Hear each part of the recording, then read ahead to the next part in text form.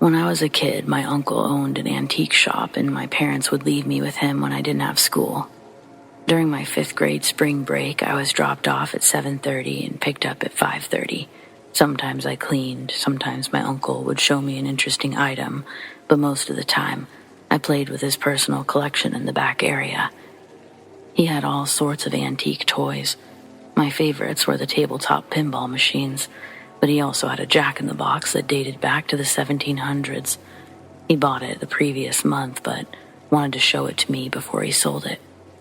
Apparently, it came with an interesting story, one about a doctor having it made especially for an ill child who passed away shortly after. The family left his room as a shrine and spent much of their time praying over his bed. Soon, they began hearing noises during the night, only to find the boy's jack-in-the-box in a new position. I was fully into the story, gawking at this old toy in slight fear but complete awe, until my uncle burst into laughter and explained how many dealers made up stories to bolster the desire of a specific item. This was the 60s, by the way, so it worked pretty well back then. I was disappointed, but that didn't stop me from enjoying the toy itself. The original ones didn't have a hand crank. They were just boxes, and the puppets popped out when you opened them. I think the first one was made by a German in the 1500s, but don't quote me on that. My uncle's apartment was upstairs, and I was having so much fun that he offered to keep me overnight. My parents agreed, happy to save the extra trip, and I continued playing with all the best toys. Later that evening, I made a bed on the couch. I tried to ignore the extremely loud snores coming through the paper-thin walls. Sadly, my efforts were futile. Anytime I came close to dozing off, the steady snores would be interrupted by a sudden animalistic grunt that scared me back to reality. Sometime after 1, I decided to take my blanket and pillows downstairs to sleep on the floor, but once I began descending the steps, I heard a strange sound below. It almost sounded like a rat was dragging a trap along, so I went to check it out. After flipping on the lights, it stopped instantly, and I turned to see the jack-in-the-box lying on the floor, top open, with the puppet stretched out of it, as if it had been pulling itself along. My uncle and I had gone upstairs together, and we'd left the toy in the middle of the table. There was no way for it to have fallen off. As I stood frozen at the base of the steps, something small ran across the room behind me. I turned around in search of the source, but nothing was there. I was only looking away for a second, yet when I turned back again, the puppet's head was on its side, facing me. It made me jump backwards, and I tripped over something, I don't know what. I felt it when my foot rolled over the top of it, but I couldn't find anything afterwards. I got up to close the jack-in-the-box, like it was waiting to bite me. That's what it felt like, and I held the lid tight. I put it back on the table, and I set an old jar full of marbles on top. Then I ran upstairs as fast as my legs would carry me. All the while, I could still hear the faint snores coming through the wall. My uncle had slept through everything. It made me wonder what else he slept through. Just as I opened the apartment door, the same light footsteps came racing up the dark steps behind me. I practically threw myself over the threshold of the door. The steps came all the way up to the door before stopping right outside. And then there was just silence. I had engaged both locks, but didn't trust them enough to not hold the door shut as well. I guess it could have still gotten through easily enough, but when you're in that situation, you act based on instinct. You don't remember that a barrier can't protect you from an angry ghost or spirit or whatever. I didn't hear another sound that night. It was almost 3 a.m. when I finally worked up enough courage to sit down.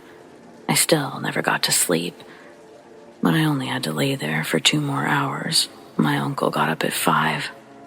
His awful snoring finally came to an end. A few minutes later, he came out of his room. He saw me sitting there, wide awake, asking how I slept. Since I was 10, I didn't exaggerate. Everything came spilling out of me like a rehearsed speech because I had been telling it in my head for 2 hours.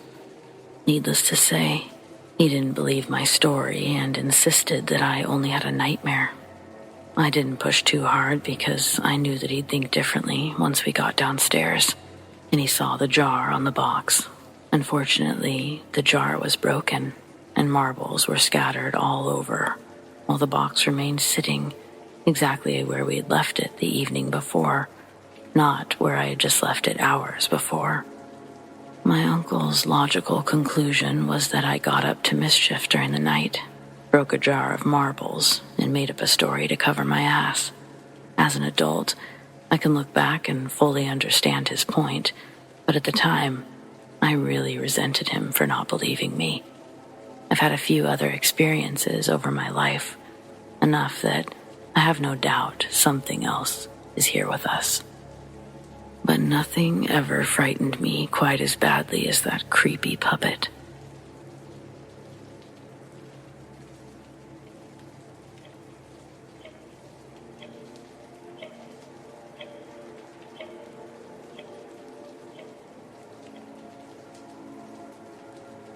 Several years ago, I worked at a value village on Evergreen Way when I was just released from prison for armed robbery. Value Village is a second-hand store, a good part-time job. It helped me maintain my sobriety. I was able to obtain a steady income and get off the streets after saving my first 2 paychecks. I met the only couple of people that have ever been kind to me there. My boss, Anthony, and my closing partner, TT, aka Little T or T. Rest in peace, T. This story takes place probably 15, 17 years ago, and she was as close to dust as you could get when I met her. The bad part, this value village was as haunted could be. I do believe that now. The city itself, it's a miserable mess. Maybe it was the city that was haunted, and the ghosts just waltzed around wherever. I'm pretty sure that every community has a well-off part of town and a poor part of town.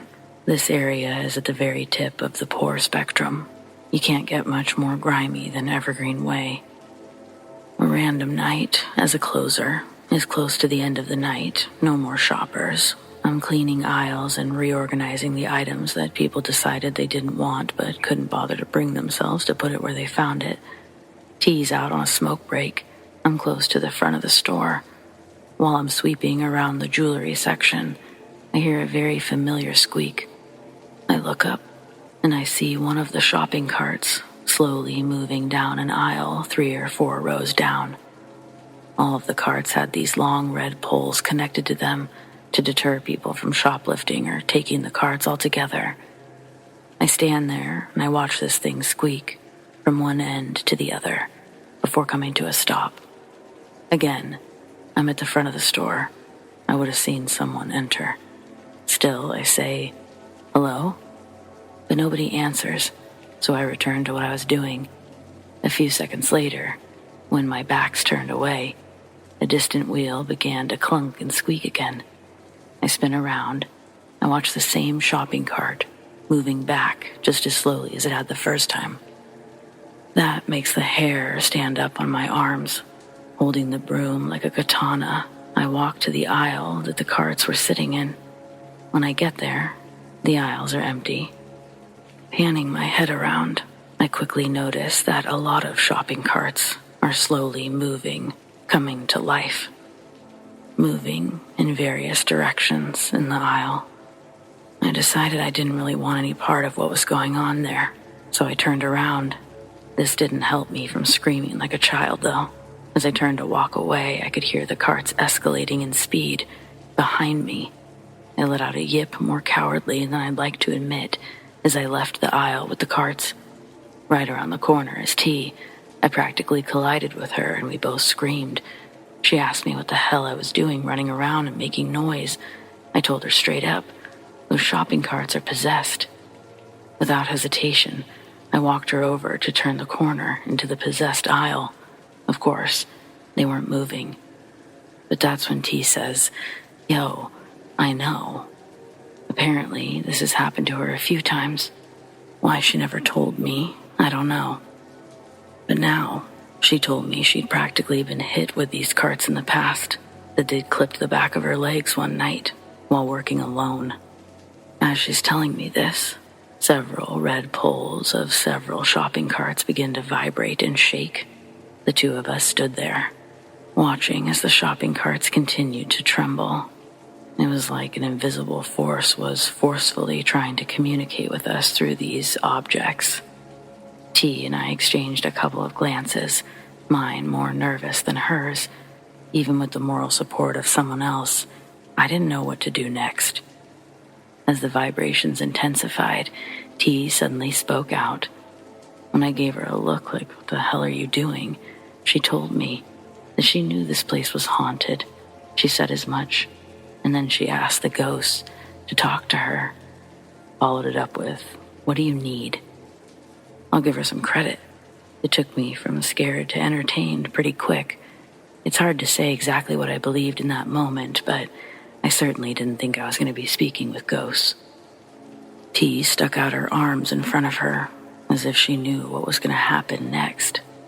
To my personal astonishment, at the same time the vibrations ceased. The carts were becoming still. It was as if they were waiting for whatever T was doing. I noticed her eyes were closed. I watched as she took a deep breath and began speaking softly. At the moment, though, it just kind of looked like something crazy. Before I knew it, she was whacking me on the shoulder and whispering for me to close my eyes. So I did. And T was asking questions, whispering things and being still. Took everything in me to keep my eyes closed and show some patience. I heard the rustling of tags hanging on items nearby. The air felt different, and I couldn't help it. I couldn't keep my eyes closed any longer. I opened my eyes the moment I heard a faint whisper echo through the space. It was barely audible, but distinct enough for me to hear. It said, "Harper." Well, I thought it said Harper, but after scolding me for opening my eyes, T said that she was sure it said, "Help her." For a moment, we lightly argued about what the voice could have said, but I was feeling increasingly more uncomfortable. It's not like it was malevolence I felt, but I wasn't experienced in talking with ghosts. Long story short, I wanted to go home. In a series of whispers and my inability to distinguish T's from the spirits, I asked that we speed this along and get to finishing closing. T asked if I wanted to just go, that she would stay behind. I considered it, but she laughed, saying that all the whispers had subsided anyway, jokingly blaming me for scaring them away. That night, T told me about her various experiences in the store, and then she told me that if I could hear those whispers too, it likely wouldn't be the last time that I experienced something. And well, T, rest in peace, my friend. And though I know you're not around to know it, I don't know how these things work. You were right. Fast forward, I still live in the same town 15 plus years later, and the store itself still exists. I work for the company that's hired to do landscaping for this portion of the city. And one day over the last year, I decided to pop inside to see my old boss. I wanted to see if he was working. He was always a great person. I wanted to chat with him as possible. Honestly, I just had this odd feeling to go visit him before leaving town that day. On my way inside, I see him walking from the back of the store. He gives me a wave through the glass windows. He smiles and then takes a hard right out of view. When I get inside, I don't immediately see him anywhere. I ask around. One gal doesn't even know who I'm talking about, but another one does. She asks how I knew Anthony, and I told her the whole story, and she regrets to inform me that Anthony passed away. Heart failure. He had died at work. I asked the gal if she was absolutely positive we were talking about the same guy, the same Anthony. She told me that he's the only one she ever knew to manage the store for multiple years. She repeated his last name back to me, and it was Anthony. So, who did I see? I looked throughout the store, hung around far too long, trying to see if anyone matching his exact description was in the store. No such luck. I've accepted that I saw Anthony. I can't explain it, but I can't very well explain what happened in that store with me and T either. And just because I can't fully understand it doesn't mean it didn't happen. Thanks for reading. If you have similar experiences, I'd really like to hear them. Or I guess just know that you're not alone in yours.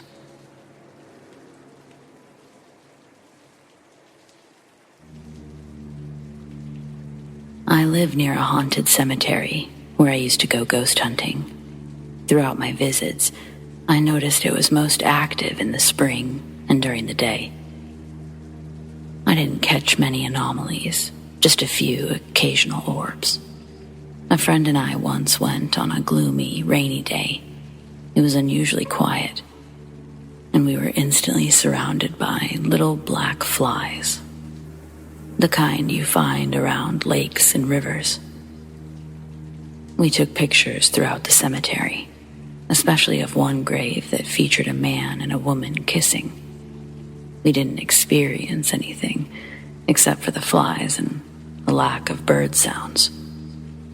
When we got back to my friend's house, I began looking through the pictures on my cheap straight-talk phone.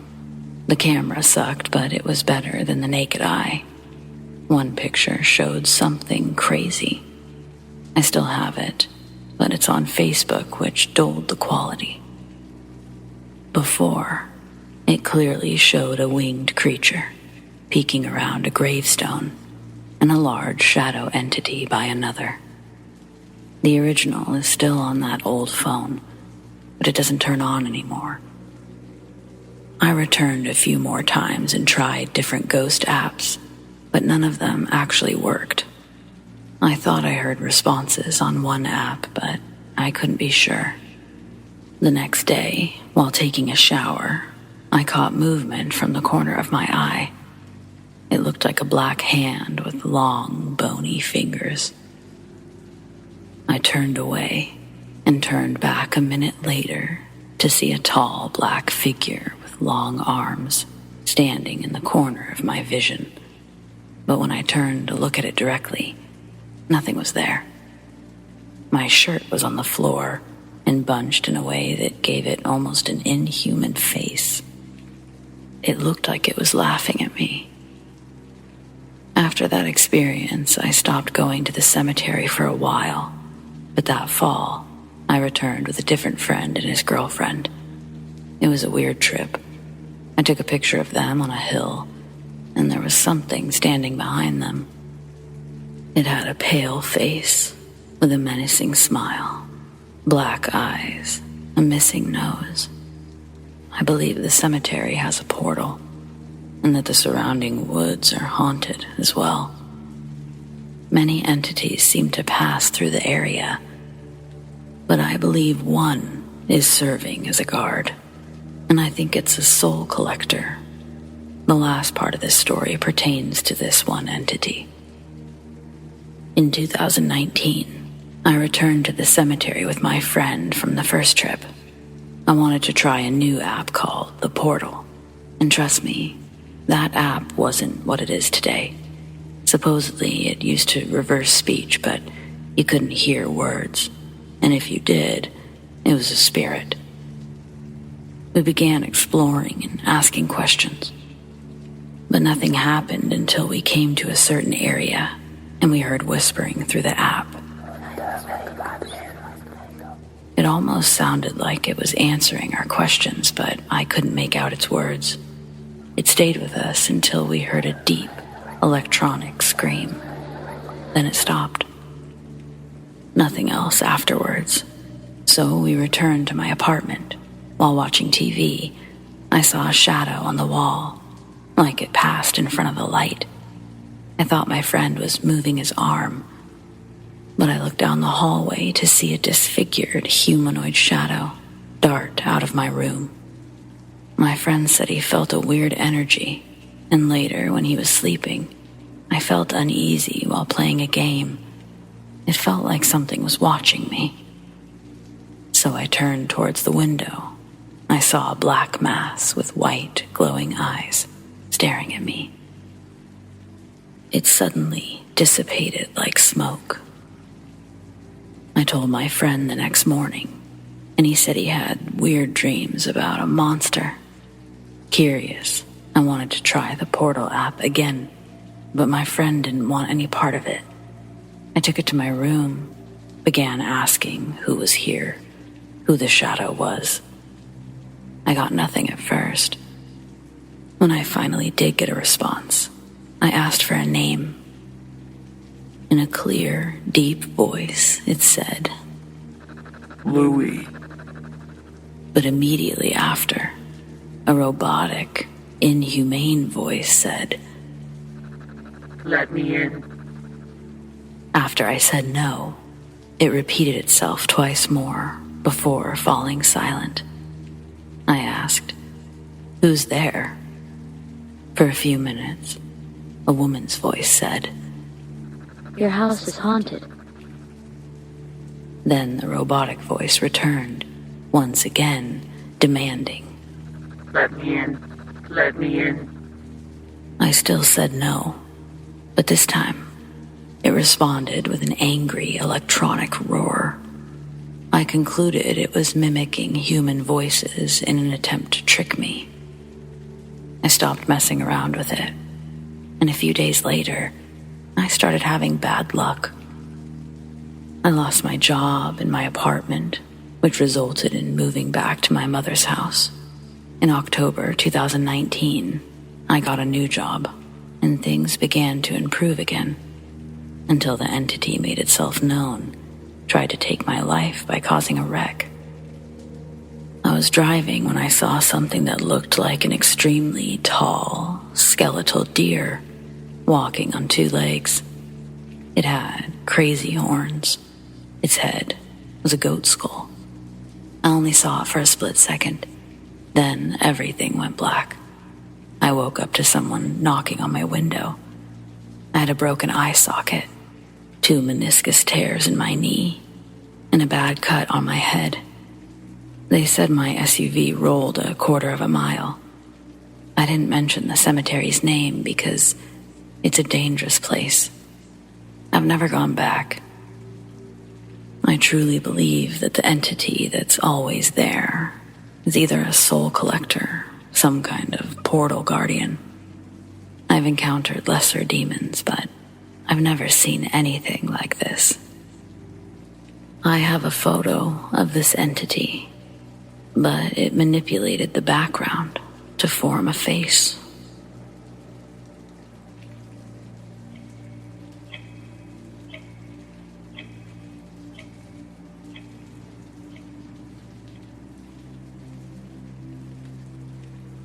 Last night I was finishing up a YouTube video as I got into bed. When it ended, I set my alarm and leaned over to plug in my phone. When I rolled back, I noticed a foggy mass above my body. It was black and partially transparent, but it felt heavy and dense, like a very negative energy mass. I immediately sat up and felt a head rush like I was on drugs. It kept growing stronger, and multiple different frequencies began to loudly ring in my ears. There were at least 3 different pitches, and no, it wasn't just my tinnitus. I'm very aware of what those episodes are like. These frequencies were layered over one another. It felt like something was trying to communicate with me. I turned on the light, went to the bathroom, and tried saying, "If anything is trying to contact me, I can't hear what you're saying. I feel sick, and this isn't making any sense, so please stop." But it didn't stop. I checked the locks on the doors before returning to bed, and once the lights were off again, I felt the same negative energy vacate my room. As I laid there, feeling sick, I began to pray, asking God for help. I repeated, "Please do not allow negative energy into this house." For 5 minutes, as I envisioned a white light cleansing every room as it grew brighter and brighter. After that, the energy completely shifted. The negativity, along with the ringing, was gone, and I didn't feel nauseous anymore. My efforts were paying off, and after a few more minutes, I started to feel warm, positive energy. One last detail. I have the washer and dryer in my room because that's the only hookup spot. Last night, my roommate was doing laundry, so I planned to ask if he was having negative thoughts or feelings at the time. I can't control his energy, but I can explain it to him for the next time. This probably sounds crazy, but I've been having experiences like this my entire life. I'm currently 28, but as a child, I heard voices, I saw shadows often. As an adult, I've had extremely similar situations to the one I just described. That's how I knew what to do. At a younger age, I would have simply fallen asleep terrified with the negative energy in my room. I lived in Michigan, Tennessee, and Florida over the past 10 years.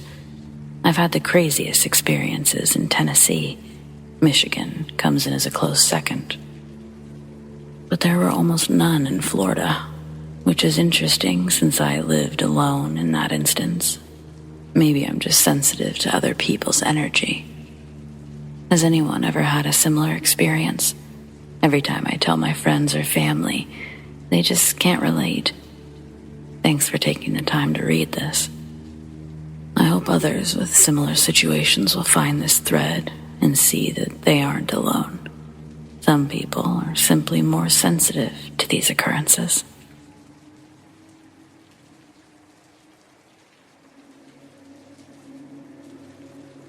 I know lots of people find love online, but I swore off dating apps 5 years ago when I met Amy. It started off fine. I talked to her and a few girls for a couple of weeks before asking her to meet in person. We had the most in common, and she was the one that I found myself wanting to get to know more. When we agreed to meet, the plan was for me to pick her up at her house, and then we would go out for dinner and a movie. A nice, simple, low-pressure first date. Or it should have been. I know what you're thinking, that I was led to an abandoned property in the middle of nowhere and was promptly relieved of my possessions. But that's not the case. In fact, her house was completely normal, and she looked exactly like her picture. Rare finds, I know. The red flags didn't start appearing until we were at the restaurant. When interacting with me, she was the sweetest girl you ever met. But when it came to interacting with the waiter, she was a completely different person. All the guy did was ask to take our drink order, and her entire demeanor changed. She had an angry scowl, and her voice dropped at least 2 octaves. I never would have recognized her as the same person I'd been talking to. Yet, once the waiter walked away, she returned to her former peppy self, like it was this completely normal thing to do. That happened throughout dinner, and the movies were even worse. We changed seats several times because people sat too close, and she mocked everyone for how they looked or what they were wearing. Again, I know what you're thinking, raging narcissist, and yes, absolutely. I understood that before dinner was half finished, but not gonna lie, she kinda scared me. So I just wanted to get through with the date and then ghost her. After the movie, I took her home. She invited me in for coffee. Trying to politely decline, I said that I had to get up early, and she didn't want to hear it. She unbuckled my seatbelt and made me so uncomfortable that I pretended to agree. Then I turned to open my door, and I sent a quick call me text to my friend. Amy was closing her door, and I was just standing up when the phone rang. I answered and told her to give me a second so my roommate knew that I'd be late. She smirked and went inside, while I pretended everything was fine and told my friend not to expect me. He heard me call him my roommate, so he knew something was up. He played along, thinking that Amy could hear him. The second she went inside, I got back in the car and just ran for it. Not my proudest moment, but anyway, I was just turning off her street when the barrage of calls started. I blocked her, but she messaged me on Tinder instead. Since I was still trying to tell my friend what actually happened, I put my phone on sleep mode and let her text away. 30 minutes later, I was back home and ready to finish blocking Amy. In that amount of time, she not only found my Twitter, Discord, Reddit, and Instagram, she left over 200 messages in total. The majority of them were just random insults, but it was unsettling that she cared that much. In total, we'd known each other for less than 3 weeks and met once. I can't imagine that the date was that great for her. I didn't laugh at her cruelty or contribute to it. I barely spoke. This should be the end of the story. I sure thought it was. But my phone started blowing up again the next day. She made new accounts on everything, so I set all of mine to private. Then she started calling and texting from different numbers. I don't know if she was borrowing people's phones or spoofing her ID, but I was only dumb enough to answer one of her calls. She immediately began screaming, but I didn't wait to hear what she was saying before hanging up. I was just about ready to change my number when it finally stopped. I had hoped that she found someone new to obsess over, but that was too good to be true. There were 2 glorious days of peace before I woke to the sound of breaking glass at 3 a.m. I'm still not sure how, but she found out where I lived and threw a brick through my big living room window. I had to call the police and do the whole routine, so I didn't get back to sleep that night either. After seeing the messages Amy sent, they agreed that she was the likely suspect and said that they would have to talk with her. Well, she wasn't at home, and I wasn't sure where she worked, just that she was a hairstylist. The officers said they would try again at the end of their shift, or have another car check with her that night. They also advised that I buy some security cameras. I did that on the way to work. They were installed the second I got home. That night, they recorded her approaching my house around the same time, only now she had a softball bat. She then proceeded to smash my mailbox before busting my taillights, headlights, and the window next to my front door. I didn't wake up until she was working on the car, and once I saw her on camera, I immediately called the police again. After reaching through the broken window and unlocking the door, she began smashing everything in her way as she searched for my bedroom. I couldn't get out of my window because it was painted shut, so I hid in my closet, and I watched and listened as Amy searched my house, and I called 911. I've honestly never been so scared in my life. She was proper crazy. She wasn't even drunk, just hurt and angry. When the cops finally arrived, I cried actual tears of relief. I couldn't see any flashing lights from my hiding spot, but I heard officers yelling at Amy when they charged inside. The icing on the cake, Amy wasn't even her real name. She was on the run from attempted murder charges in another state because she put her ex in the hospital. All in all, I'd say that I got off lucky. Insurance took care of the damages, and I never saw Amy again. She skipped town once she made bail, and I have no clue where she might be or what could have happened to her. I'm just grateful she didn't come back to mess with me again. So yeah, I quit online dating after that.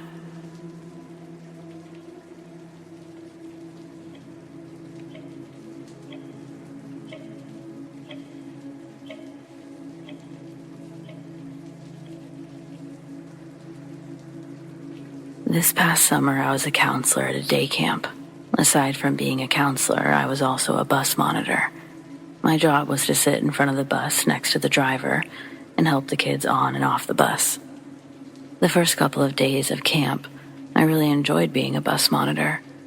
I got a ride there and back from camp, plus I got extra pay. But then it started getting creepy.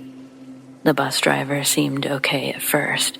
He was this older guy with a little hint of an accent. He would ask me weird questions, which, admittedly, I answered, because I thought wherever he came from, it was probably okay to ask these questions, and I didn't want to make him feel bad. On the first day of camp, he asked for my number. I thought nothing of it and gave it to him, figured it was for work, He would probably just want to call in the mornings when he got to my house. I was dead wrong. On the second day of camp, we passed a Dunkin' Donuts on the way back. Me, being the idiot that I am, just said nonchalantly, "Oh, I love Dunkin'." After we dropped off all the kids, he proceeded to go the opposite direction of my house. I asked him where he was going, and he said back to Dunkin'. I freaked out. I told him no, that he should just take me home. He wouldn't. I started asking more urgently. He wouldn't. I was screaming and on the verge of tears. I was begging for him to just please turn back. He wouldn't. I've just watched many shows in my lifetime, and I know what happens when creepy old men drive you away from a location, when they have control of you in their car. We were coming to a rolling stop. I pulled the doors of the bus open and I jumped out. I ran or walked 2 miles home, 90-degree weather, but it was well worth it. The next day, and the day after, he would bring me coffee from Dunkin'. Aside from the fact that I wouldn't trust it from him, I'm lactose intolerant and I need almond milk. So I just got rid of it. Every day, he would act more and more creepy. The way that he would talk to me got worse. He'd make all these comments when I went to go help the kids off the bus about how sexy I am. Mind you, I was 14 at the time. That summer, my mental state was down the tubes. Every time I remembered I had to go back on the bus with him, I'd have a panic attack. I couldn't breathe. I never knew if he was going to do something to me. And you know the best part? No one believed me. I told my friends and the other counselors about the stuff that he did, and they thought it was totally normal. When he went upstate for the weekend and brought me back a pink watch, a pink flamingo keychain, and pink nail polish, do you know what they said? "That's so cute." Hell no. It was downright creepy, and I don't know why they didn't think so. This is an actual conversation we had via text. Him: "What are you doing? Are you alone?" Me: "I'm eating supper with my family." It was a lie, I just didn't want to talk to him. Him: "Okay, call me later." Him: "Are you awake?" Him: "Hello?" Him: "You should get WhatsApp. I use it to message the people I care about." I even showed these messages to people, and they still thought it was completely normal. I brought these messages to the director of the camp, and she still did nothing about it. I wasn't there the second half of the summer, but I heard that he still was. He should not be working anywhere near children, and I said as much. He should be in prison, behind bars. Even after the summer was over, he would still continue to call and text me. I was scared to block his number because he knew where I lived. Eventually, and luckily, after a few months of not answering, he stopped. Creepy bus driver whose name I won't mention. If you're reading this, fuck you.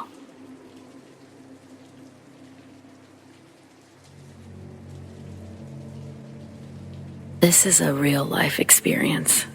I was spending a summer with my dad after I finished kindergarten before starting first grade. We lived in a double-wide trailer out in the sticks on a gravel back road.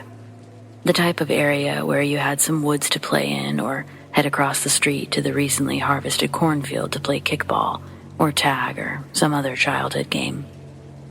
My dad and I lived with my dad's brother and his wife, as well as their 2 daughters. My cousins were a little older than me, about 4 years or so. We decided to play hide and seek one evening in the woods behind the trailer. So many spots to hide, laying down behind a fallen tree, ducking in a riverbed. Heck, if you were really crafty, you could pick a tree and climb it until you could see the whole area.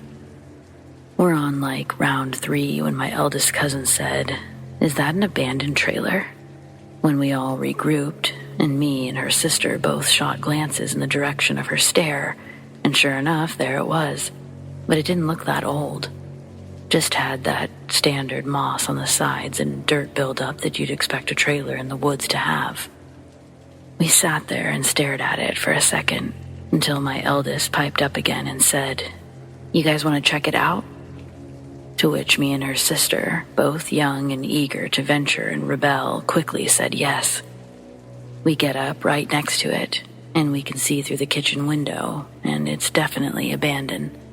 But it's weird. Everything is so dusty and disorganized, but not trashed or ransacked.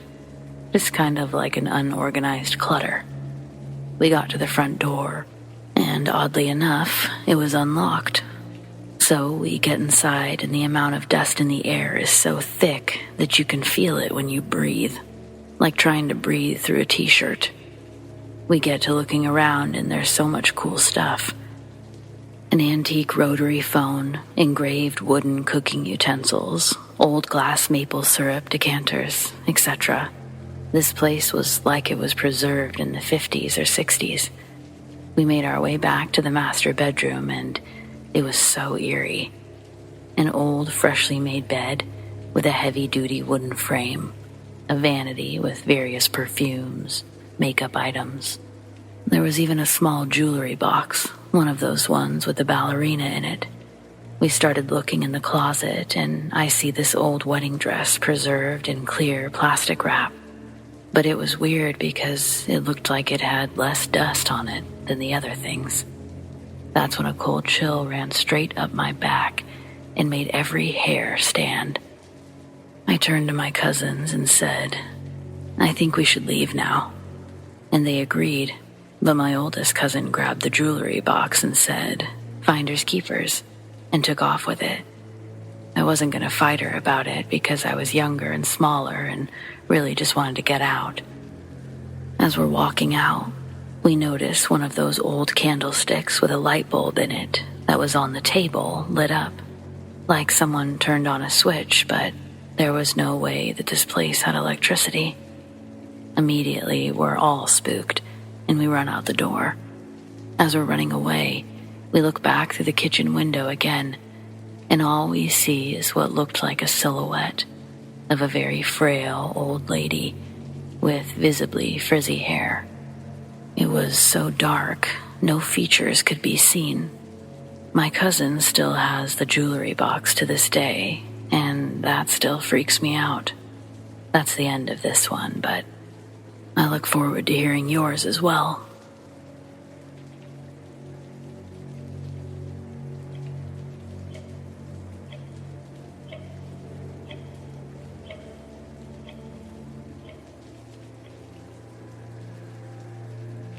I'll try to keep it to the point and not drift off too much, but I swear on everything this is a true story of my own experience. When I was 12 or 13, I was living with my aunt for a few years and my younger cousin. We lived in a little house on a dead-end road in a small town of about 500 people. We were technically considered a village. My aunt was an odd soul. Everyone has their own rhythm, and hers was a different rhythm for sure. She had a fascination with the odd and the strange, from a musical, dancing, miniature, jester figurine to old newspapers from the 20s. Then enter her collection of porcelain masks, of which she had more than 30. All different sizes and styles, and she had them all over her bedroom walls. The house we lived in was small but cozy, but this house had other paranormal events happen in it before and after the events of this story. So it was no big deal when small stuff would happen because we were odd like that. Some stuff being harmless was fine by us. None of what happened before or after was harmful. This is the only event I was ever actually stricken with pure fear.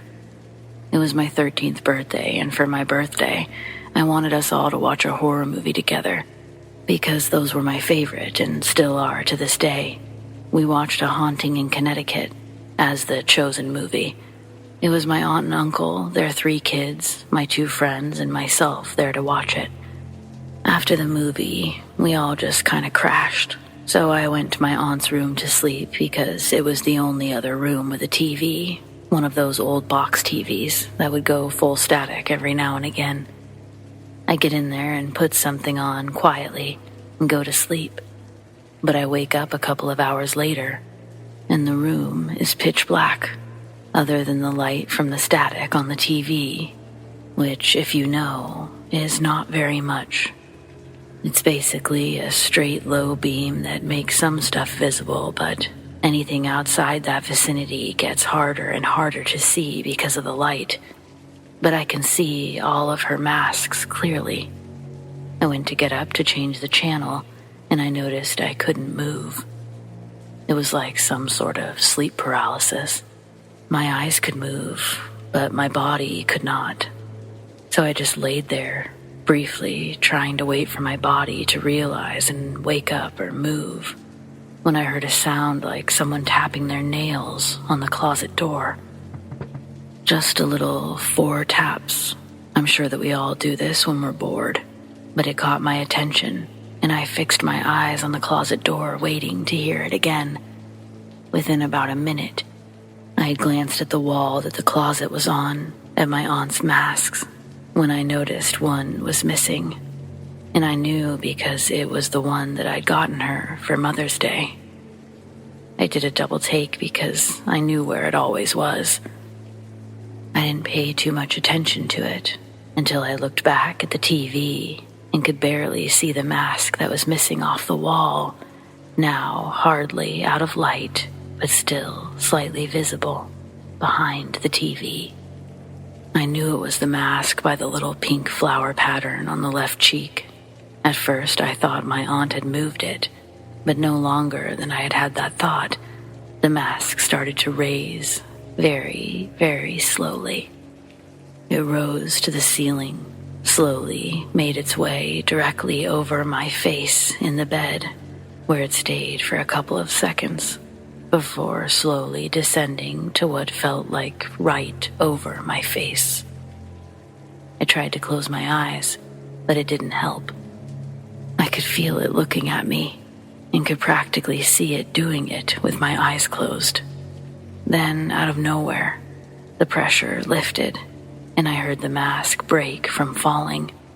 It fell directly about where it originally had hung, by the closet. I laid there practically in tears, not able to do anything about it. Then it sounded like someone shaking the bedroom door as hard as possible, trying to get in, but it wasn't locked. My aunt and uncle woke up to the sound of the door shaking, came to see what they thought I was doing, until they got in front of the door, and it swung open on its own. As soon as the door opened, it was like my body woke up. I sat up and screamed as loud as possible, and pushed to the corner in the bed, crying. That's when I told them what happened. They knew by the way I was acting that I wasn't kidding, and they would have probably doubted it a bit had it not been for the door opening on its own. But that's the end of this one. I have many more, but not like this.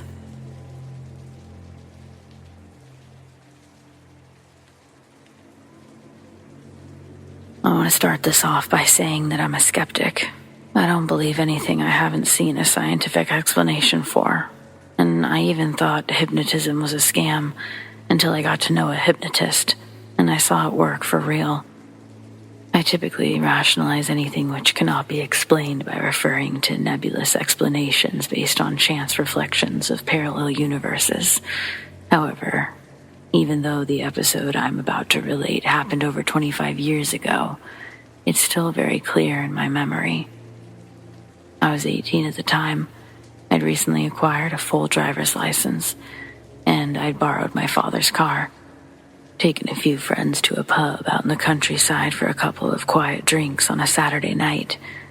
After the pub closed, which it did after 10:30 p.m. in those days, we drove to a nearby town in search of a snack.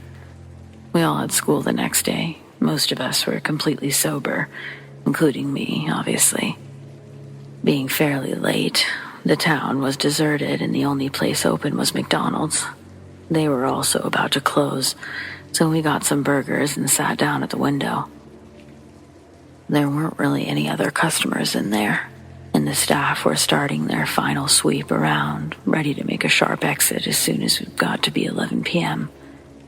We had only just sat down when an elderly woman appeared at the table next to us. She didn't look quite put together nor scruffy. She didn't look homeless, but her clothes seemed somewhat old or worn. She immediately engaged all of us in conversation, which started off innocent and friendly, but rapidly became quite personal. The woman seemed to know an awful lot about us, even though none of us had ever seen her in our lives, and we didn't really know anyone in this town. She was alert and animated and spoke quickly, singling out people from the group in turn and discussing specific details of their lives. She had no possible way of knowing this information. Early in the exchange, she turned to me and said, "Of course, your grandfather was an engineer, wasn't he?"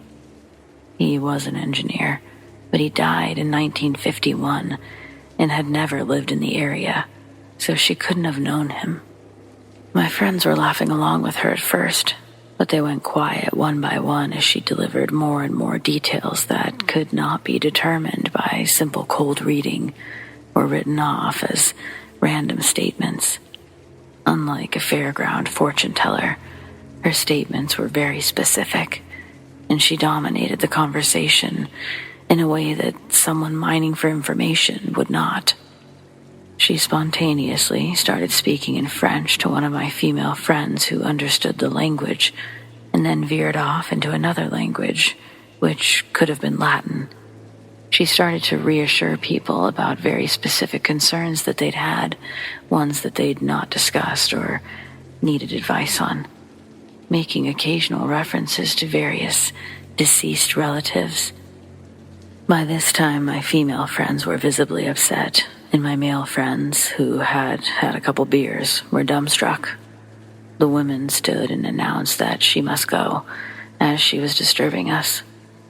She headed for the door, and as it was now late and the staff were looking like they wanted to go home, we stood up and followed her out of the restaurant. And here's the punchline. I was no more than a few paces behind her as she went through the first two doors leading onto the street.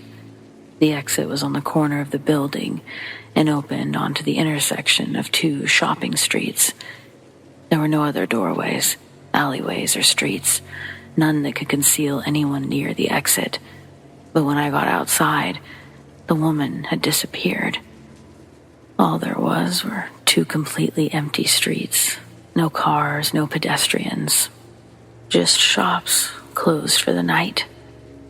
Every time I've been back there since, I stood there and wondered where she could have gone.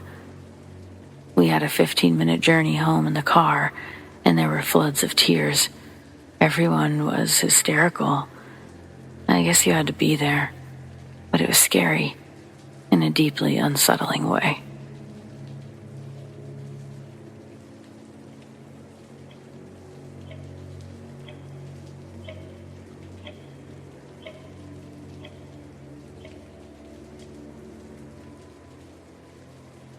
My husband and I went to see a psychic one day.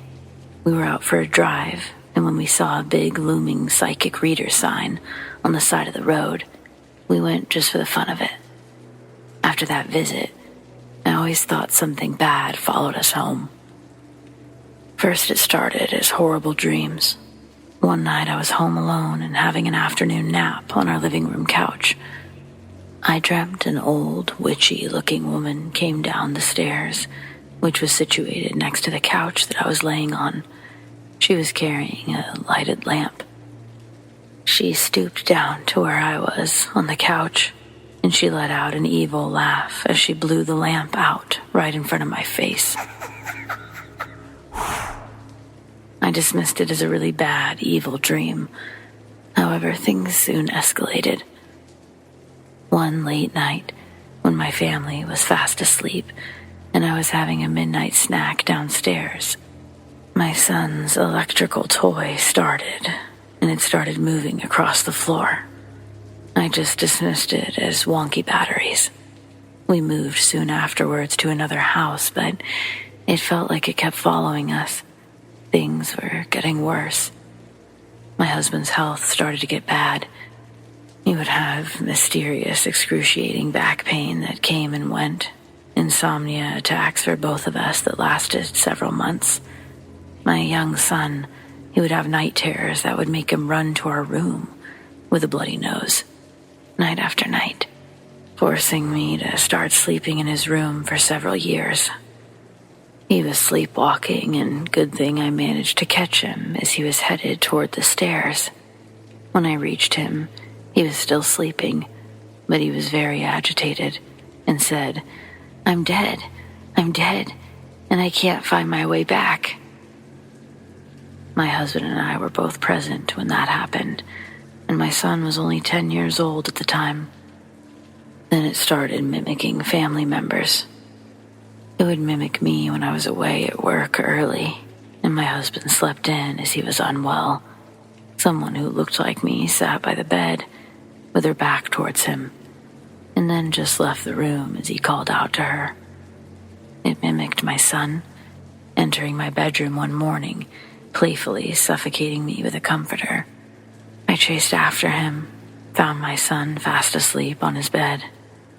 One time, on a weekend, I took an afternoon nap as my husband watched TV downstairs. He came rushing up the stairs and barged into the room.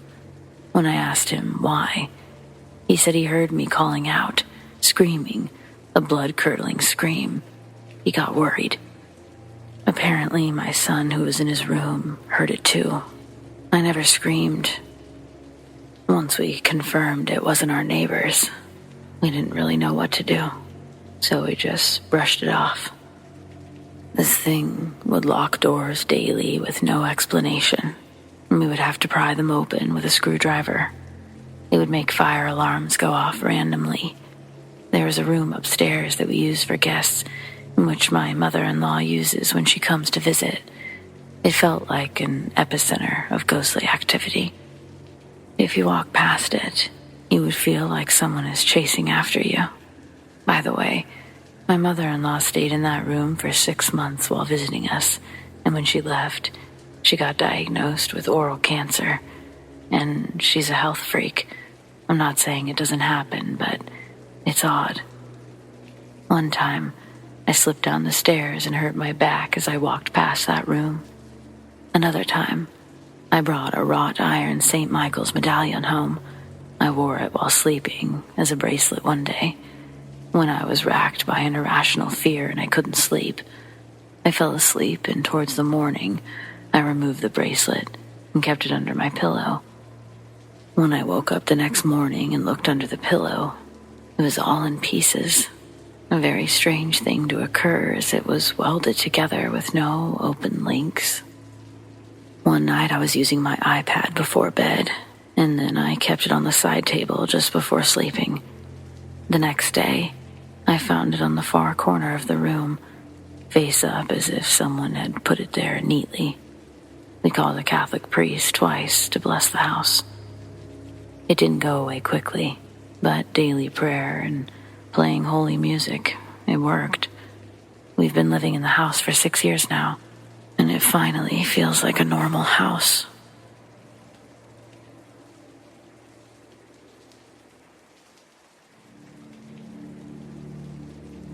When I was approximately 10 years old and my younger brother was 8 years old, we lived in a house on a vast plot of land surrounded by forests filled with trees. It was basically the perfect setting for our favorite childhood game, hide and seek. We'd often play with our friends who lived in the surrounding homes. On one particular day, during the late afternoon, me and my friend were doing our best to stay hidden in the trees. Meanwhile, my brother was just as diligently attempting to locate us.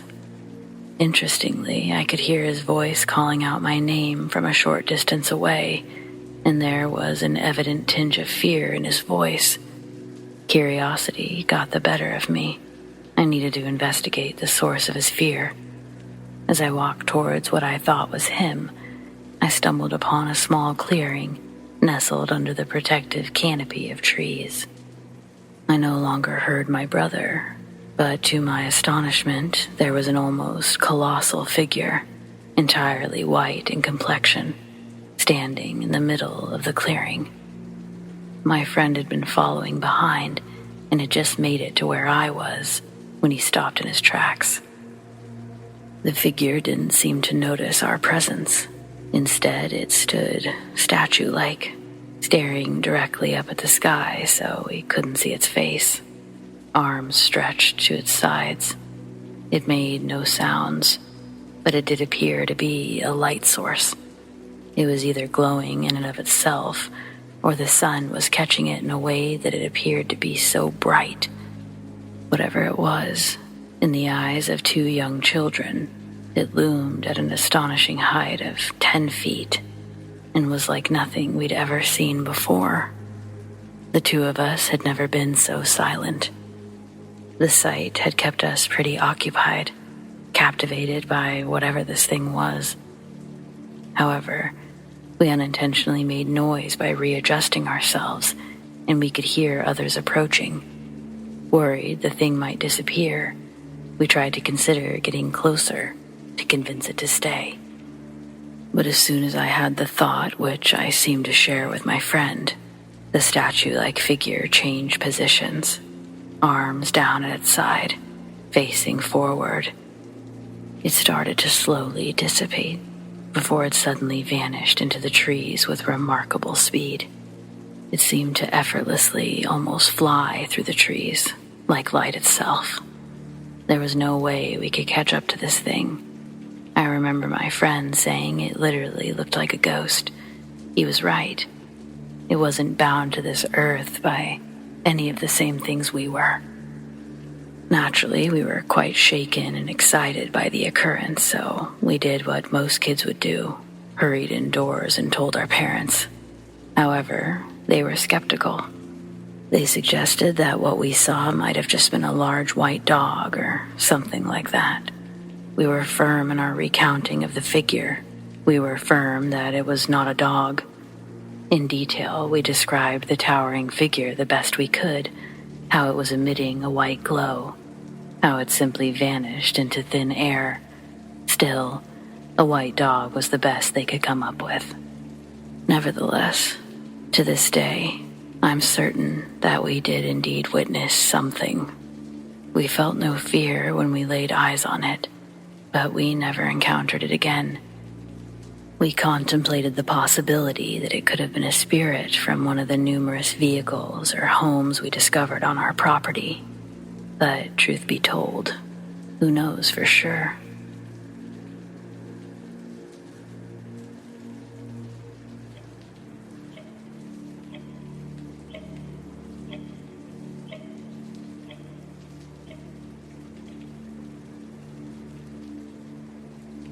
My parents purchased a home situated on 180 acres back in 2018. I was a freshman in college, but still living at home. Although the house itself isn't that old, built in the 1960s, it apparently came with some history. Not one that I know much about, unfortunately, but my family has had enough experiences there to understand there's a certain energy. My sister believes to this day that the house is haunted, and I'm actually inclined to believe her, but I don't necessarily know if it's malevolent. It's been a while since I've lived at home, but I remember the first events and anything I've been told pretty clearly. My family has all but adjusted to this home, and so we don't really discuss it being haunted or whatever anymore. That was the request of my mother, though I think it was on behalf of my sister. However, I'm going to share those first experiences here because I think that you'll agree that they track as unusual. My younger sister, Monica, was practicing the piano. She became increasingly frustrated with a challenging piece. According to her, during a brief break in her playing, she heard a voice whispering from behind. The voice said, "Keep going." It was quite literally encouraging her. She was startled, so she turned around, horrified, when she saw a frail, elderly woman, dressed in all black, comfortably seated in a lounge chair. She, of course, didn't recognize the woman, and as such, Monica let out a piercing scream while hurriedly calling for my parents. By the time they came to check it out, the apparent woman had vanished. Barely a week later, Monica was taking a shower in our parents' bathroom when she happened to catch a glimpse of herself in the mirror. She saw the unmistakable outline of a woman dressed in black, just as before. Her face was concealed by the fog. Even still, Monica sprinted out of the bathroom, completely nude, and encountered our parents' startled guess. This fact alone further convinced me that she was not making up these encounters. I almost felt bad for doubting her. Either way, I felt bad for her. Hell, I even went as far as making fun of her when it came to the piano incident. But not after this one. Then fast forward to our Thanksgiving celebration. While we're enjoying our first Thanksgiving meal in this home, the inexplicable unfolded. The china cabinets, which sat directly behind my sister, every item in them and in our dining room, began to violently tremble. I looked around at everyone's faces, and we shared the same expression of horror. Except Monica. She was in tears, now hiding under the dining room table. Everyone else stayed put, not saying a word. Almost as soon as it had all started, it stopped. My parents claimed it was likely an earthquake, though I never believed that story. You can Google those kinds of things, and there were certainly no earthquakes near Bozeman, Thanksgiving 2018. The final blow I really remember occurred sometime after Christmas 2018, signifying a point that finally convinced those who doubted, aka my father. He possesses to this day a beloved leather chair in which he habitually sits day after day. It's positioned near a window, and my mother typically opens it to let in some fresh air. She'd done so on this night just before an inevitable small snowstorm. Concerned about his prized chair getting wet, my father explicitly asked my mother not to open the window while the chair was nearby, as it would ultimately ruin his chair. The following morning, my father rose early for work and noticed that the den had been rearranged, resulting in his chair being relocated all the way across the room, instead of in its usual spot by the window. Assuming it was the hard work of my sister and I from the previous night, my father went to work without dwelling further. When my mother awoke, she too discovered the rearranged room and assumed my father was responsible. Us kids assumed the same. We thought that he had intentionally changed the layout. Not common of him, but who else could be responsible? It wasn't until dinner time that evening that we collectively realized the true extent of the rearrangement. The meticulous placement of the magazines, the controller, even the rug. It was nothing like our usual setup. It was all seemingly orchestrated by an unseen force, though, according to Monica, it was probably the same woman that she had seen who was responsible. We determined that the rearranging of furniture would have taken place between 10 p.m. and 5 a.m., though, astonishingly, no sounds were heard, despite the fact that mine and my sister's room were directly beneath the den. Previously, my parents would dismiss such occurrences, but after that time, their attitude changed significantly, until they went back to ignoring it completely, which seems to have worked.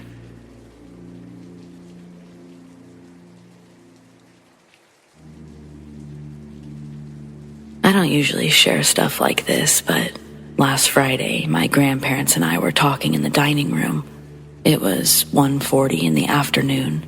My mother and brother were at work.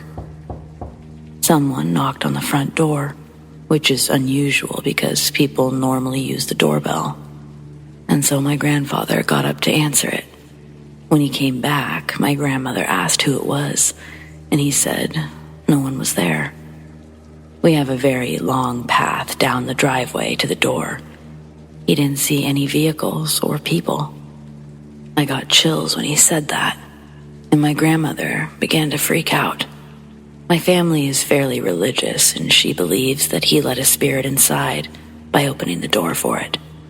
What really concerns me is that he said that it's been happening for a couple of months, and each time he goes to the door, no one is ever there. For the last week and a half, we've had paranormal activity happening around the house. I wonder if my grandfather really did let something into the house. Something that's just now revealing itself. I've been really on edge from everything that's been happening, and all of our attempts to get rid of it have failed. To make things worse, the entity has started following me. Sometimes, things happen at work, and my friends' houses too. But I'll have to talk about that another day.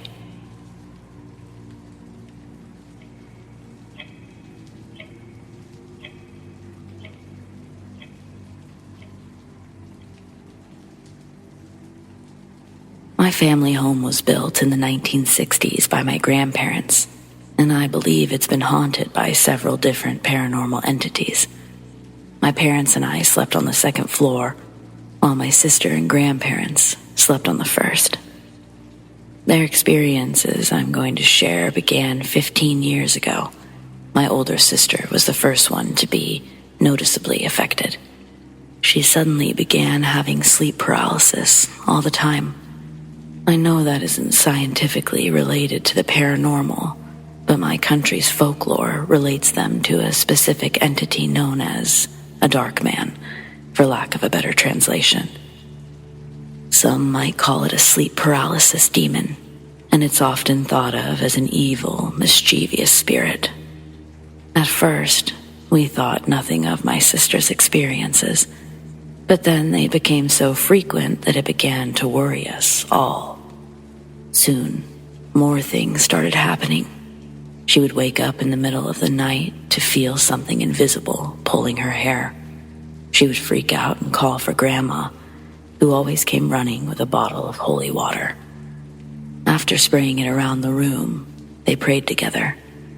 On a different occasion, whatever was playing with her hair also breathed on her face, which freaked her out even more. Once, my mom, my sister, and I were watching TV when my sister suddenly shifted into a state of sleep paralysis while fully awake. It took a few seconds for Mom and I to realize what was happening. She was shaking, with her eyes open, struggling to make a sound. When she finally woke up, she let out a blood-curdling scream, crying and yelling, "It got me! Why didn't you help?" She was visibly shaken and pale. Grandma arrived with her usual remedy, and even my father walked out of the bedroom, totally freaked out by her screams. Grandma remembered that if someone needed protection from the dark man, a piece of their family's clothing had to be placed on them, like a shield. So, we tied Dad's belt around her wrist, and she went to sleep in my room. Still frightened, she asked me to get her a glass of water. I did, and as I approached my door on the way back, the plastic cup of water practically exploded in my hand. Splitting on all sides, water was bursting out of my hand. Mom immediately came over. Everyone had seen, and they were shocked, speechless. At first, Dad thought I had just dropped the cup, but it was torn in perfectly straight lines, all the way around, almost as if someone had cut it with a scalpel. Needless to say, no one slept much that night. After that, my mother and I began experiencing sleep paralysis. She only had it a couple of times, but I still have them to this day. Nightly noises also started to occur. It was different from house settling. This sounds like moving chairs, clanking dishware. It mainly happened on the second floor, especially when we weren't home. Grandma once searched the second floor for a burglar when she heard someone open my parents' wardrobe, but no one was there. These incidents prompted my sister to visit our local priest. After explaining the situation, the priest concluded that a lost spirit was inhabiting our home and reaching out to my sister, wanting to be known. My sister was relieved to know that the spirit meant no harm. She even named it Samuel. Now, it was time to figure out what the hell Samuel actually was. The first theory concerns my grandma as a little girl. On her way home from school, she would pass through a cemetery. One day, she saw pretty flowers on a grave and brought them home without telling anyone. That very night, she woke up to an invisible force grabbing her leg and trying to drag her out of bed. She knew it was something that wanted its flowers back. She woke her parents up, and her mother said the same thing. They returned the flowers the next morning, and she never took anything from a graveyard ever again. But it's possible the entity remained attached to her all this time. The second theory, we thought Samuel might be Grandma's father, who I never met. Before he died, he told Grandma, "If you hear something in the attic when I'm gone, know that it's me." Coincidentally, the attic eventually became the second floor of the house, where most of the incidents happened. It's also worth noting that my sister and I shared my room before she moved downstairs, so it might be connected somehow. Other incidents soon followed. Mom once felt a strong force press on her upper body when she was almost asleep. She asked Dad to move his arm, thinking it was him, but after she got no response, she complained that it was hard to breathe. Eventually, she cried out and yelled for him to stop. That's when she finally realized he was facing away from her. He woke up confused as to why she was screaming. This one still frightens me to this day. One night, I was up very late, playing PlayStation 2. And when I finally did go to bed, I forgot to turn off the console while my LED joystick was plugged in. I woke up in the middle of the night, and the TV was off, but the joystick was glowing. I couldn't stand sleeping in the dark with everything that was going on. I looked at the console, and suddenly, the goddamn joystick unplugged itself, instantly plunging the room into total darkness and panic. I ran to the light switch and left it on for the rest of the night. Not long after, I was watching some late-night TV in the living room. The stairs are also in the living room. In total darkness, I heard footsteps going up the stairs and called out to my sister, thinking it was her. But there was no response. Then I realized there was no way my sister would go up the stairs without turning on the light. She's almost 30 now, and she still sleeps with a light on. I sat up, listening to each footstep as it drew closer to the top of the stairs. Finally, I heard someone step on the metal floor strip at the top of the stairs.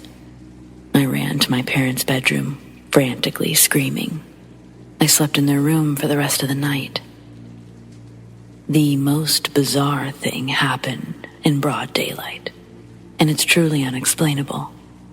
My grandparents, sister, and I were all heading next door to my aunt's house for the afternoon. My grandparents went before us since I was still doing something, and my sister was in the bathroom. It was a thing in our family that the last person to leave the house locks it up before going. I was ready to leave before my sister, and she said that she wouldn't be far behind. She tried to come out maybe a minute later, but the goddamn house was locked from the inside. No one else was home, and I didn't do it either. She ran out and told me what happened. We checked the locks, tried to recreate the situation, but it was impossible. The key had to be turned 6 times for the door to be locked. This was the last major thing from the beginning of our time in that house. It was followed by mostly noises, which we eventually learned to live with. My sister accepted Samuel, and no more incidents happened for a long time. At first, we didn't say a word of this to anyone outside of family and friends. But after some time had passed, I I told my classmates about it, and 2 of them stayed overnight at my birthday party. My sister knew they only wanted to see something firsthand, so she tried to prank us by knocking on my door late at night. My friends were scared shitless, so my sister told them that it was just a joke. But a couple of hours later, my friend woke me up to say that something was knocking again. I opened the door, but nobody was there this time. My friend kept asking what the hell happened, but I didn't have an answer. Needless to say, he never slept over again. Well, that's really it. After we accepted things for how they were, the activity calmed down for a couple of years, and the noises became less frequent. A few years ago, some other things started happening, but let's just say they were different, and we'll leave those for another post.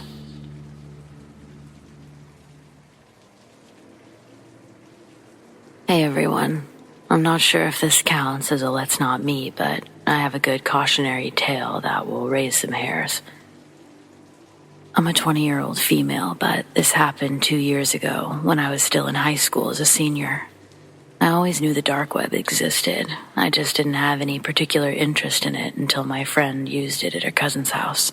Came back with a bunch of wild stories. Well, some of them were just a little too crazy, so I decided to check it out for myself. I had a little trouble downloading Tor, but it's almost scary how easy everything was after that. There's quite literally nothing off limits. If you can imagine it, someone's uploading videos of it. If a terrible accident is caught on film, it gets uploaded to YouTube, TikTok, Reddit, everywhere. But the clips are cut or blurred to avoid showing anything really gruesome. Not on the dark web. They don't have trigger warnings or content advisories.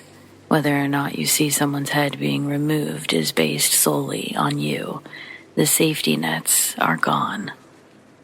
I don't want to say the actual website, partly because of what happened when I spoke to police, and partly to prevent anyone else from enduring what I went through. But imagine if YouTube didn't have any restrictions. People post whatever they want, and nobody can regulate their content. Let me tell you, there's some sick shit out there.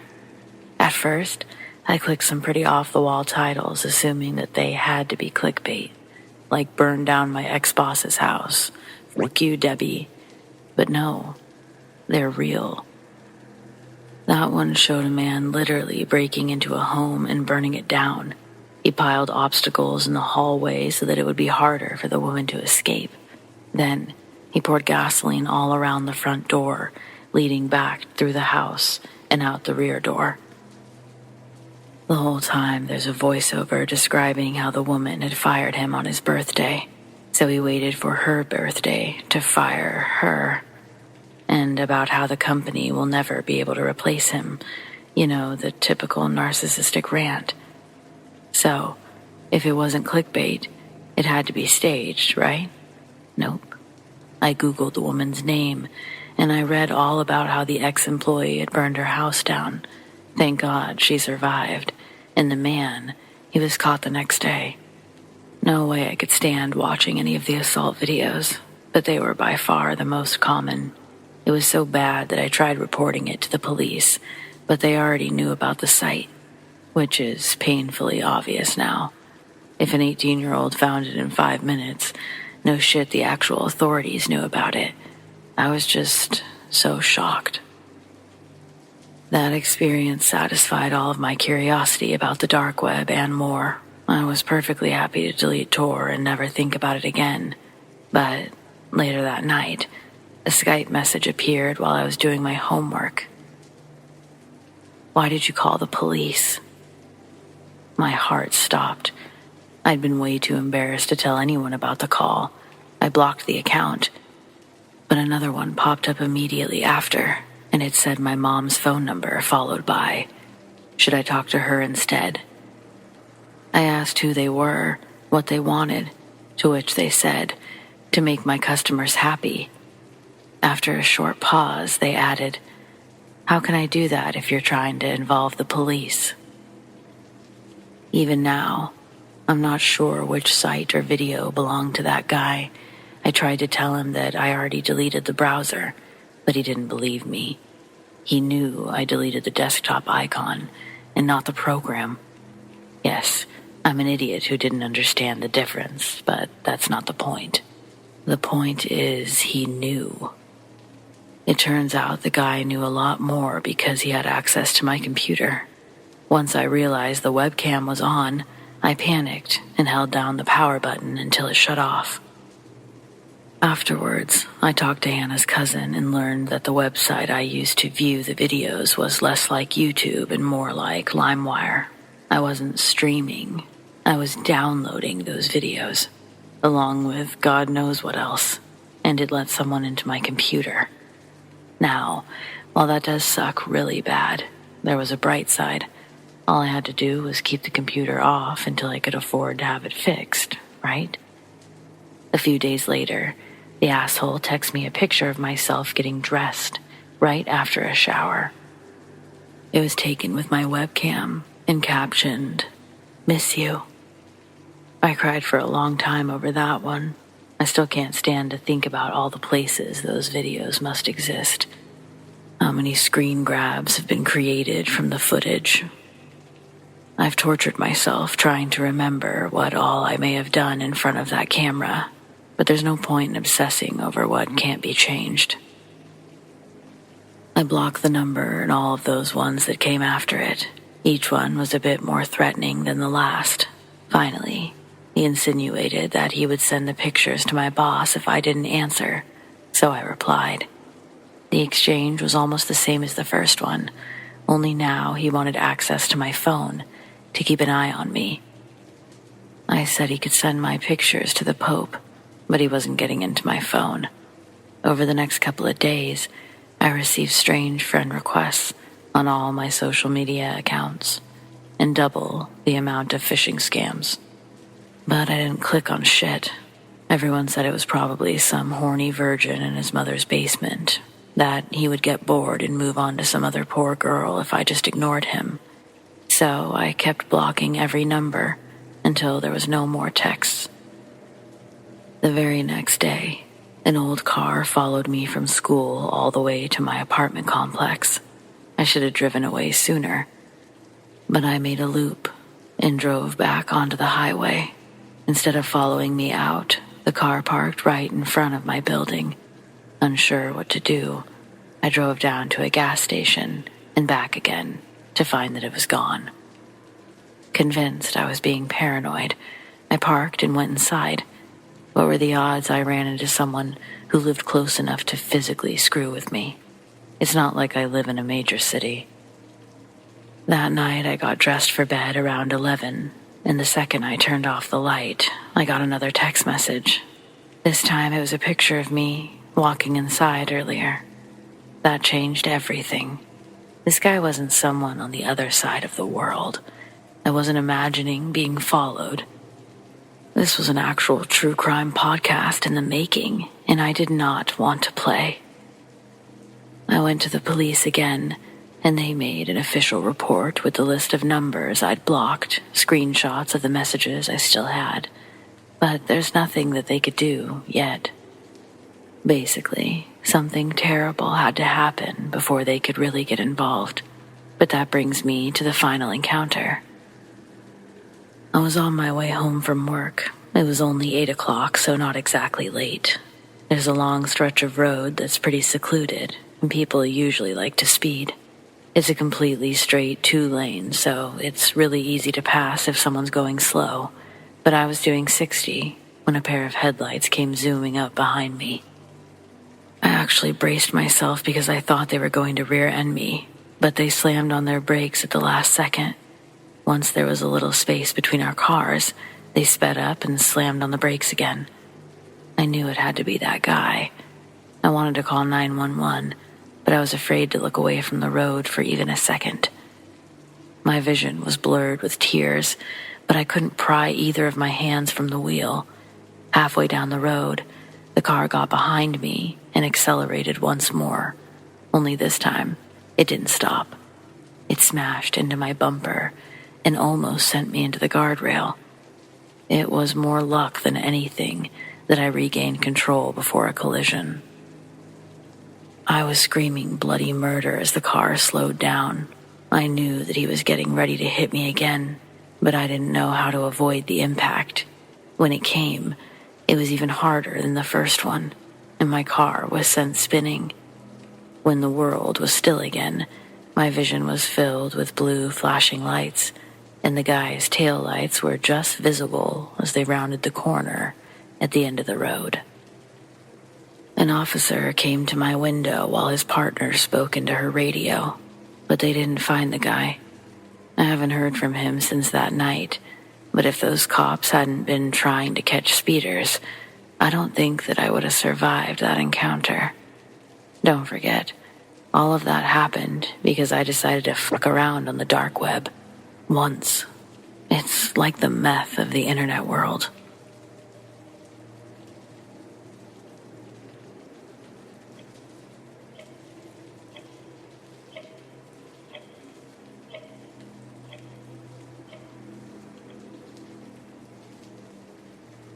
I ordered myself a mystery box off the dark web, originally intended to be filmed as content for a YouTube channel that I was trying to get started back in 2018. Most of the videos capturing these unboxings are staged, satire for clicks with fake half-ass content creators opening boxes and finding murder weapons or human fingers. There's just no reason someone would have to mail that out upon request. Watching these was half the reason I wanted to start my own channel. Seeing the amount of hits they got on some of these videos was deplorable to the actual substance the video contained. Oh my god, guys, a real note written in a serial killer victim's blood. Fuck you, no it's not. I thought, if I do a real dark web mystery unboxing, I'd surely get tons more views. So I downloaded a Tor browser and did some research of my own. It was easy to find people selling different kinds of mystery boxes, actually. I found 2 within my price range and placed the order. 6 weeks later, the first mystery box arrives. I spent hours getting the camera and lighting positioned just how I wanted it for the first video. To make the experience as authentic as possible, I went live. I had enough hashtags to fill a book, and it was working because a few people had already gone into my live. Some people were showing up in anticipation for the big reveal. The box I put on the table for all to see was a medium-sized, unsuspecting cardboard box, about as big as a shoebox, but not a shoebox. It opened from the top. My heart was racing as I cut the tape with a small razor blade. I know there were only 5 or 6 other people watching at this moment, but it felt like 1,000,000 people were waiting to be entertained. Make it or break it time. Whatever was inside this package, I prayed would go viral enough to launch me into YouTube stardom. I turned the box upside down, and the contents fell onto my kitchen table for all to see. What fell out was a black flash drive, a small plastic machine someone in the chat would identify as a card skimmer, and 2 white pieces of paper with 20 different bank card numbers and their adjoining information. After the viewer told me what a skimmer was, I quickly put the pieces together as to what I'd illegally purchased from the dark web, and now I'd put it on display for the whole world to see, my crime of stupidity. I quickly turned off the live stream feed and tried to delete the video from my channel before I had people showing up at my door. Luckily, the couple of people who were watching didn't care enough to report what they'd seen. 2 more weeks would pass before I'd receive the second package. That would be 8 weeks total, waiting for this mystery box to show up. By the time it got there, I'd already kind of forgotten about ordering 2. The first experience must have diminished my anticipation to such a level that I'd completely blocked out how eager I was to get my channel started. It was delivered in the early morning while I was out jogging in the neighborhood. When I got back, it was sitting on my doorstep. The box was a deep maroon. It was about the size of a men's dress shirt box. There was no imagery, no addresses, nothing. I still don't know how the box got on my doorstep without my address being on it or any address. I brought it inside, feeling a sense of resentment, remembering I had impulsively spent money on this mystery box idea. Instead of going directly live this time, I decided to open it up first. If there was anything worth setting the camera up for, I'd just fake it. On the kitchen table, I slowly opened the maroon lid and looked inside. The shallow box is mostly filled with packing peanuts, and they spill all over the floor when I put my hands in to feel around. The mess continued to grow until my fingers ran across a VHS tape. I pulled it out. The maroon box would be empty besides the remaining packing peanuts left inside. I didn't have a VHS player. That meant I'd have to go find one in order to see what was on the video, in order to figure out if I'd had anything for my channel, or if I truly did waste $200. I was up early, and the sun still hadn't risen that morning, so I had to wait hours before a pawn shop opened and I could buy a VHS player. It would be early afternoon before I'd actually get to pop the tape in and watch it.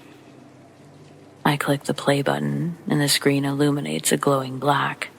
Scan lines jitter randomly on the screen until the first image of the film replaces the black. The quality is poor, and the scan lines still roll up and down, pushing the picture on the screen, but I immediately knew the location being shown on my TV. I'd seen this place before, in small clips the news broadcasted years ago. Grainy security footage of an American high school cafeteria. Then the video would change to another scene of tragedy. Horror films via security cameras, low-resolution cell phone videos and webcams, they all began flashing in front of me in a looping compilation, as if I'm watching them all happen at once. The video lasted under 2 minutes, but to this day, I can recall every disgusting frame on the reel. When the video was over, the tape stopped, and I was truly upset inside. The inhumanity got me to actually cry. When my nerves settled, I was able to think about it in retrospect. What was I expecting to receive from the dark web? If anything, I should have been grateful for my findings. What was on the video was footage easily found on one of those rotten.com websites that were up on the internet in the 90s. If you had an older brother or a friend with an older brother in the late 90s, early 2000s, you were definitely shown the classic Scar Me for Life video clips. The tapes were those, but a whole bunch of different situations. Some I could identify, some I couldn't. All equally as gory and heart-sinking as the one before. But still, more of what I realistically expected when making the purchase. Unfortunately, it was a little too extreme for what I was hoping for, so I broke the tape and tossed it in the garbage. I was never going to watch it again, and I didn't want it sitting around on my movie shelf. And it for sure wasn't getting uploaded online. 2 days later, another maroon box showed up on my doorstep. I'm confused, and again the box is absent of any address or identification of any kind. Inside, it's another VHS tape. As much as I don't want to, I find myself pushing the tape in and pressing play on the machine. Once again, quick scenes of death and carnage skipped around on the screen. I dove over and pressed stop on the player. I ejected the tape and repeated what I did to the first one. At first, I didn't know what I was looking at. They were completely different videos from the first tape, all comparatively equal in nausea-inducing point of views. I didn't want to keep receiving mail like this. I got back on the tour and tried to retrace my steps to the vendors I'd bought the mystery boxes from, but they were gone. The names and items changed around by the hour. I'd never be able to find it. I was at a loss as to what to do next besides wait and hope another package didn't show up. The next day, something told me to cut my run short, and as I neared my house, I saw there was another maroon package by the door. I was admittedly terrified beyond belief. This box was shaped smaller than the other two, and when I lifted it, it felt lighter as well. Bringing it inside, I opened it before I even got to the table. Inside the box were 3 Polaroids that perfectly fit within the dimensions of the box, forcing me to turn it 180 degrees to dump them out. With one hand, I turned the box over, and with the other, I caught the 3 photos, and I stared at the first one. Most of the photo was black, except a large, yellow, blurry square. I couldn't make out what it was. I set the box down and flipped to the next Polaroid. This one was further away, still dark and barely visible as to what the photo shows, but the same yellow square sits in the center. The yellow square is smaller this time, but I begin to see that it's the window of a house. The pictures are taken from the outside looking into an illuminated home. The last photo was the most clear, and the one that will haunt me forever. The Polaroid was of me somewhere on one of my morning jogs. I don't know when it was taken. I don't know how it was taken without my knowledge, but it was clearly me, and my hands are on my knees and hunched over, catching my breath. They must have been on my left when they took this picture. I obviously deleted anything that had to do with the Tor browser, and I stopped jogging after that day. I never received another Ramoon package after that. I've always been curious if they stopped delivering because they knew I was staying home. I stayed inside and out of view for over a week until I had to physically go out and get groceries or I'd starve to death. I used up all my sick time and vacation time with that catatonic dread. Honestly, I still feel really lucky that nothing worse happened. But I guess this would just be my warning to anyone who's thinking about using the dark web. Just don't.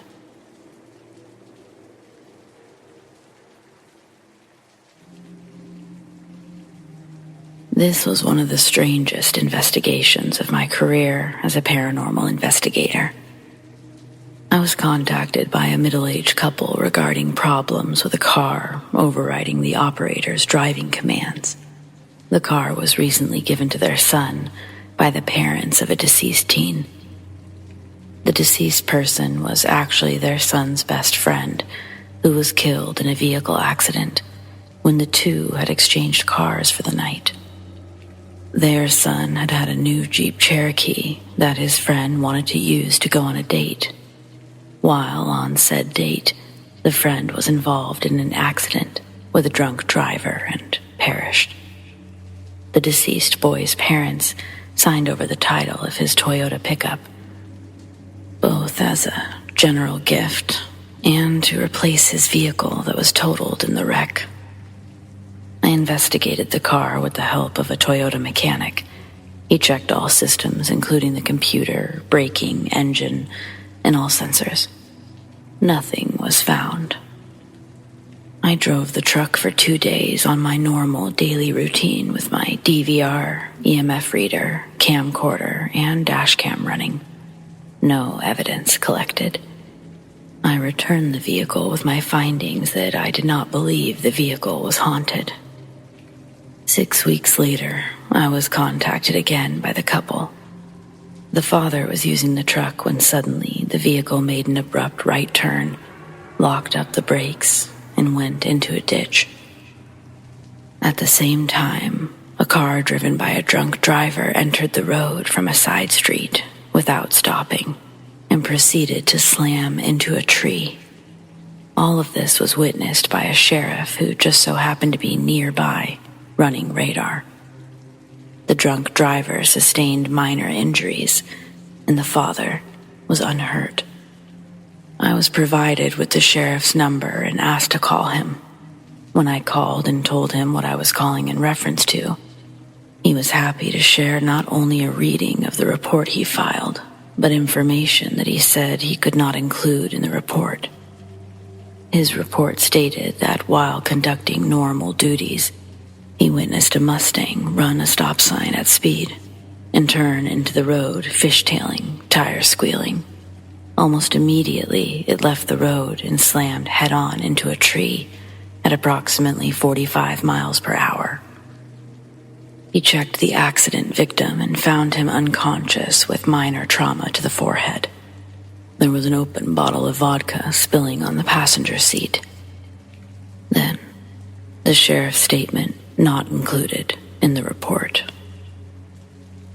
I was parked facing an oncoming pickup truck when I witnessed its brakes lock up and make a sharp right turn into the ditch. My initial thought was that it was a stolen vehicle. The driver panicked when he saw me. Before I could react, the Mustang entered from a side road about 55 feet in front of me and turned towards the pickup, which had entered the ditch about 200 feet before it would have reached the side road. The driver of the pickup could not have seen the Mustang's approach due to trees and brush obscuring his line of sight.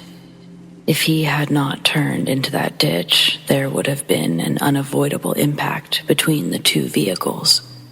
How he knew to react the way he did is beyond me.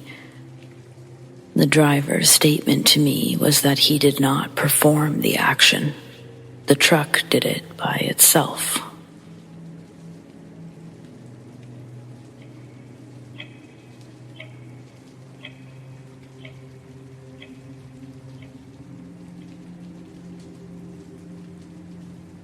So about 3 months ago, I was on my way home from my second oldest son's house. It was late evening, but still daylight. The road I was traveling was a state route, 2-lane. The area, rural, with a combination of cornfields and woods, with quite a few hilly areas. Traffic was fairly light. At one point, I come upon a fire truck blocking the roadway. Road was closed, so I turned around and, being familiar with the area, made my way around the closure and went on. I texted an old colleague from the local sheriff's department and asked what was going on with the closed road.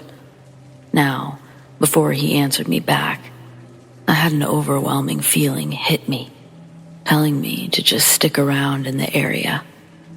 There's a cemetery close to that area that I go to quite often. I record videos and audio. So that's where I started heading to. I then get the response. It's a fatal crash with a car versus truck. Head on. Female driver deceased. And she's from the area. After I pulled into the cemetery, I got another message. This one had 2 photos attached to it.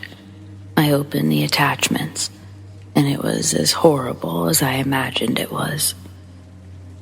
One photo was of her car, totally destroyed. Sheet still covering the driver compartment.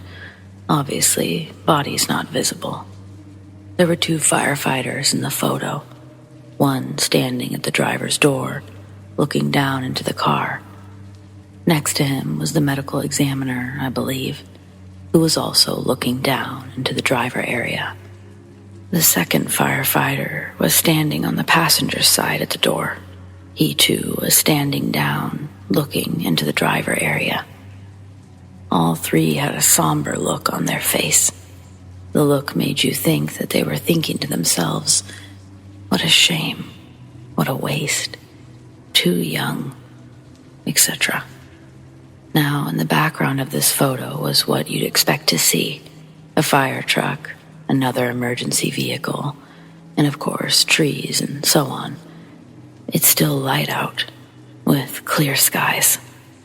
Now, I've been given the deceased driver's name because due to the career I retired from, I'd dealt with her on several occasions. And he knew that. He too had to deal with her a couple of times. Now, as I sat there in the cemetery, looking at this photo, I kept getting that overwhelming feeling that I was missing something in the photo. And that inner voice, if you want to call it that, kept telling me to look again, keep looking. So that's exactly what I did. I kept looking at it. Finally, something said, enlarge it. Zoom in on the 2 at the driver's door. It was almost like something was begging me to keep looking, to not stop until I found it. So that's what I did. And then it was like a hammer hit me in the head. Every hair on my body stood up on end, all at once. I gasped for a breath of air. I became physically sick to my stomach. As I'm writing this, I have tears in my eyes. I'm fighting not to cry. As I stated, I knew this female, but it had been a few years since I dealt with her. There was no denying it. In that photograph of the crash scene, just behind the 2 EMS workers standing at the driver's door, was the face of the deceased driver. I couldn't believe what I was looking at. And for me, there's no denying that she was standing behind them, looking down into the driver's compartment. The look on her face was the look of complete and total shock, like she was staring at her own body, crumpled up in the floorboard area, asking herself, why? What have I done? What about my daughter? She leaves a 5-year-old daughter behind.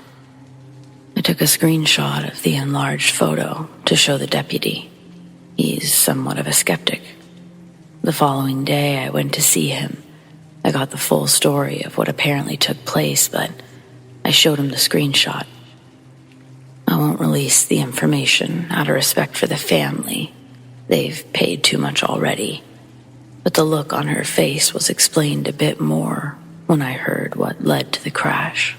I told the deputy I wanted him to look at an enlarged version of the photo. When I held it up for him to see, his face instantly, without hesitation, went white. Eyes open wide, jaw dropped.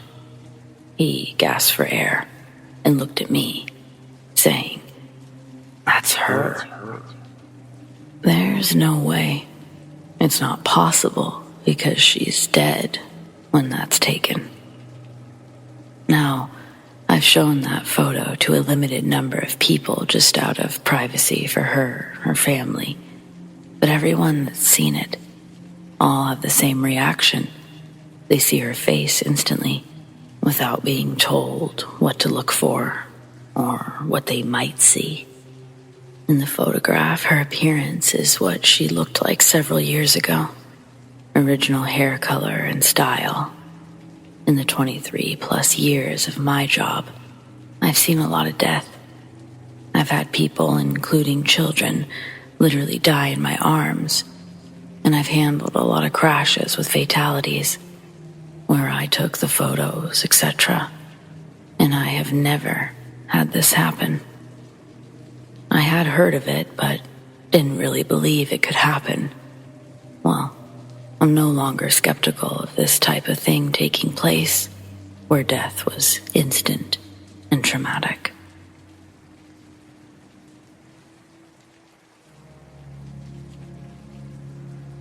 I'm not going to claim that I know what I saw 100%, but in 2016, while backpacking through Three Sisters, Oregon, my fiance and I definitely experienced something incredible.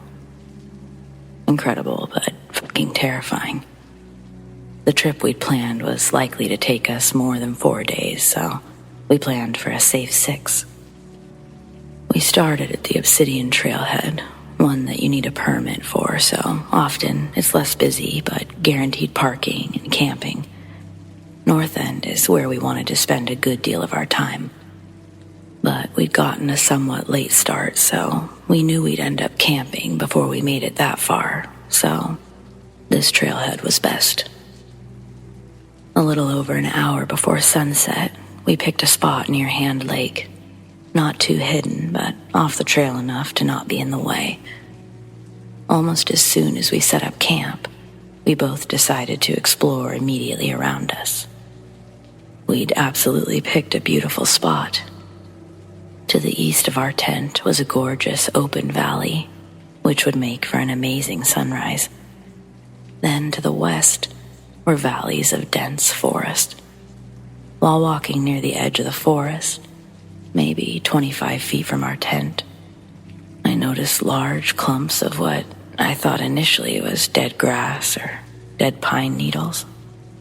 I asked my fiancé what he thought these clumps were. After a bit of silence, he says he doesn't know, but I watch as he picks one up and then immediately drops it. He has a disgusted look on his face and he's practically gagging.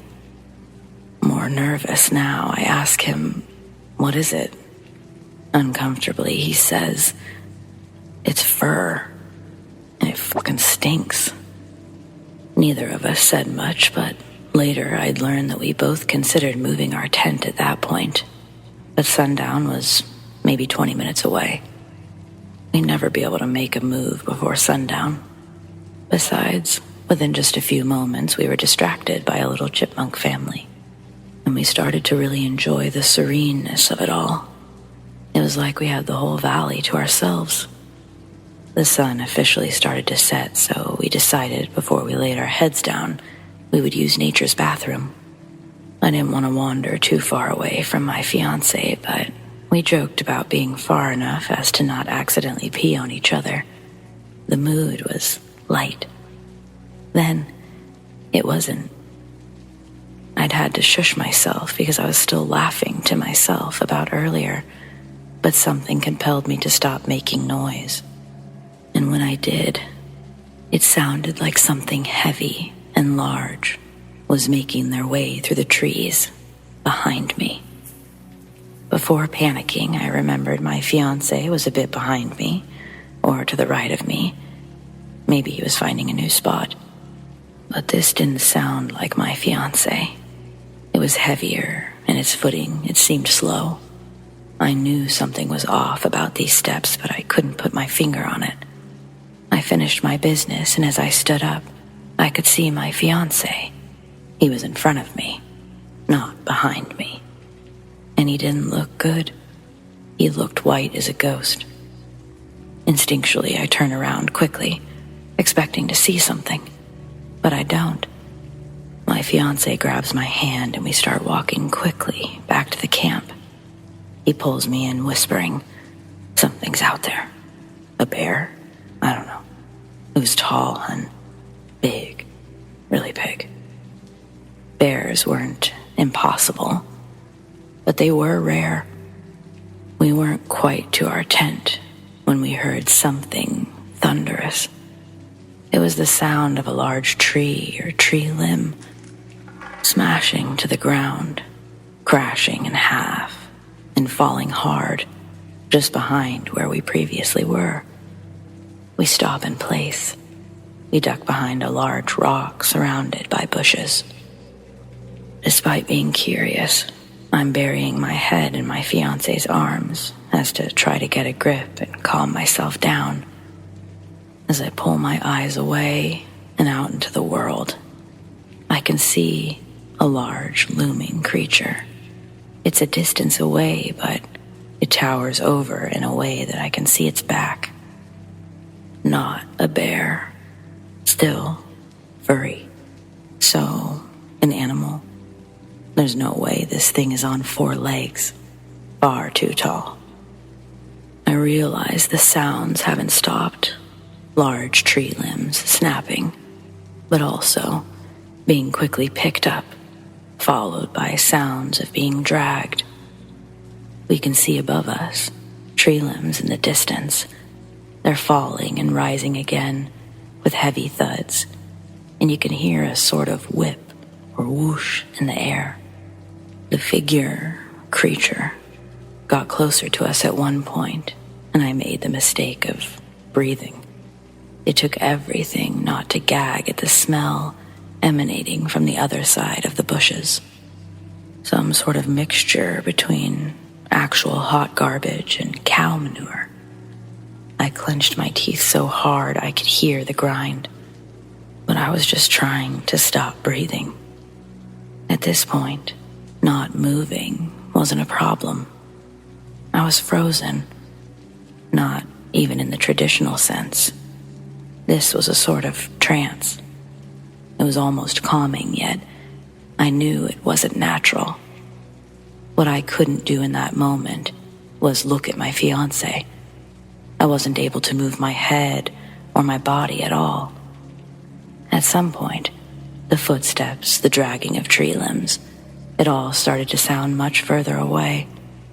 A shadow was no longer showing itself, and the creature itself was no longer visible from inside the bushes. I was suddenly moving my head and my limbs around, just to ensure that they still worked. They did. Still, we waited for a while. We stayed in the bushes long enough for the sun to set entirely, and then some. Finally, we decided to go back to our tent, slightly unprepared. The area was incredibly dark, and we'd only grabbed 2 small headlamps before making our initial quick walk around the area. We struggled to make it back without looking over our shoulders every couple moments. Once back, we realized how unfortunate it was to be in one of the areas which didn't allow for small campfires. It emphasized just how dark and just how alone we really were. Feeling a bit helpless, we dug out a few lanterns. We were stuck with only their weak glow as we got ourselves ready to try and sleep. Eating was entirely out of the question, as that smell lingered in my nostril for what felt like hours. We wouldn't get much sleep that night. We decided the rest of our trip we would stick with crowds or groups of people, or at least with camping. We'd try not to do it solo. We re-examined the clumps of fur from the previous day as we packed up the following morning. My fiancé eventually made a joke about how we should have bagged it up and had it tested. I told him that if he were to touch it again, the wedding was off. Somehow, we managed to have a light-hearted morning, but we would both later admit that we were pretty fucking terrified the entire trip. We'd only tried to make the best of it for each other. So, what do you think? Did we run into Bigfoot himself? Or a very stinky, very strange bear? I don't know. Help me out here. Again, this was Three Sisters, Oregon, in the Deschutes National Forest. Thanks for listening.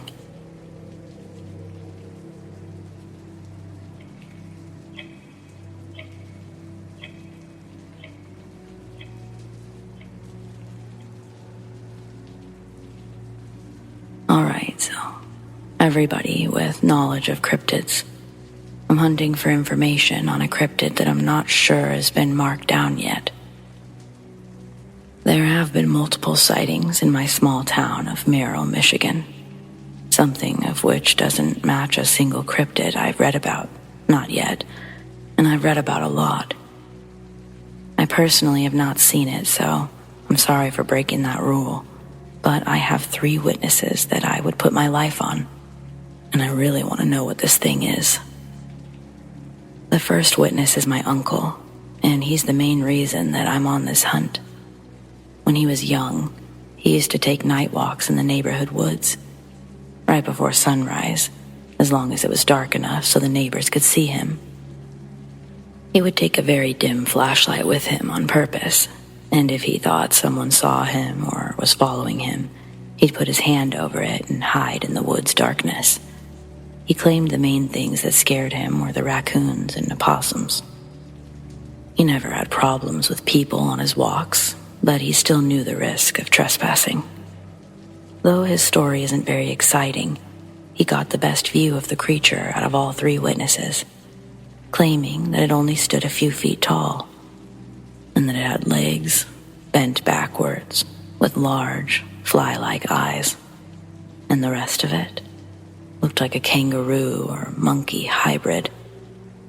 There are many cryptids that are close in visuals, but none of them have this thick hair and big eyes like this one had. I showed him a drawing of other look-alike cryptids. He's dismissed every one of them.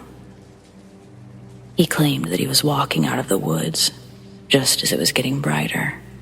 The sky was gray and the woods still dark from the trees, but the road was almost visible down the whole mile. On his way across the road back to the house, he saw that thing a little ways down the road. It's said to have crossed the road in 2 steps, despite being short, and disappearing into the woods my uncle had just exited. The second witness is deceased now. He was a natural conspiracist, so it came as no surprise when I heard this story years ago.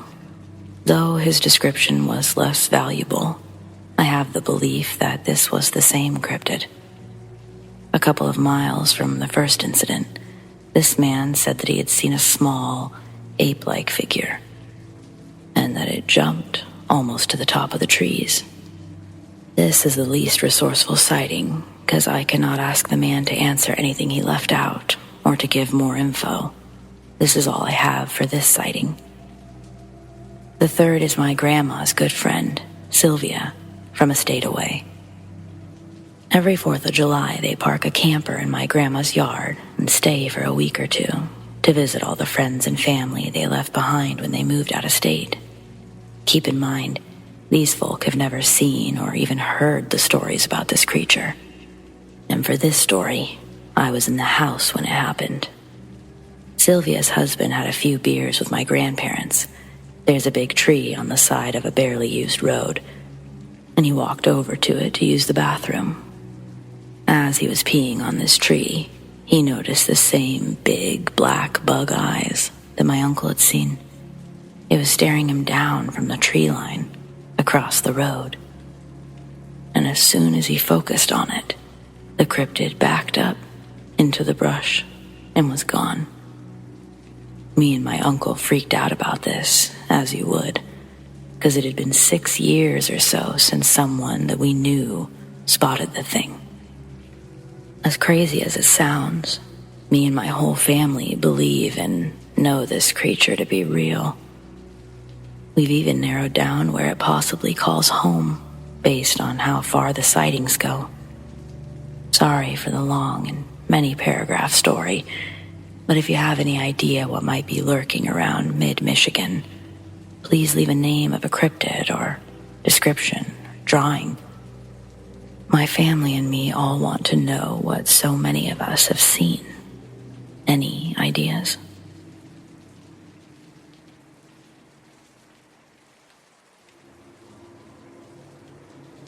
I just saw the strangest thing happen. Thankfully, my husband was driving, so he saw it too. Clear as day. He and I were driving home from the store. We live at a pretty high elevation, and it's been snowing off and on. It's coming down as I'm writing this, but it was only sprinkling lightly while we were driving home. Some accumulation on the grass, things like that. There's a small gravel road behind the grocery store that wraps around to the main street. I was sitting in the passenger seat. We're both looking straight out the window. The winds had been consistently moving the small flakes around, but in front of us, it looks like a focused breeze is swirling a pile of snow. It begins to gather and take the shape of a person walking towards the car. I quietly stared at it in complete disbelief. I thought my eyes had possibly deceived me by mixing the snow on the windshield with the background, but then my husband points to exactly where I'm staring and says, "What's going on over there?" We're about 20 yards away and already driving extra slow. I hate using this as a reference, but I literally can't think of another way to describe what we were watching, other than it looked like when Thanos does that snap thing and turns everyone to dust. It was like that, but reversed, and pure white snow. It was a fully formed, thin, human-shaped figure by the time we approached it. Then, all the snow separated again and fell straight down, just before it reached my passenger window. We were both dumbstruck. My husband never lost pace with the 10 miles per hour speed limit on the road. A little further down, we saw another person forming. This one was walking at an angle in a different direction, further down the road. We watched again as gusts of wind blew the snowflakes around to create another human shape, but unique to the first one we saw. This one was taller, had broad shoulders. Then, like the first one, after a few seconds of exiting, becoming whole and walking a short distance, the wind scattered the flakes around, back to the grass. We didn't feel threatened or any impending doom. Uneasy, yes, and maybe if more started collecting around us, my account would be different, but mostly I was like, what the hell is happening over here? I'm a bit angry I had to witness something my mind couldn't process. Does snow stick to ghosts? Could this be paranormal? Because me and my husband, both hands down without a doubt, saw two different figures form and disappear in the snow. I can't wait for summer.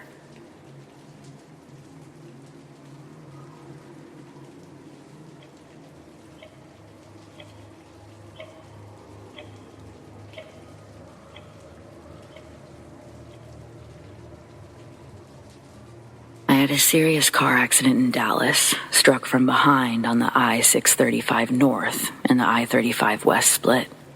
The car in front of me came to a dead stop, while the traffic was 8 lanes full of cars doing 75 miles an hour.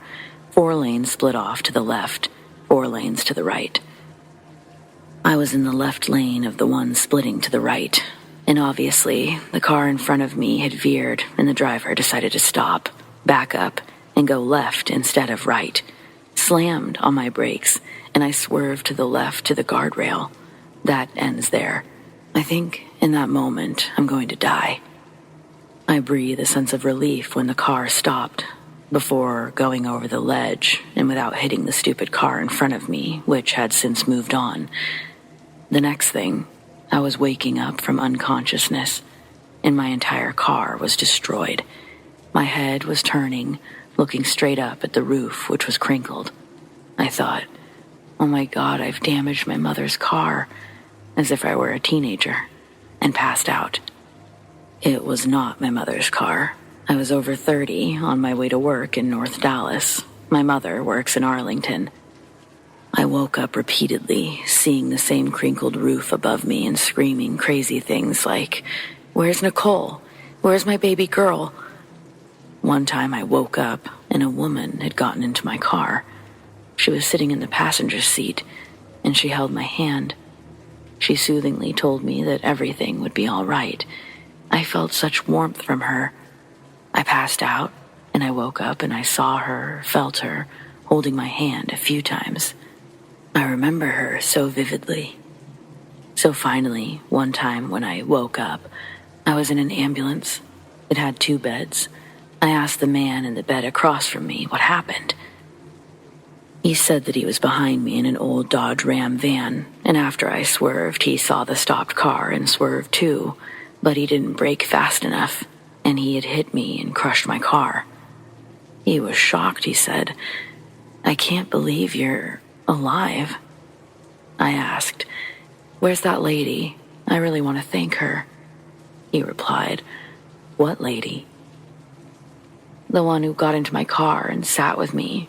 She held my hand, told me everything was okay, told me my daughter, Nicole, was not with me, that she was at school. She said Nicole's name. She said..." He interrupted. "Lady, nobody got in your car. Believe me.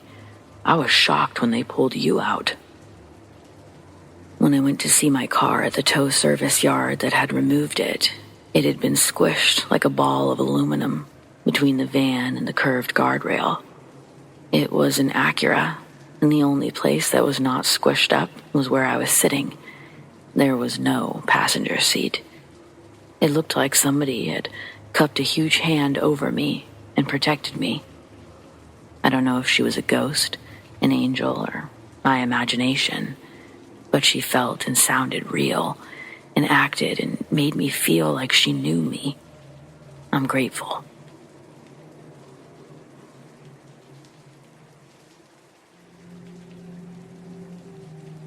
When I was 12, I visited our family ranch in the Mexico countryside for the first time in years. The property's been in our family for centuries. The pictures and paintings of my ancestors hanging throughout the ranch always made me want to get home before dark. All of my cousins were in a separate room, eating and talking. When I went to the bathroom, I noticed a door right next to the bathroom. I assumed it was a bedroom, but I didn't check out of respect for my uncle, the owner. While doing my business, I heard what sounded like an old wooden rocking chair, rocking in the next room. I didn't think much of it. I went on to washing my hands, and that's when I heard nails clawing at the bathroom door. I didn't panic right away. I know how my cousins can be, and I thought someone who needed to use the bathroom was just playing a lighthearted prank. But when I opened the door, no one was there. I rushed back to my cousins, and I brushed off the situation without mentioning it. Later that day, my cousins told me some scary stories about the ranch, and they revealed it was haunted. They said an old lady used to live in the room next to the bathroom, and sometimes, when you're near her space, she'll rock in her chair.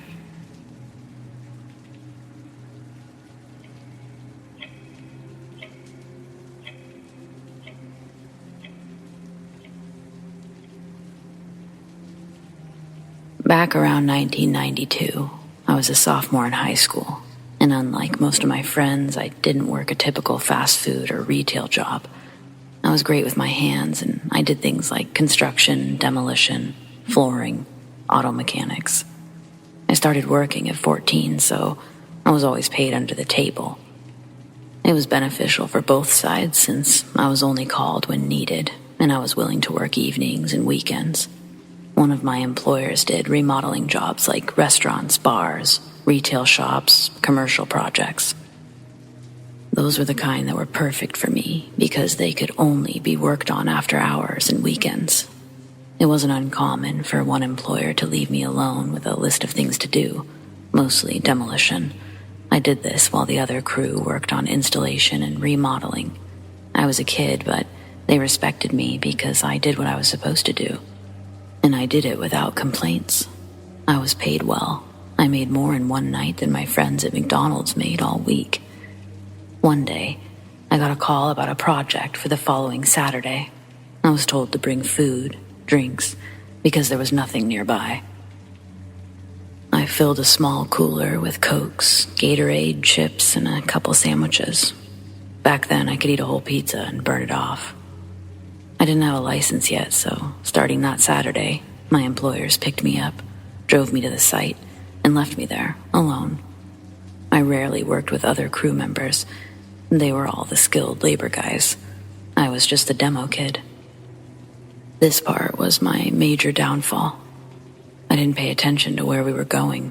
I was too busy talking about cars, and at the time, my goal was to save up enough money to buy an old muscle car and rebuild it.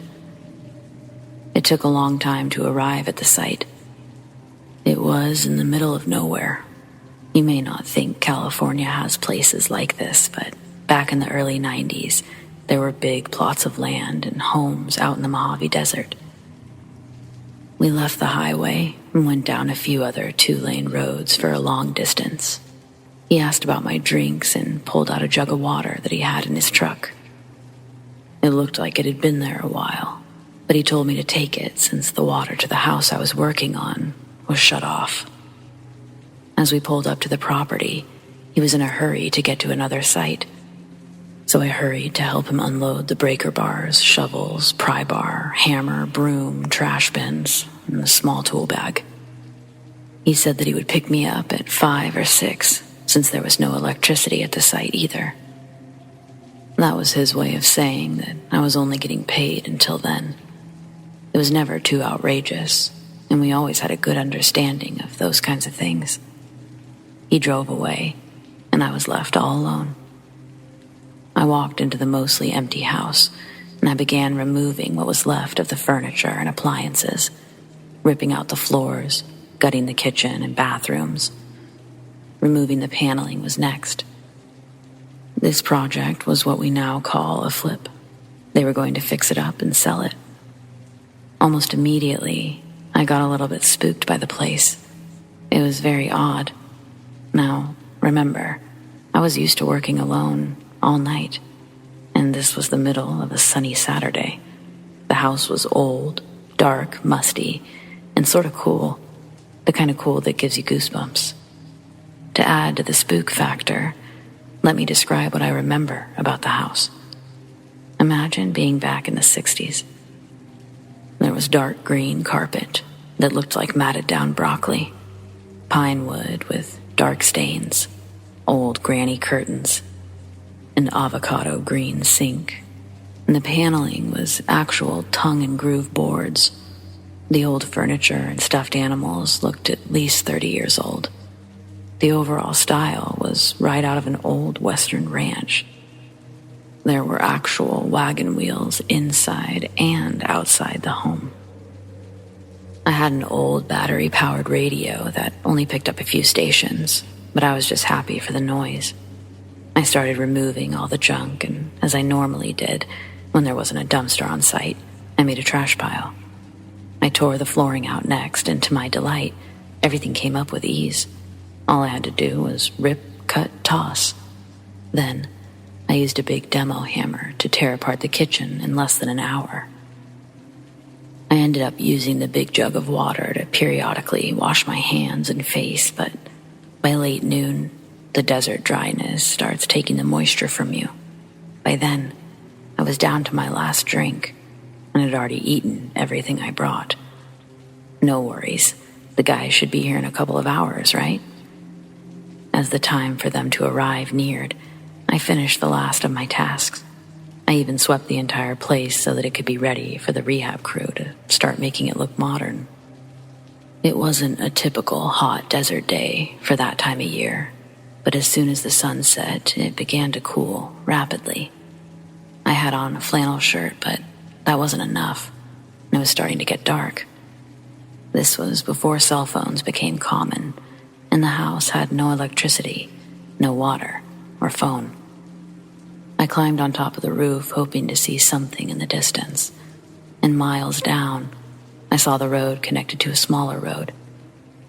There were a few homes, but they were all dark. My first thought was to hike to the neighbor's house and ask to use the phone, but no one was home, and this home also looked abandoned. The early 90s was the start of a recession, so it wasn't uncommon for a lot of foreclosed homes to be in track of occupied homes. I worked in a lot of those at the time. I started thinking about my options as it grew darker. I could stay at the house until morning, hike a few miles with what water I had left, or wait until morning and start hiking then. I also realized that no one knew where I was except my boss. I don't know if he told anyone else where I was, and my family wouldn't miss me until at least Sunday night. I didn't even tell them that I was going to work there. They knew how much I would work to save up for my car, so they never worried about me not coming home. I didn't have a flashlight or any way to make a fire, but the night sky looked amazing and the moon was bright. Of course, that doesn't mean I didn't try. I was going to make a small fire out of construction debris when the temperature hit the low 40s, but that didn't pan out. My only option was to wait inside the empty, creepy house. It seemed even creepier when sitting alone in the dark. At roughly 8 p.m., my radio's batteries start to die. It was my only source of little light and noise. I grabbed a wooden chair and I sat in the living room facing the door. I heard wind, odd animal noises, and what sounded like leaves crunching under feet. I started shivering from the cold, so I tried to make a fire in the fireplace. Picture Tom Hanks trying to start a fire in Castaway. At least it was keeping my mind on my situation. Sitting there next to the fireplace made the house seem even darker than it should have. It was already dark in the daytime, but now, even with the moonlight, I was essentially sitting in complete darkness. My mind started to play tricks on me. I saw shadows moving inside and outside. I also heard someone talking or whispering, so I got up from my chair and I yelled, "Hello? Hello?" The instant I did, something fell on the other side of the house. I ran back outside. At least I could see better in the moonlight. I heard noises and I saw movement in the distance, but I couldn't make anything out of it. I had my tools sitting next to the corner of the house, ready for my boss to return. So I ran to them, grabbed the Big Daddy.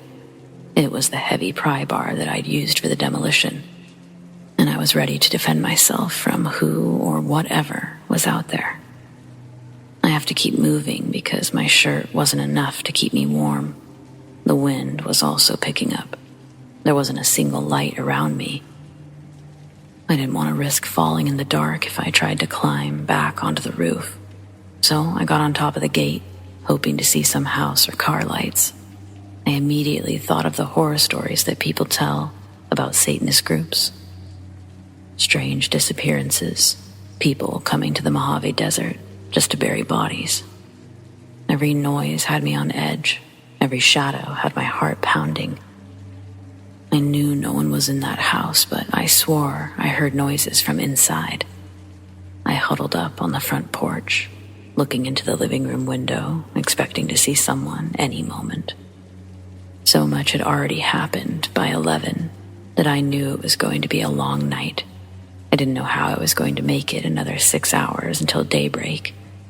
The moment light started to appear on the horizon, I planned to take what little water remained and walk east.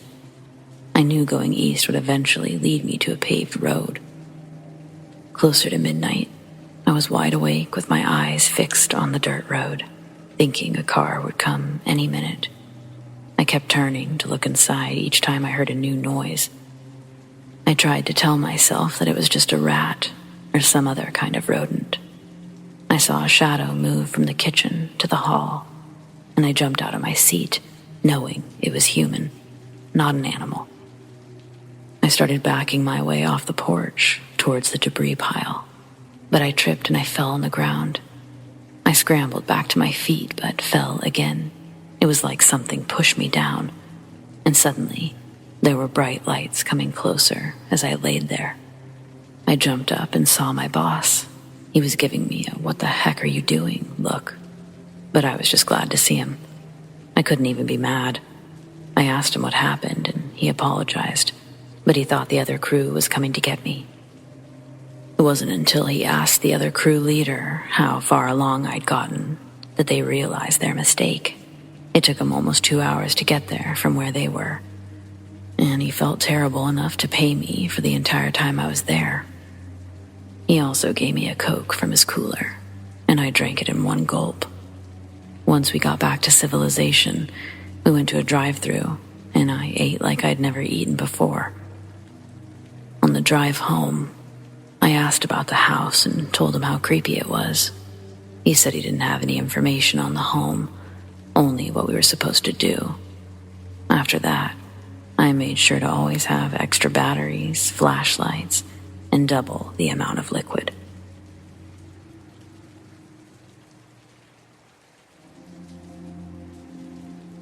I've left this apartment since 2018, after living in it for 3 years, but I'm still wondering and kind of creeped out thinking about it, even if nothing really bad happened there. It was just weird and disturbing, as it was rented by a student agency from the government, giving flats or rooms to students with poor parents.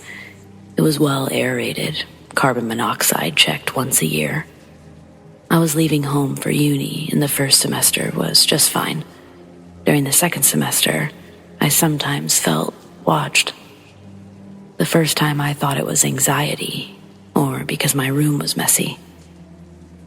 I had skipped cleaning that week, and I've read that you don't sleep as well in a messy room, so I let it slide 1, 2, 3 times.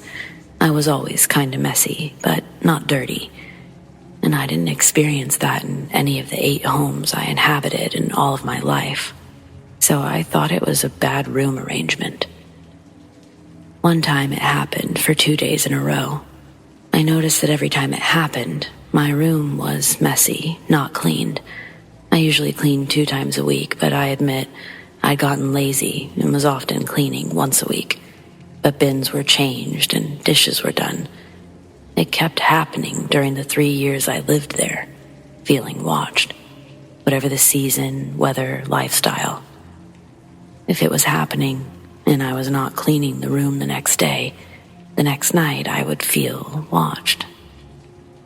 I'm not scared of the dark, nor mirrors, but I had a mirror facing the entry of the bathroom, and I was always afraid to see something in the mirror.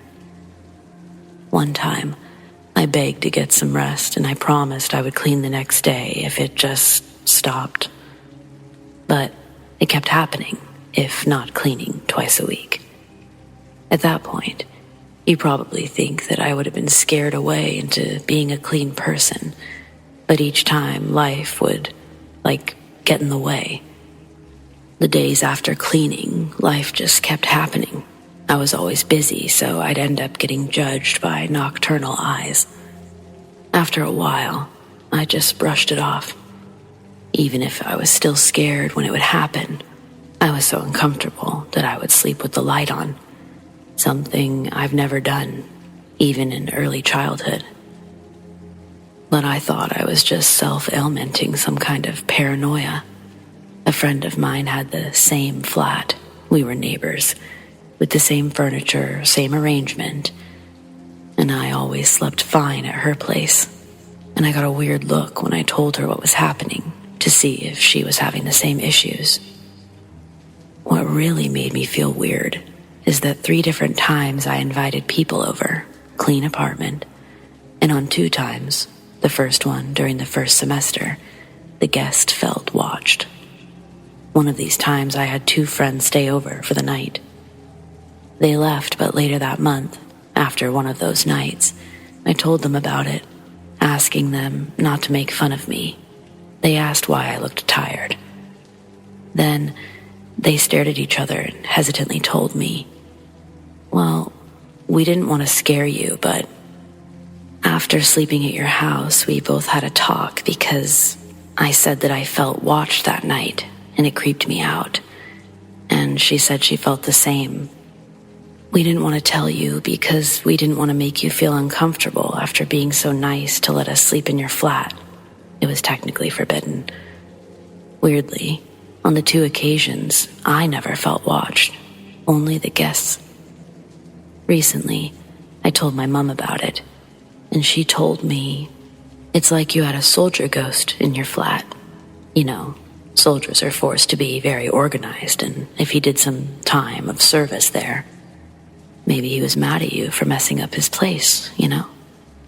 She didn't know at the time that there was a small commemorative plaque saying that Marine troops stayed there during World War II.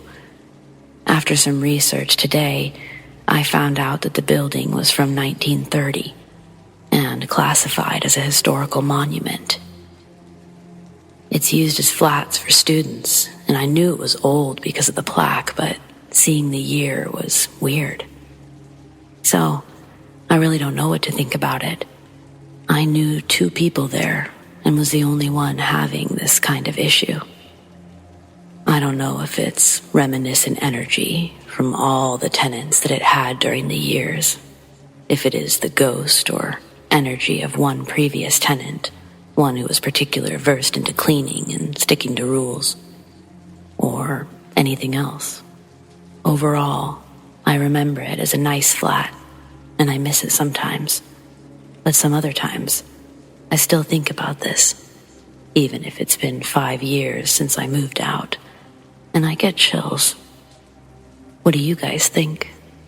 I also have to say that the apartment was kinda humid, old, had bad isolation old, but I knew 3 people in the exact same building, and they never got this, which is what I find weird. Honestly, I would like to think it was just really bad anxiety, if 3 other people didn't say they felt it while sleeping there. So, I really wonder if it was really something about the arrangement and everything. But then why only on certain occasions? Or if there is another rational or paranormal explanation.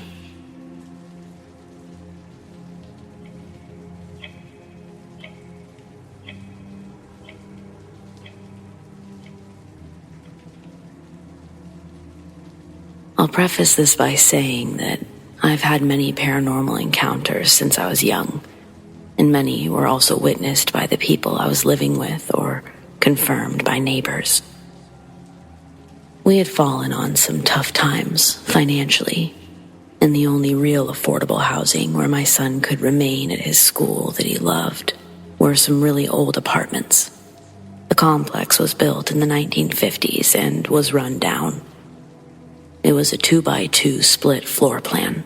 My husband and I took the master bedroom with the bathroom inside, separate room though. The bedroom was always freezing. I could never stay warm in there, even though it's Texas and being from Wisconsin, I know what real cold is. The other rooms in the apartment were normal temperature. I never felt comfortable being alone in the apartment, mostly because I never felt alone.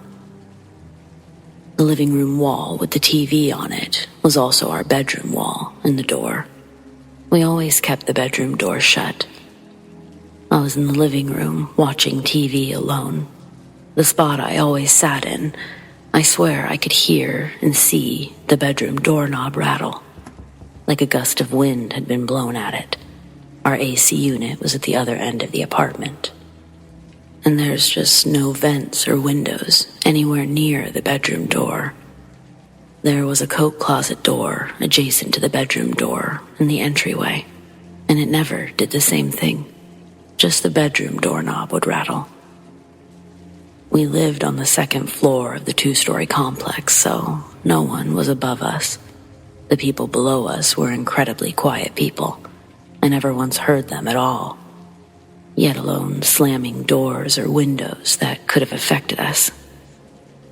I was again sitting on the couch facing the bedroom door, reading. This time, out of the corner of my eye, I saw a human-sized black shadow. It crossed from my entryway, past the coat closet door, and right through the bedroom door, rattling the doorknob. I took my glasses off and tried to refocus, thinking there must be a smear or something on the glasses. There was nothing. I got up and went into the bedroom, and there was nothing. About a week later, the same thing happened, but this time, the shadow was only 2 or 3 feet high. Same path from the entryway, coat closet, right through the bedroom door, with the handle rattling again.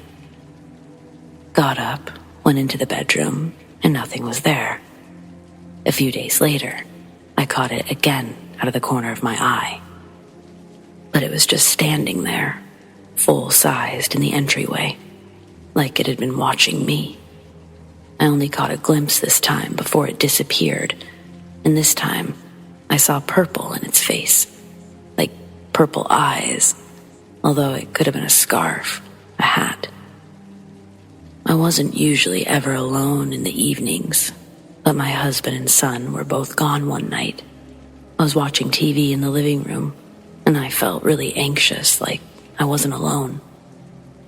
The bedroom door handle started rattling, along with the door shaking a little this time. I started getting pretty freaked out. I knew I needed to go check things out. I got up enough courage knowing that I had to go into the bedroom, and that the light switches are in the room, not next to the door. I needed to use the bathroom, which took going into the dark room to get the lights turned on. I took some deep breaths and opened the bedroom door. And as I went straight to the bathroom door in the dark, opened it up, I reached around to the left to flip on the light switch. What I felt instead in the dark was my hand go through some wet substance. I can only compare to jello-ish or hair gel-like. I was shocked, flipped on the light, went to grab a hand towel off the rack, fully expecting my whole hand to be soaked in something. It was dry. There was nothing different about the bedroom or the bathroom. Yet again, and the sensation of the gel stuff on my hand was gone. My middle daughter was over a few weeks later, sitting at my vanity in our bedroom, which was next to the bedroom door. I told her of my experiences and others. She's sensitive too, to energies. I was getting dressed. She was putting on makeup. We were going out. She said, "Mom, The shadow just walked through the door, past me, and into the bathroom. It looked like an old woman. She was the only one who had ever seen it besides me. We actually ended up swapping bedrooms, so my son could have the larger master bedroom for friends to come over and play video games. After we switched bedrooms, I never saw the shadow again, and the other bedroom was always reasonably warm. To this day, I'm not sure what I put my hand into that night. I have an idea, but without proof, and being alone that night, they're only ideas. We moved a few months later. I've never seen the black shadow again.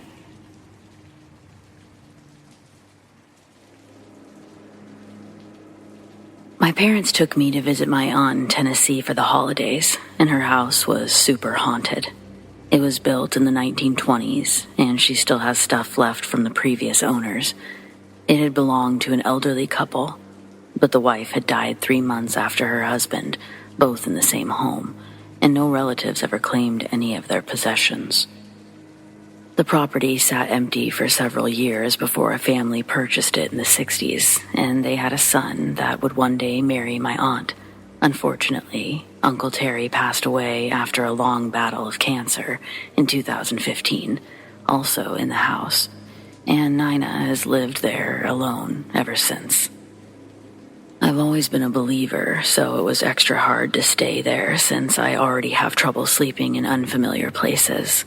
But I'm 16 and I didn't have a choice. We were only staying for 3 nights, so I probably sound like a petulant child. But this was the longest 3 days of my life. The house has a really weird layout that I probably can't describe without a floor plan. But everyone else was on one end while I was on the other, and they had 2 bathrooms closer to them than the one by me.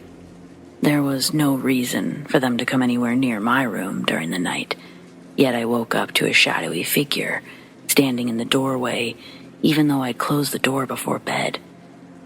I tried to scream, but no sound came out. I've never shaken so badly as when I tried unlocking my phone, but when I got the flashlight on, the figure was gone. It was so cold that I could see my breath. I thought the heater went out, but I was too afraid to check. I kept imagining a hand shooting out from under the bed to grab my ankle, and I just couldn't move. When morning finally came, I went to breakfast looking as tired as I felt. I told my family everything that happened. It was the most terrifying moment of my life, and they laughed. They thought it was cute. Nina said the ghosts make it cold, but they're harmless, and I should ignore them. I don't understand how someone just ignores a shadowy menace figure watching them sleep.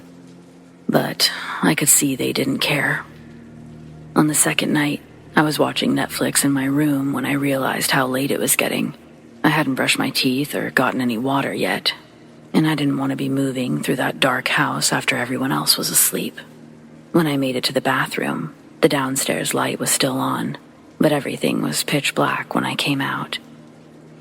I wanted to skip the water, but my throat went bone dry just because it knew I didn't want to go downstairs. My aunt's tap water is a dirty brown color, so drinking from the faucet was out of the question. Finally, I choked down my fear and ran straight for the stairs where just enough moonlight streamed through the windows to reveal a hunched shadow figure standing at the top of the stairs.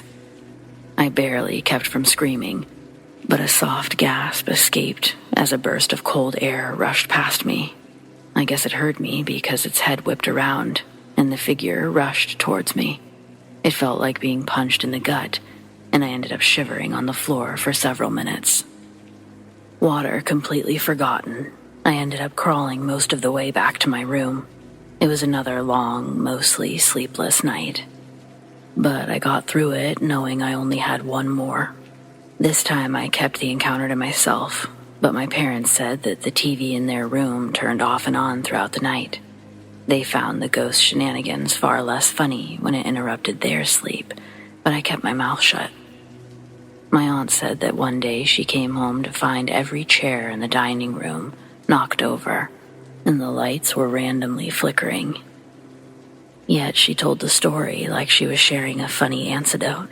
If I hadn't witnessed so many things firsthand, I would have assumed she was going senile because some were just that extreme. But something is clearly in that house, and despite what she wants to believe, it's not friendly. I only had one other encounter with it, and it almost broke my neck. I got through the entire last night without incident, and I was so excited to be leaving the next day. All that morning, I was packing stuff up, loading it into the car to hurry us on our way. I know that makes it sound like I was being careless and tripped, but I wasn't. I slowed down on the stairs, knowing full well we'd be staying longer if I broke my leg. Yet, while I was carrying my mom's bag downstairs, a cold hand of steel swiped my ankle, and I tumbled down the last 4 or 5 steps, damn near breaking more than my leg. At least that was one incident nobody laughed at. My aunt said, "They rarely try to hurt anyone," and speculated I must have made it angry. Regardless of the hows and whys, I was just grateful to have that house in the rearview mirror. I love my aunt, but if I never see that place again, it'll be too soon. So yeah, that's my scariest experience with ghosts.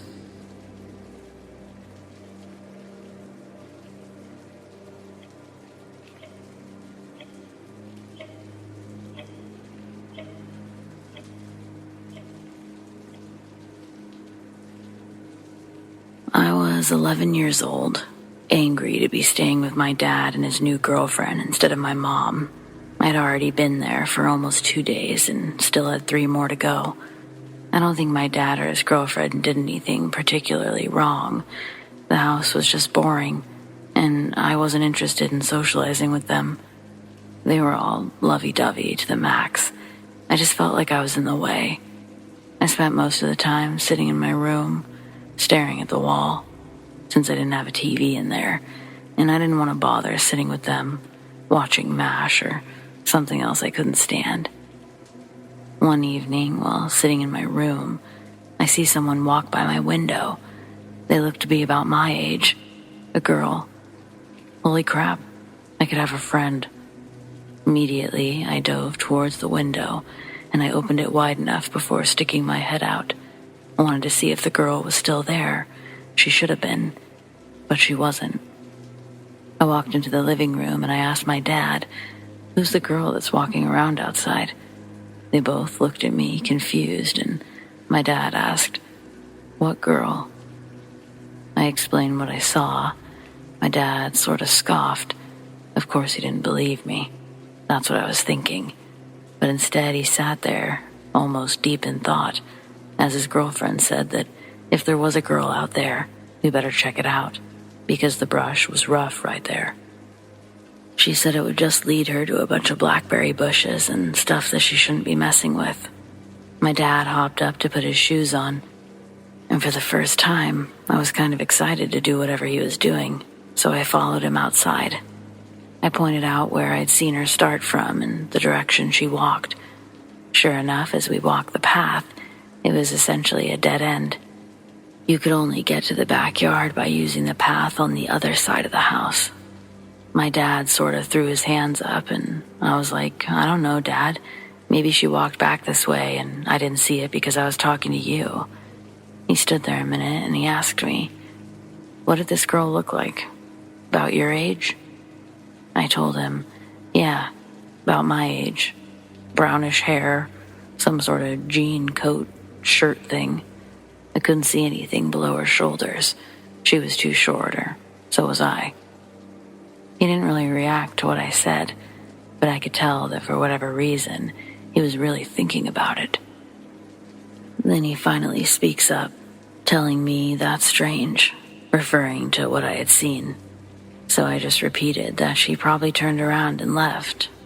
But he told me that's not why it was strange.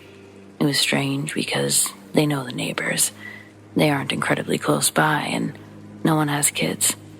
He tells me he's pretty sure he's seen the same little girl, right when he and his girlfriend first moved into the place. It's what sort of drew him to determine if the neighbors had any kids, especially any my age. I asked where he'd seen her, and he said it was right outside my window. She was walking in the same direction, and just like this time, he wasn't able to find anyone. That is weird, I remember thinking. Then I asked him, so what is she, like a ghost or what? He sort of laughed, but I saw him entertain the idea. He for sure didn't dismiss it. We walked back inside, and he and I never spoke about it again. But I wasn't so eager to go home anymore. For the rest of that week, I had a new mission: see this ghost girl again. I practically sat at the window. When I wasn't there, I was sitting outside doing nothing but guarding that same area outside my window. I even asked my dad if he had a camera. We didn't have camera phones back then. But he said that he didn't know, that he didn't think he had one. But I found a disposable one in one of the drawers in the garage. I figured it still had 6 photos left, so I would use those to capture a picture of the girl, and then I would just take the camera home with me. However, my efforts proved fruitless. 3 days came and went, and I never saw the girl again. I went back to that house, maybe 2 or 3 other times. Still, never saw her. My dad never mentioned her again either. I've just been forever curious who she was.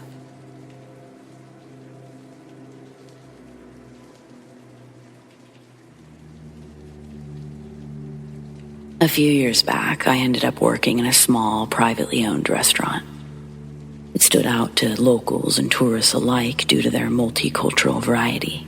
They served American, Indian, Thai, French, and Middle Eastern foods. The small restaurant was formerly a popular Chinese restaurant and local favorite, but the older man who owned it passed away while still inside. So suffice it to say, the townies didn't take too kindly to the foreign city woman that swooped in to purchase the restaurant right after his death. Not only was my former boss flaky and irresponsible, but she could also come off as quite rude at times. She had a rough go of obtaining the proper permits to renovate the historic building. When you do certain renovations in an old building like that, the local laws require you to update a lot of other things that can be quite costly. That meant it was easier to just use her staff for most of the renovation work. Everything was going fairly smoothly until one overcast, drizzly day. We were all gathered in the dining area for a staff meeting. As we sat quietly, listening to the boss lady, something a little strange happened. The front door suddenly opened halfway and then carefully closed again, as though someone had simply stepped inside. Of course, no one was there. The door was almost entirely glass, so we could have seen if someone was out there. We all looked at one another, confused, but we just blamed it on the draft since the back door was open. Though there was a set of closed kitchen doors in between.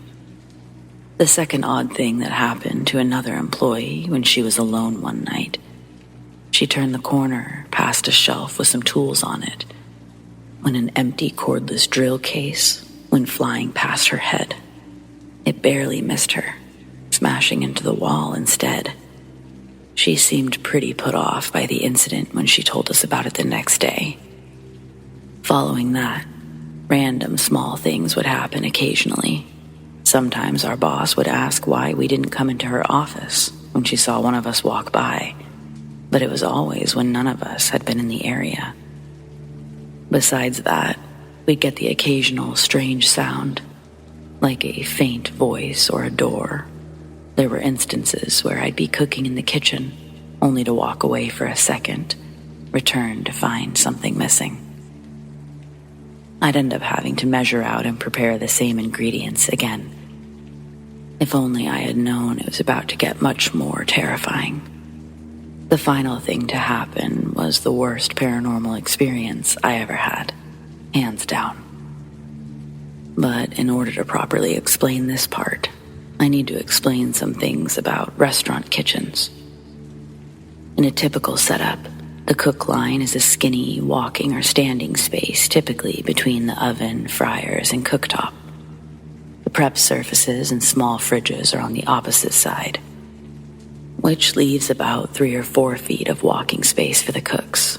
Besides that, there's a dishwasher followed by the rest of what you'd expect to find in a kitchen. Fridges, freezers, giant hood fans, and a hot water heater. The reason I'm listing these is because they all make a constant loud background noise. One day, there were 3 of us working in the kitchen. Me, my boss, and a dishwasher. My boss and I were on the cook line, and the dishwasher was a few feet away. It had been a normal shift until everything suddenly went dead silent. Almost like someone had thrown an invisible, soundproof blanket over us. I looked at the other 2.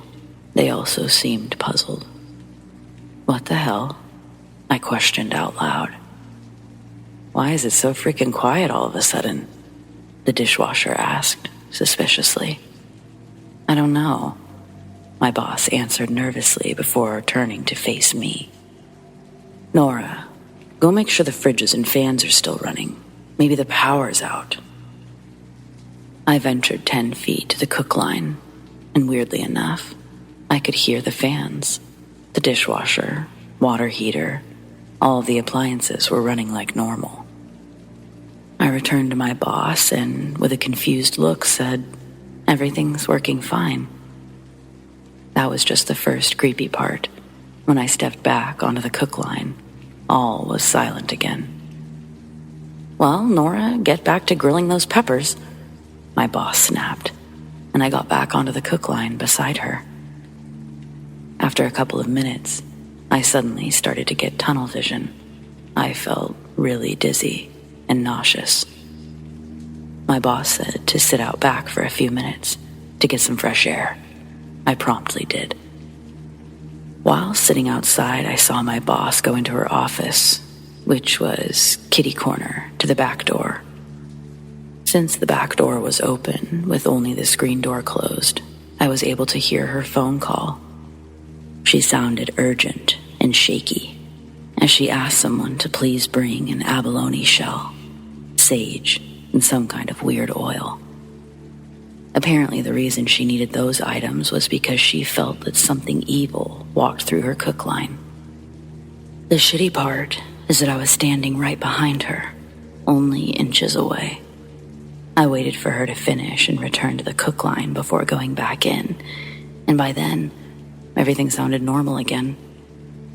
When I got off about an hour later, I made the 45-minute drive home in just under 30. That night, I tossed and turned, unable to sleep, but the few times I did manage to drift off, I got jolted right back awake because I kept seeing a screaming demon thing right in my face.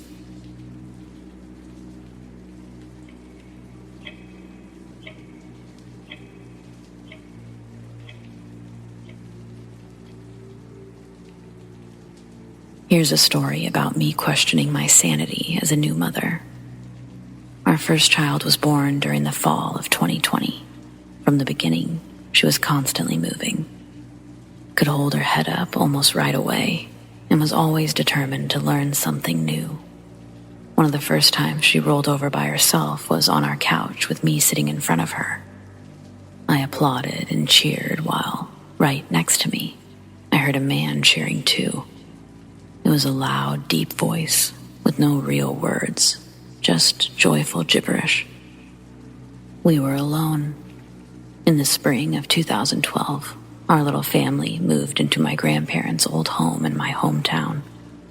We temporarily left our furniture at the old place while renovating a few rooms, and we slept in the huge old bed my grandpa left behind. One night, my boyfriend wanted to finish his work on the dining room floor, so I went to bed with our daughter. I laid her down in the middle of the huge bed, surrounded her with pillows, and quickly went to the bathroom next door. In the middle of brushing my teeth, I heard the deep voice again, only this time he sounded angry, very loud, almost intimidating. I dropped everything and rushed to the bedroom. My daughter was wide awake and had somehow rolled to the edge of the bed. She had never done that before. The situation taught me to expect the unexpected. I arrived just in time to prevent her from falling. I called my boyfriend to ask if he said anything or called out to me, but he didn't. I don't know how to feel. A few months later, on our daughter's first birthday, we had an accident and truly needed to go to the hospital. I won't go into detail, but I thought her head was injured. Thankfully, there was almost no wound. It's like someone put his hand over her head at the perfect moment. I heard him one more time, shortly after the accident.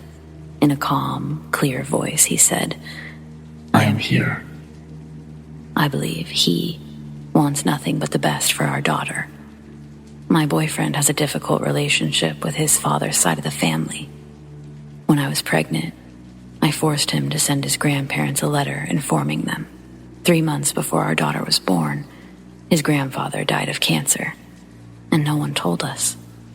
We found out 2 days after our child was born.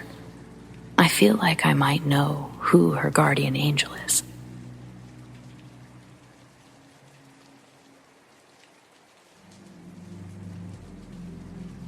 My name is Janelle, and I'm a 21-year-old French student from France, and the following events took place April 2021. Tired of waiting for true love, I decided to lose my virginity with my best friend. Afterwards, I found a fantastic boyfriend and we got along wonderfully for 3 months. Then, he threw me away for still being in love with his ex, and yes, I'm still upset about it. Fragile little thing that I am, I made my first suicide attempt, went to the ER, and then landed in a mental hospital. Even with treatment, I was depressed for a few months, and I had a strong penchant for alcohol. What better way to continue my cycle of self-destruction than with dating apps? A few weeks after being released from the hospital, I matched with new people and forgot all about my dear ex. I always met the men at home because that's what I did on my actual first dates, and I didn't know any better. One day, I matched with a guy we'll call Matthew. He wasn't very handsome, and he had a few extra pounds, but I'm not Beyonce either, so I agreed to meet. We laughed a little and shared common interests, especially smoking weed. I was already planning to smoke some joints before sex. He told me his address. I didn't know if it was real. He also mentioned where he used to work, but he'd just gotten fired. I didn't care if he had a job or not. I didn't want a life with him. I explained that I was recently released from a mental clinic, that I was still fragile and depressed. It was all to make him understand that he couldn't play with me, that I was looking for sex, but also conversation and hugs. I wasn't looking for a one-night stand. He assured me that's what he wanted too, that he was actually quite cuddly. I thought he was perfect. After only a couple of days of talking, we agreed on a mojito party at my house, and he brought some joints. Matthew arrived, and he looked even worse than his photos. He was dirty, he had greasy hair, and his shirt was stained. He was also dressed like a teenager despite being 26. In short, I was far from wetting my panties, but in desperate need of company. I asked him to make some drinks while I chose a movie, and he prepared 2 mojitos before joining me on the couch. We talked a little, and he wasn't particularly smart or very interesting, so I downed my drink, hoping to liven up the party. Thus began a 3-day blackout. According to our dear Matthew, we drank and smoked during the movie and then went to the bedroom.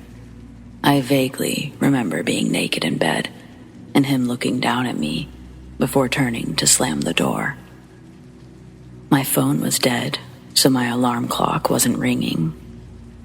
After missing a work appointment, my friends grew worried and called my sister when they couldn't reach me, but her phone also went to voicemail. My friends came to my house, but still didn't get an answer, so they called the fire department. Firemen managed to open the main door, but not the door to my apartment. They knocked while calling my name, and I opened the door, wearing nothing but a blanket, staring at them with incomprehension. They concluded I was hungover, and my friends helped me get dressed. And that's when they noticed my body was covered with yellow betadine. I said that I burned my arm the previous day, but there were no signs of any burn, nor do I own betadine. They took my cat and I to one of their houses since I was practically catatonic. I had trouble speaking or even thinking. The next day, my sister picked me up and I stayed with her for a few days. Everyone was convinced I tried to kill myself. I started to complain about pain in my vulva and excess blood loss, so my sister drove me to the hospital. I explained that I may have had unprotected sex while unconscious, and they gave me an AIDS vaccine before taking samples from everywhere. I was advised to file a complaint and redirected to OB emergency care. The next morning, I finally regained consciousness, and my relatives immediately saw that I was a bit more coherent. I had more swabs done, and over the course of a week, I made a series of appointments for blood and urine samples. I also filed a complaint with testimony from my friends and sister. In the course of discussing it with others, especially medical staff and police, the term organ trafficking was mentioned more than once. They think that the guy chickened out at the last minute. Despite my complaint, a bed full of betadine, my underwear being torn off, and the blood on my doors, my attacker got away, and I'll never know what really happened or what he really wanted. I would like to point out that I used to drink and smoke in addition to my treatments, but I've never had a 3-day blackout. I'm pretty sure he put something in my drink. Anyway, it was nice to talk about it. Thank you.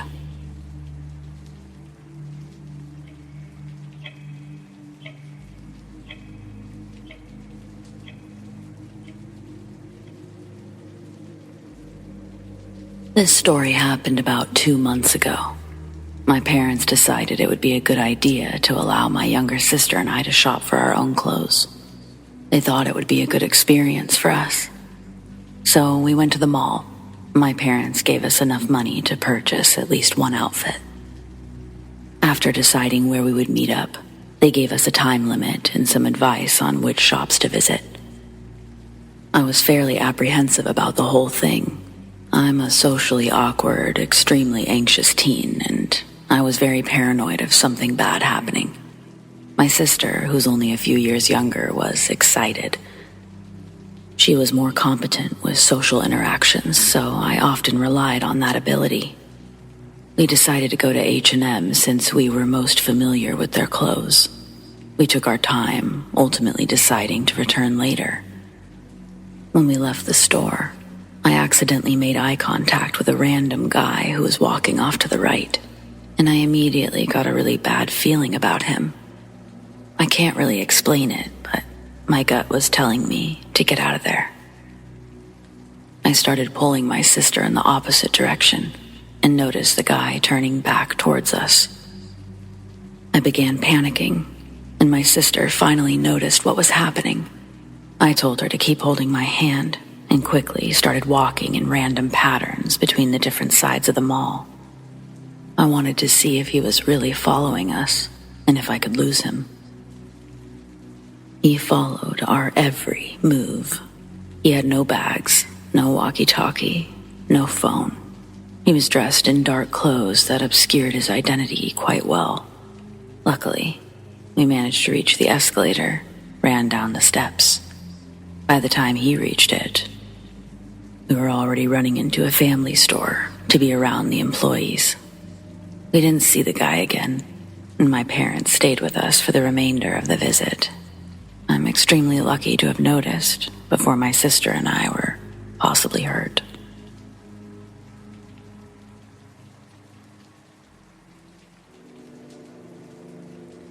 Mountain Dew saved me a pretty traumatic memory that my cousin wasn't lucky enough to avoid. When I was around 8 to 10 years old, I'd spend a few weekends out of the summer at my Uncle Tony's. My cousin Christopher and I were around the same age, and Tony would take us fishing the morning after I arrived. I always really looked forward to this weekend, and it wouldn't be uncommon for me to already be awake as Tony came downstairs to make us breakfast before leaving. To wake us up fast, he gave us Mountain Dew at the crack of dawn. It would get us all jazzed up on caffeine. I especially like Mountain Dew, so it's safe to say I had a bit more than I probably should have. The lake we fished at was a little over an hour away. At the halfway point, there's this rest area we stop at for coffee and cookies. Tony's made it a tradition, and this time I'm extra eager because the Mountain Dew I'd consumed had filled my bladder to emergency status. When we pulled into the rest stop parking lot, Tony and I got out to use the facilities. Christopher stayed in the truck playing his Sega Game Gear. He had his headphones plugged into the aux cable and was completely immersed in whatever he was playing. He's using a portable car charger that's plugged into the cigarette lighter. Tony leaves the car running for him so as not to kill the Game Gear's charge. We were going to be quick. I was already running for the bathrooms. Tony, probably being more concerned about creeps in the bathroom than creeps in the parking lot, takes off in a light jog behind me. In our defense, we were fast.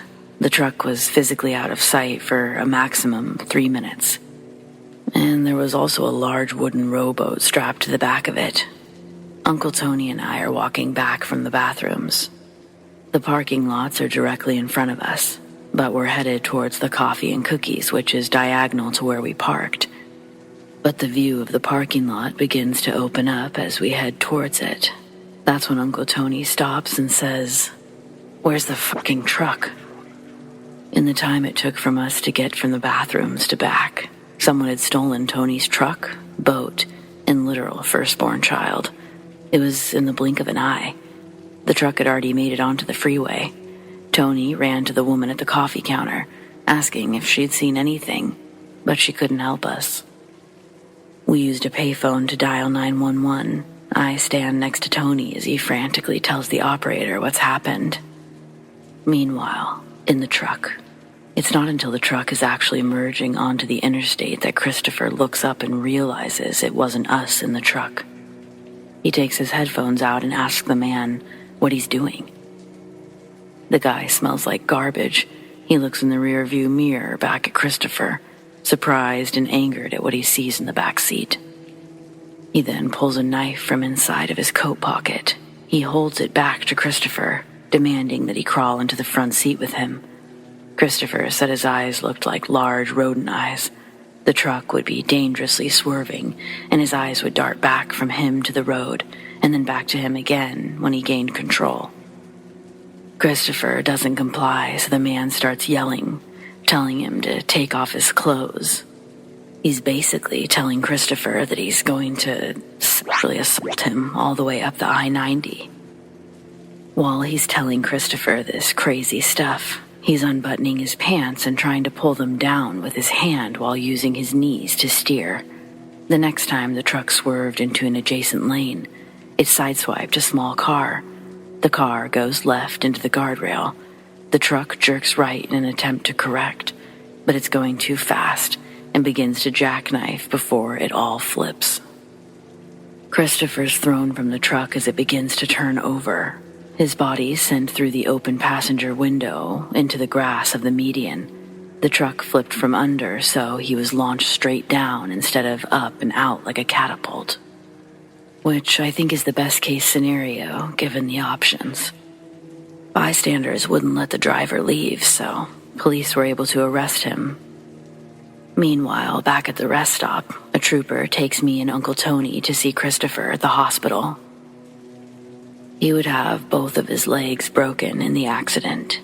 He'd have to spend the rest of that summer and most of that fall trying to get strength back in his legs to walk again. Still, even now, he says that accident was definitely him dodging a bullet, and had they not crashed, he'd be worse off than he is now.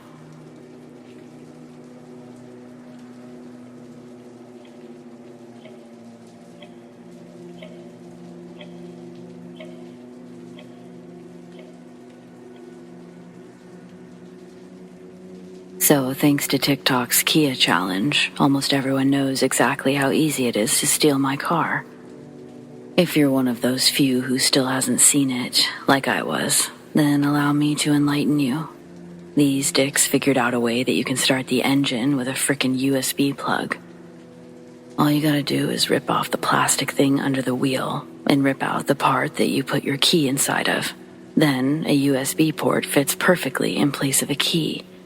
God, I still can't believe this shit. I used to own a 2015 model, but I lived in a rural area outside of a small town until January 17th, when I moved to the suburbs of a bigger city. Just 2 days later, my car was stolen on a Friday night. Well, it was around 1 a.m., so technically Saturday, but whatever. That morning, I showered, ate, and all that good stuff before I planned to spend the weekend settling into my new place. Aside from stocking the kitchen, it's a bigger house than my old one, so I wanted to get a few new things to fill in the empty spaces. Except when I got outside, my car was gone. Since my new refrigerator came the day before, I had parked on the curb to let the delivery truck pull into the driveway, and I never moved it back. I doubt that it would have prevented the theft, but at least my Ring doorbell would have gotten a better shot of the assholes that took it. All mine caught was a tall person dressed in black, but the neighbors were kind enough to share theirs too. The collective footage reveals another Kia pulling up behind mine, but none of the driver's features are discernible through the tinted window. From the time they pull up to the moment they drove off, it only took a few seconds. That's when the police explained how simple it was. They also said that the cars are sometimes found in hours, sometimes in days or weeks. Sometimes it's never. I spent most of the first day reading stories from other Kia owners, including one lady who lost her car the day before she moved. I can't even imagine how much that must have sucked. Of the people who actually got their cars back, many reported that it was stolen by teens going for a joyride. In some cases, the kids actually recorded their crime. Unfortunately, the majority of those ended their video by crashing, some on purpose, some by accident. But, out of the ones I read at least, those were usually solved within the same day or the next. Then there were the stories where cars were stolen specifically to commit other crimes. Those got pretty scary. They weren't all gas station and liquor store robberies. Some were straight-up kidnappings and murders. One guy said they used his car to trick his girlfriend into coming outside when they tried to abduct her. Thank goodness she was able to get back inside and call the police. Another guy's car was stolen from a parking garage and found weeks later with a dead body in the trunk, while others have been covered in blood and all kinds of fluid. I knew when reading those that, yeah, this feels more like my luck, but I was still hoping for joyriders. If I was really lucky, they would get pulled over before wrecking and everything would be fine. But yeah, that didn't happen. Yesterday, just over a week after being stolen, my Kia was found. Rather than trying to convey this in the same choppy order I learned it, I'm just going to tell you what actually happened. Again, this is a late Friday night, early Saturday morning situation. Only this time it's out in the middle of nowhere, on some random back roads. A couple in a large Chevy were on their way home when a Kia came speeding around a curve, almost hitting them. Both drivers swerved to avoid a collision, which sent my car careening off-road, where it flipped and rolled down a small embankment. The truck's driver pulled over safely and rushed to the embankment while his wife called for help. Upon shining his light over the edge, he saw that the passenger was already pulling the driver out of the wreckage. The man from the Chevy held out his flashlight while the two Kia boys climbed up the embankment. Back at the couple's truck, the wife was still on the phone with 911, and the man who'd been driving the Kia asked if he could speak to the operator. Only, once he got the phone, he hung up and pulled out a gun. The passenger had one as well, and they fled in the Chevy. Had the wife not already called for help, they would have probably been stranded overnight or worse. I'm so grateful that they weren't hurt as well. When police arrived, They searched the wreckage and found plenty of blood, both new and old. While some clearly came from the crash, the older stains in the trunk and the back seat, they belonged to someone else. Someone who probably isn't alive anymore, judging by the quantity. They also found broken liquor bottles, drug paraphernalia, a leather bodysuit, a bag of adult toys, a blow-up doll that had been buckled into the back seat like a real person. It had popped during the crash, but the strangest part about that one was that someone had blacked out the eyes and colored SpongeBob squirt pants on the waist. They didn't just half-ass it either. It was done with a Sharpie and drawn in big, fancy bubble letters, like the actual cartoon. I don't care what the hell people do in or with their own property, but seriously, what the hell? At this point, I'm glad I won't be getting the car back. Even if it wasn't totaled, it would be evidence now anyway.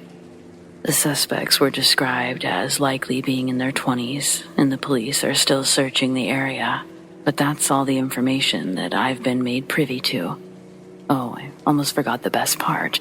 The officer who gave me this information, he had to ask if any of the items were mine.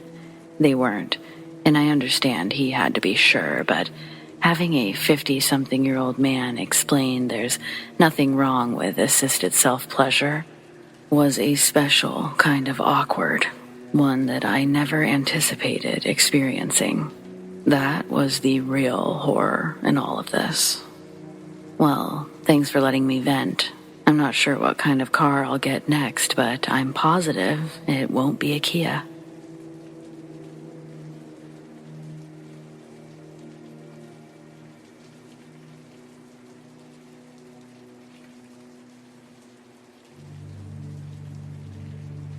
When I was 18 in the mid-2000s, a guy sat next to me on the train as I was heading back to university. And for the whole journey, he kept talking about things that didn't quite make sense. I felt like I knew him, and he was talking as if I was a long-lost friend. He didn't seem to have any mental health issues. He was intelligent. He seemed to speak about things that connected with me on a deep level. He kept drinking small bottles of whiskey, the kind that you can get on the train. And he seemed to be enjoying everything that was happening, like it was all new to him. His confidence was off the charts, not in a player type of way, but as if he was from a slightly more free and socially advanced culture. There was a definite vibe of, he's not from here. The tone of the conversation for the hour-long trip, it was him both teaching me about life and building my confidence up, which I felt was strange given that I had no idea who he was. The whole time I felt a strange sensation that there was some sort of different vibration about him, like he didn't quite fit into his surroundings and all the other people, almost on a molecular level, like there was a bubble around him. It was very odd. For reference, he appeared to be in his late 20s, wore black, had black facial hair and black, not long but not short hair, and he had a very healthy vibe about him. Eventually, we arrived at the station, and as I was getting off the train, he put his hand on my shoulder, looked into my eyes with reverie, like I was some kind of holy figure, and he said, "You're a great person." And I felt genuine emotion from him that was far too strong for the circumstances. Then he walked away, the wrong way, and disappeared into the crowd. I looked for him through the people, but I couldn't see him at all. He just disappeared. For years, I've wondered if he was some sort of time traveler that came back to give me a message. Who knows? Maybe he was. Has anyone else experienced anything similar? Or can you shed any light on what this could have been?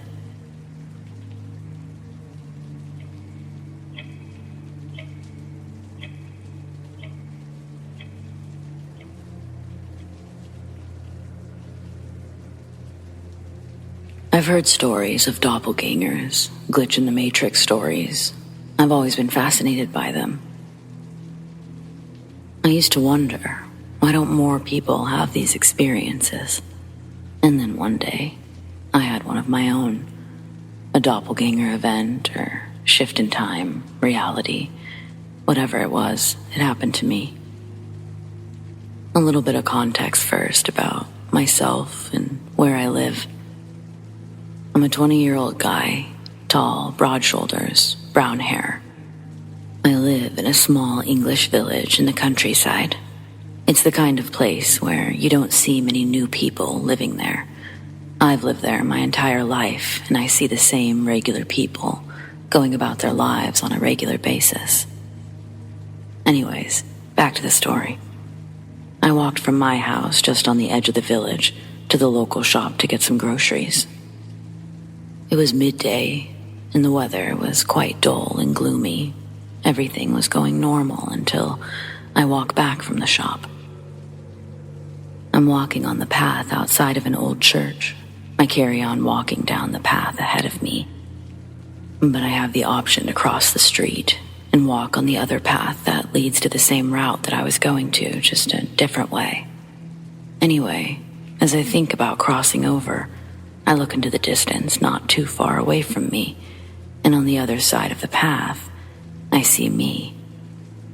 This person is the same height and build as me, and they're wearing the same clothes.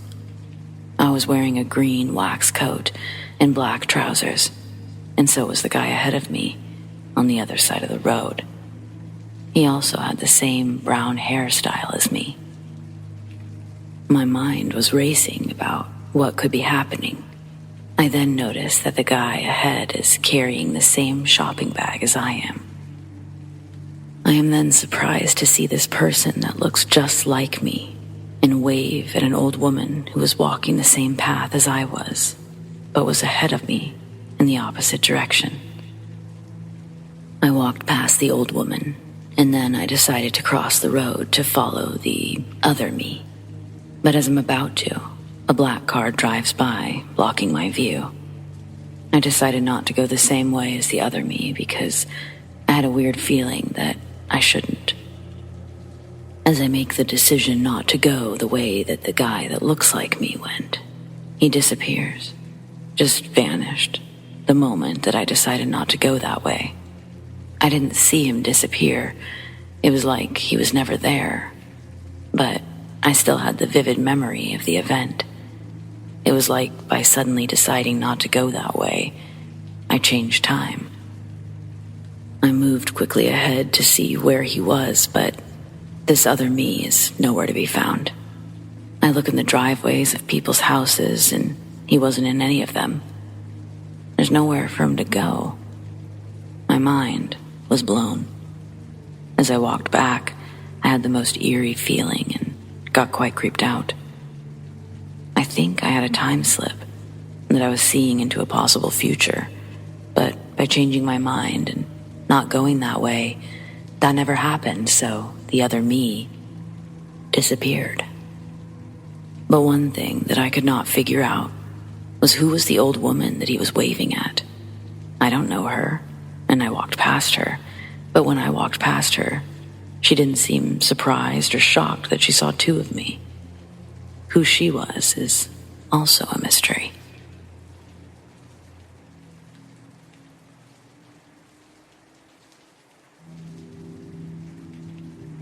I've been living with ghosts since I was 8 years old, so I have lots of stories.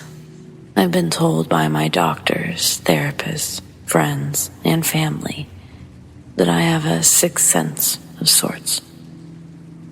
I'm able to see the world between living and dead. I don't call it a superpower. I'd call it a curse. This first incident that I want to tell you about happened at school almost a year ago. I had lunch at McDonald's, and I was almost late for my next class, so I had to rush back. When I entered the school, something felt off, but not enough for serious concern.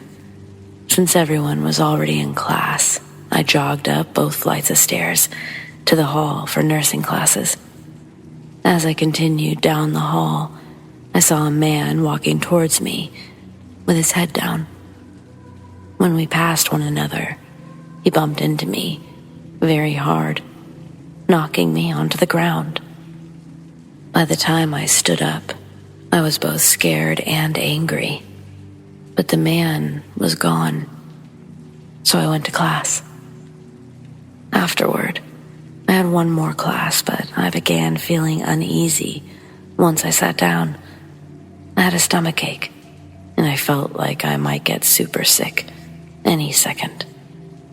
I kept my head down, and when the class was dismissed, everyone left except one classmate, the teacher, and myself. The other student asked me if I was okay, and slowly lifting my head, I started to say yes, but then I realized something else was in the room with us. It looked like some kind of demon, almost 6'5" tall, horns, purple-esque skin, and weird appendages. I just stood up and ran out of the classroom without another word. It probably looked weird to the others, but I couldn't tell them what I saw. I felt sick. I don't know what it wanted, but it scared the shit out of me. For the next incident I want to share, you should probably know that I'm an atheist and that I have friends from many cultural backgrounds.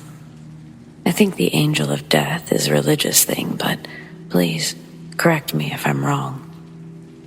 I've had a few encounters with a woman, and even though it's scary, she's one of the friendliest ghosts I've ever seen. She was almost 10 feet tall, had pale skin, holes for eyes, a floor-length black robe, extremely long dark hair, and she hovered above the ground. She didn't smell bad, and she only made slight whisper sounds, like she was talking to herself. My first encounter with her was 10 years ago, when I was still doing parkour with a friend. I was never that great, but my friend was amazing. I still can't believe some of the jumps he made. One day, he and I were next to a very tall retirement home complex when we saw a husband and wife leave the building crying. We asked if they were okay, and we learned that the woman's mother was ill. They were outside waiting for an ambulance to arrive. When we finally heard the sirens, we quickly realized the EMTs didn't realize how to get into the complex. So my friend hopped on his bike and guided them in. Afterward, we watched from a distance as the woman was wheeled out on a stretcher and placed into the ambulance. That's when I first saw the woman I previously described, though at the time, I didn't think anything of it.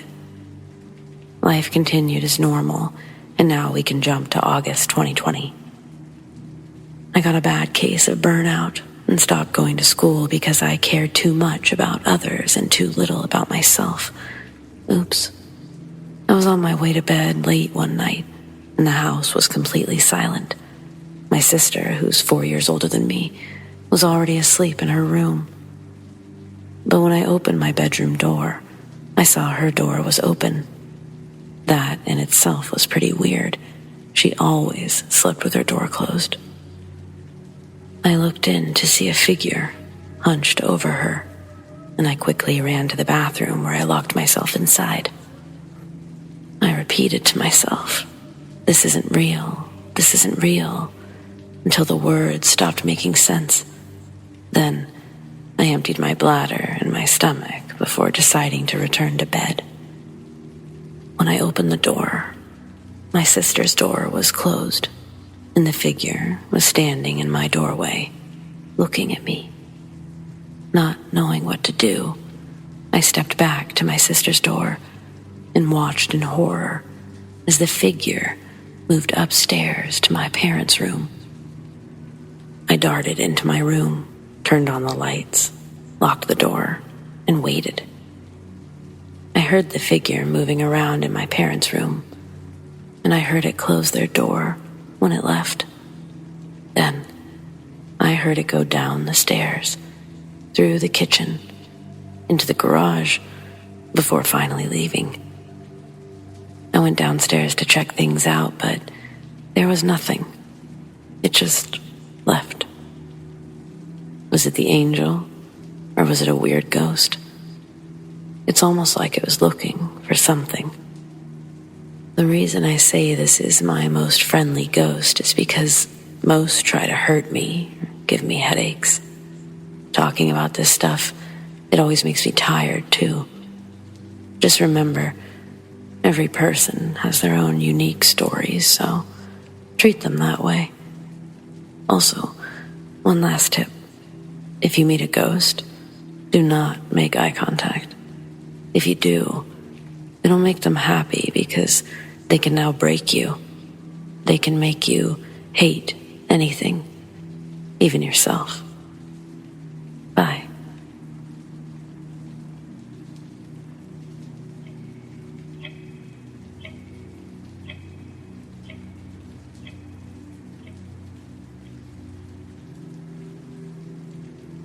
I don't know what a lot of people think demons look like, or if they just imagine them internal, or what.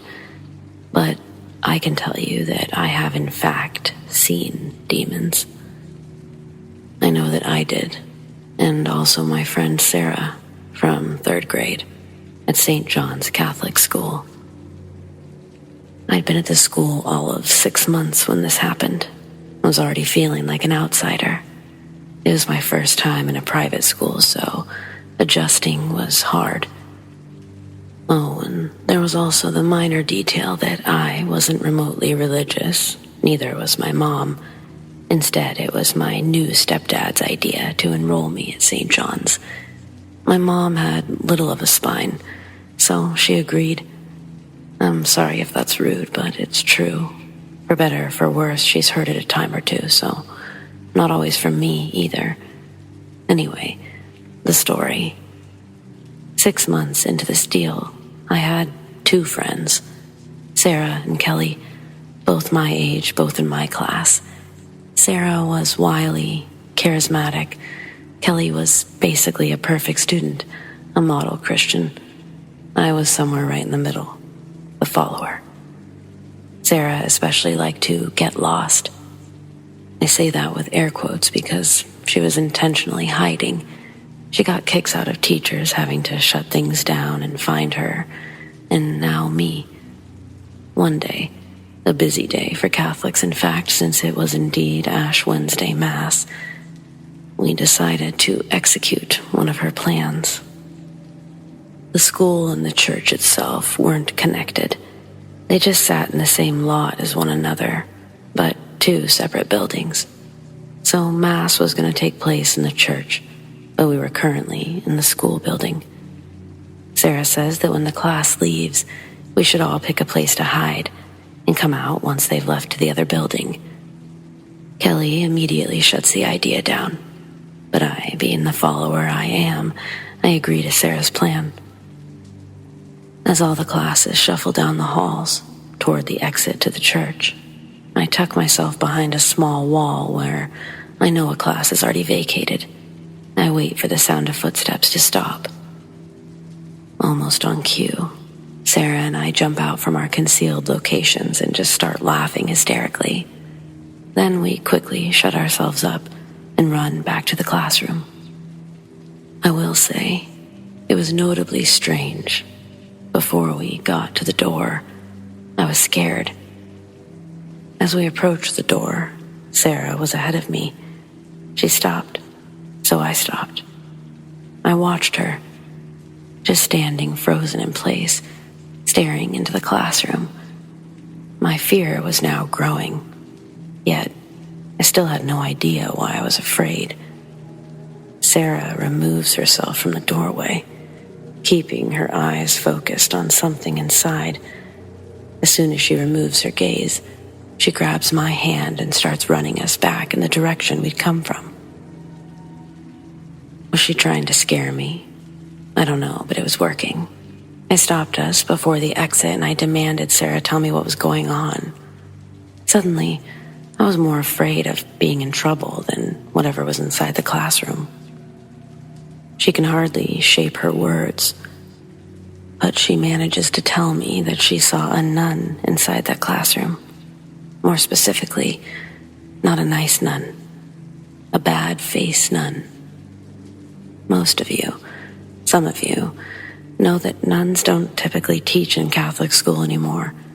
That's sort of an old school thing. When I was in school, the 90s, and today, the teachers just look like normal teachers. It really wasn't more common for a Catholic school kid like me to see a nun than a public school kid in the same area. In general, nuns are and have been for some time on a steady decline. All this to say that I was sure Sarah was messing with me. I told Sarah as much, adding that it wasn't possible. Whatever I said, we now felt emboldened as we made our way back down the hallway toward the class.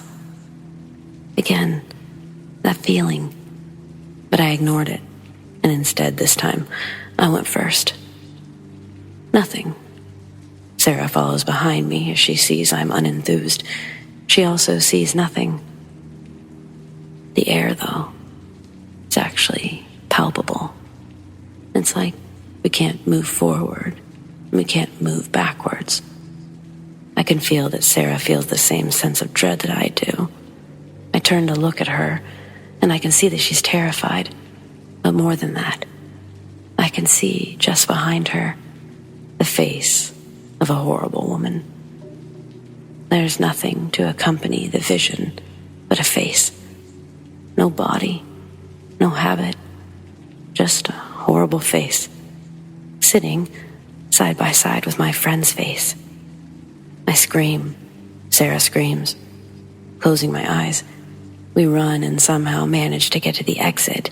This time, we don't hesitate to run through the doors. We aren't shy of making a scene.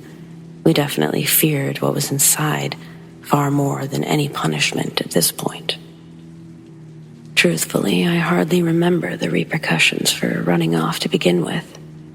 The real punishment was with whatever we faced that day. Sarah told me the next day, or maybe the next few days, she walked away with actual scratches from the whole thing. How? I'd asked. She said she felt heat on her back just before we screamed. But it was her mother who saw them. She was upset with her, demanding that she tell her who did this to her. I know for a fact that she ended up lying to her mother in the end. She feared that telling her about a demonic nun, it would somehow get her banished from life. Super sad, but actually probably true. I asked her, what did the nun look like? What made her not nice? When she told me, I knew we'd definitely seen the same face. My friend and I lost touch just after grade 5. For some reason, I stayed at St. John's for the better part of my schooling, and I never did see the nun again, or any other strange faces. Of course, I was never looking for her. If anything, I was avoiding her at all costs. I probably became a better student. I never passed the story on or even told anyone what happened. Because as much as it makes for a great story, it always felt like telling it there, inside those walls, was somehow bad luck. And I really needed all the good luck I could get during those years.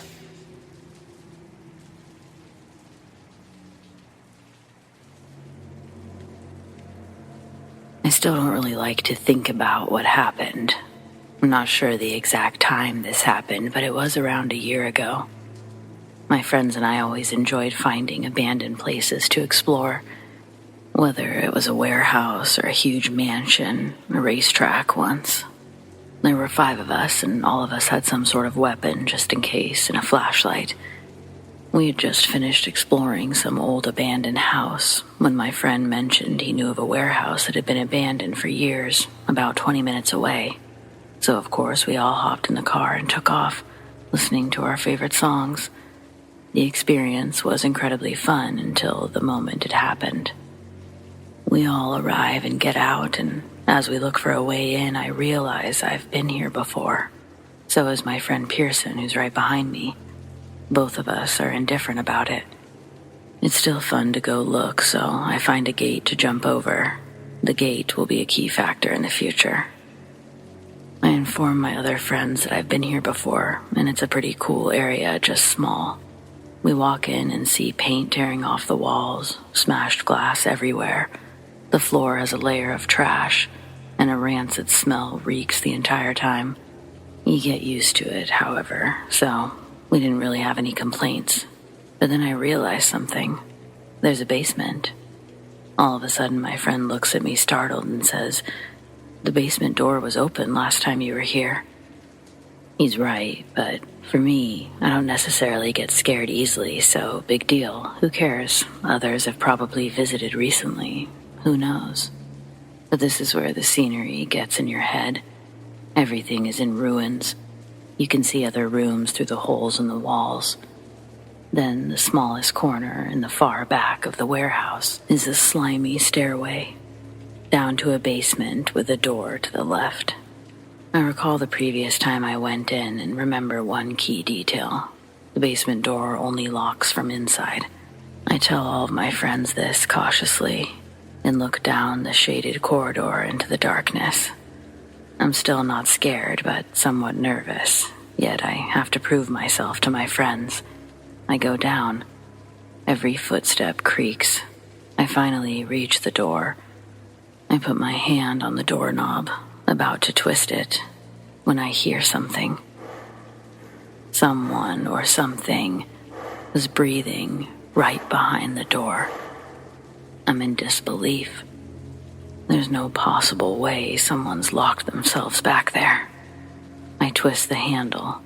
It's locked. I quickly shuffle up the stairs when the worst part happens. The door downstairs opened. I've never run for my life, but in that moment I did. I didn't know what happened. We were all rushing as fast as possible through the building, and we could hear noises behind us. We didn't know if we were knocking stuff over or if whatever was behind the door was chasing us. I run a lot, so I was the first one outside. I see my hope, the gate. All I have to do is plant my foot, hop, and climb over. Foot's planted. I jump. A hand grabs my hoodie and pulls me down to the floor. It's my friend. I won't reveal his name. He's grabbed my jacket and pulled me down to the floor. I understood in that moment he was panicking and was the most non-athletic, so I let him go ahead, helping him. Plus, he was driving, and I needed that car to be started and ready to go. I hop the fence to get to everyone in the car. I'm the last one to enter the car as I hear the noise, something that sounds like someone smashing whatever is near them inside the warehouse. I don't know what happened there, nor did any of us care to find out.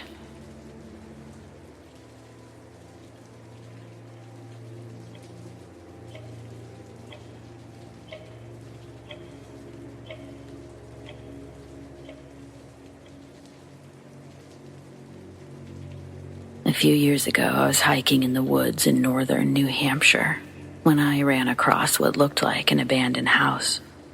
I love finding places just like this to explore, so obviously I was very curious about the house's contents. There was a pathway to the house made of stones that had been covered with weeds and various other vegetation. The house was surrounded by overgrown grass and tree limbs that had fallen, making it difficult to get to the porch. The front porch was small and made up of bricks that had a layer of moss grown all over it. It was obvious that no one had been there in many years. The front door was intact and locked from the inside. I didn't see any broken windows that I could fit through, and the windows on the front of the house were covered with a thick layer of dust or dirt. I couldn't see inside. I checked to see if the windows would open, but I suppose the wood had warped and swelled, so none of them would open. I gave up on getting inside the house and settled for walking around the backside of the house to explore the grounds around instead.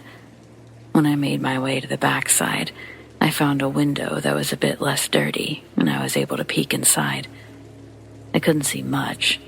What I did see was an area rug and what looked like a small table beside the window. I decided to try the back door on the off chance that it would be open and I could find out exactly what was going on with this mysterious house. Lo and behold, the back door was unlocked, but when I gave it a slight push, I could feel the frame was loose and weak. It didn't take much force to push it open. What I saw once inside completely took my breath away. I was standing in a kitchen, complete with dirty dishes in the sink, a drain board with old cups and glasses turned upside down from being washed but covered in a thick layer of dust now. There was a small kitchen table with drinking glasses on it and a newspaper that dated back to June of 1959. The cabinets were stocked with dishes, and there was a tall pantry that contained various jars of preserves of fruits and veggies that had obviously been canned by hand. Everything was covered in dust. I continued to walk through the house and found each room I entered to be completely furnished and covered in dust or dirt. There were spider webs throughout the entire home, as well as signs of rodent activity. There was a dresser, the drawers filled with clothes that had been chewed and nested in by what I assume were mice. In the closet hung more clothes. They'd begun to deteriorate and had holes from insects. Upon further inspection of a child's dress I found, it seemed that the clothes were also handmade. There were 2 bedrooms, one of which was obviously a room for children with 2 twin beds that were perfectly made up.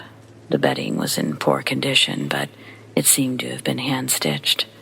Same thing in the other room, only it contained just 1 larger bed rather than 2. The cabinet in the bathroom had few toiletries, a straight-edge razor, as well as towels. They were neatly folded, but had now become a nest for small animals. At this point, I was pretty creeped out. I began feeling as if I was being watched. I decided it was time to leave this strange house that appeared to be stuck in time. As I walked through the short hallway that led me back into the living room, I decided to see what kind of pictures were hanging on the walls. I wiped some of the dust off of the pictures hanging near the doorway of what appeared to be the parents' bedroom. I discovered it was a photo of a wedding. The photo was very faded and appeared to have some type of mildew growing behind the glass. I decided to take a moment, check out a few more pictures in the frames. Most were of scenery or various still subjects. I found another photo hanging in the living room near the front door. This one was of the entire family. It was in even worse condition than the previous photos, but you could clearly make out a man, a woman holding what appeared to be a small infant, and 2 children sitting on the floor at their feet. I found this very odd as I hadn't seen any signs of an infant anywhere in the home. I don't know what could have possibly become of this family that lived in the house. Did they leave for work and school and never made it home? Did they decide to take off and leave all their worldly possessions behind? Why? What happened to the infant in the family? To this day, I have so many questions that I know I'll never have the answers to. I stumbled upon a home that day, not a house. That was a family's home that they lived in, experienced life in, and mysteriously disappeared from. I've never been back and never intend to. Just thinking about the place creeps me out. It was as if the family had no clue that they'd never return to their home the day that they just walked out the door, and it was apparent that no one had come looking for them. So there you have it. I found a family's home hidden in the deep woods of northern New Hampshire.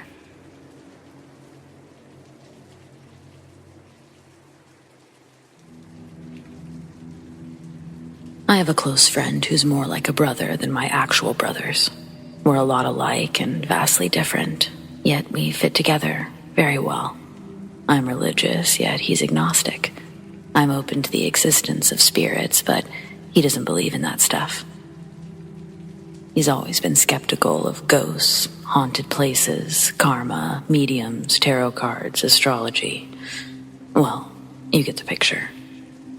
I, on the other hand, think hauntings could be evil spirits, but I won't go into that too much. My friend and we had a long conversation about different things when it comes to this stuff. He doesn't believe in anything that he can't see with his own eyes, and he teases me about different things, like the time I went on a ghost tour, or when I visited the Winchester House in Gettysburg. One day, he came over to meet with me, and he looked very serious, almost distressed.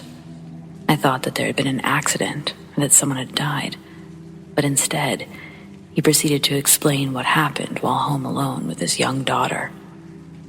His wife had taken their older child shopping. It was getting late, nearly 8 o'clock, so he got his daughter ready for bed. No one else was home. Their house was an older rental property, maybe from the 30s. It was small, but it sat on a big lot. And it was very dark, had a huge tree blocking most of the sunlight. While his daughter was taking a bath, he was laying out her pajamas and getting a towel ready when he saw a woman walking down the hallway. He described her as having long black hair, like his wife, wearing a red top.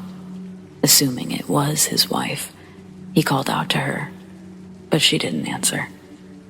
Confused, he poked his head into the hallway, expecting to see their bedroom light turned on, but it was as dark as the hallway. He called out again, but there was still no response.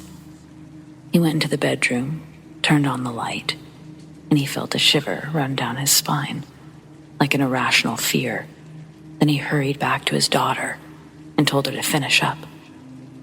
He kept looking for the woman. The front and the back doors were locked. Outside, his car was the only one in the driveway. His wife definitely hadn't returned. He grabbed a hammer, started searching room to room, but he found nothing. He called his wife, and she was still at Target. So he took his daughter to her room and went around turning off every light. When his wife came home, he pulled her aside and told her about the lady. Like myself, she also believes in ghosts and said, "Yeah, I didn't want to tell you, but I know this house is haunted." My friend was so unraveled that he fixed himself a straight bourbon, drank it in one gulp, and then stayed up the entire night, expecting to see that woman again.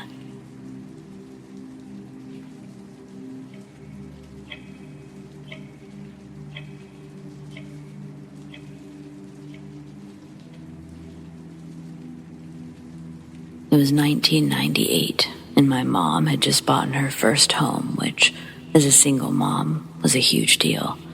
It was a 4-bedroom, 1-bath, with a family room and pool. The house was big, had lots of room for my brother and I to play. We were 6 and 8. Ever since Mom was a child, she's been able to see demons. And because of her gift, the church used her to locate spirits. When I was 4, she said that I would see them too, but I don't remember. She just said that I would react to them. I do feel and hear them, though. When we moved into that house, I felt a tall, dark figure in front of my bedroom door. He never dared come in, but he walked around the kitchen, which was right outside of my room. I never closed my bedroom door because I always felt him there. Because of it, I had to sleep with a nightlight in order to feel safe. If the light went off, I'd become paralyzed. I'd sweat profusely until Mom brought a candle. Multiple times, I found the courage to demand he leave, and he did, on some occasions. I was able to sleep.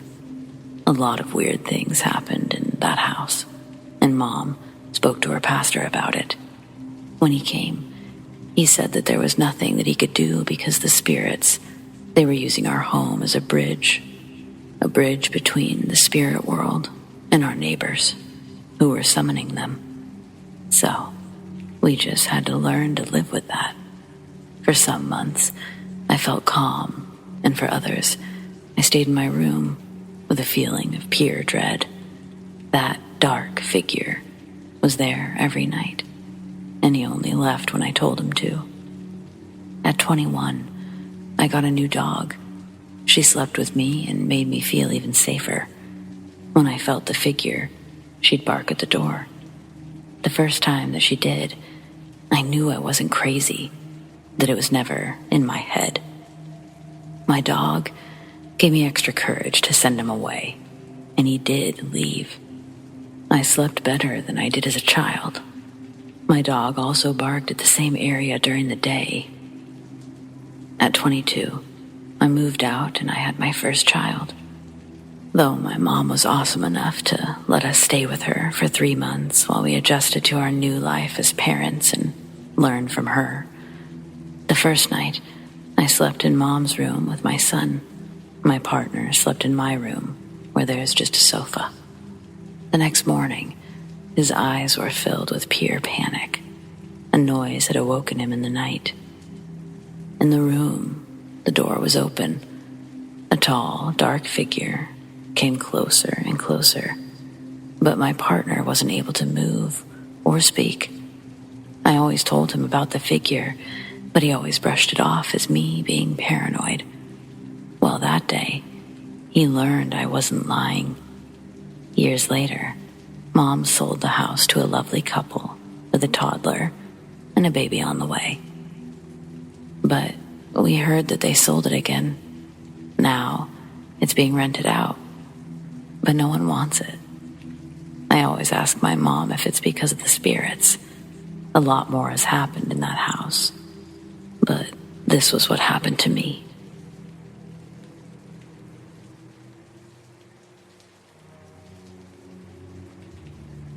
I'm a 26-year-old female who's fascinated by the paranormal, but I didn't always believe in it. I was open to the idea, but didn't put much stock into it. Over the years, that's drastically changed. When my wife and I were newlyweds, we were best friends with another couple.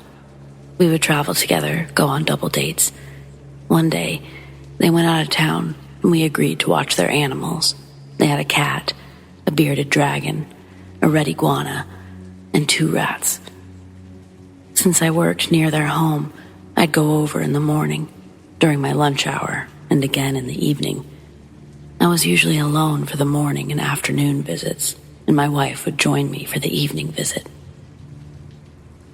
One day during the afternoon visit, I purposely left the lights off because there was enough natural light to see fairly well without them, and I wanted to save a little on their electric bill. I did not touch the lights. After checking on the animals, I returned to work. When my wife and I came back that evening, the outside entryway and hallway lights were both on. I told my wife I was 100% sure I hadn't done it. She thought that someone from their HOA or a relative had stopped by. Or someone had noticed they were out of town and broke in. We each put a car key between our knuckles and entered the house. It was eerily quiet. I couldn't hear any of the animals, and the air felt stale. I could have choked on it. We slowly made our way through the house, looking for any sign of disturbance, and every single light was on. But nothing was out of place. We both relaxed somewhat. I began gaslighting myself into believing that I had somehow turned on all of the lights. Suddenly, a loud thud came from the reptile room, the one that we had just left, and it was so loud that the house shook. We threw open the door, but nothing had moved, not even an inch. The only thing that had changed was the bearded dragon. Its large enclosure was on the floor and had a sliding glass door in front of it. The dragon, who had been peacefully resting just a minute before, was now rhythmically tapping his nose against the glass, over and over again. It was almost robotic. I stared in disbelief. I'd never seen an animal behave like that. I walked to the enclosure, gently sliding the glass door open, and the dragon continued to tap on the glass that wasn't there before its beard suddenly went pitch black. Then it scrambled out of the enclosure and straight for the exit. Luckily, my wife was able to close the door in time, but once he reached it, he started tapping on it in the same pattern that he had been doing on the glass. Suddenly, on the other side of the door, we heard another, even louder thud, followed immediately by the cat screaming. It was horrible, but I didn't have time to react before we heard clanging and clattering in the other enclosures behind us.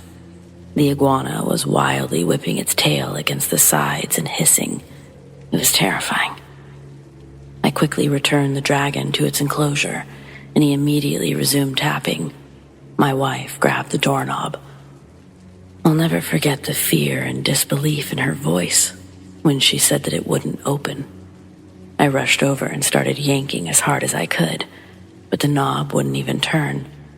It wasn't broken. It felt like someone was holding it from the other side. I banged on it, screaming as true panic set in. My head was fuzzy, my chest was tight, and I thought I would pass out. Then, it suddenly all stopped. The cat fell silent. The iguana stopped whipping. The dragon stopped tapping. And the door opened easily.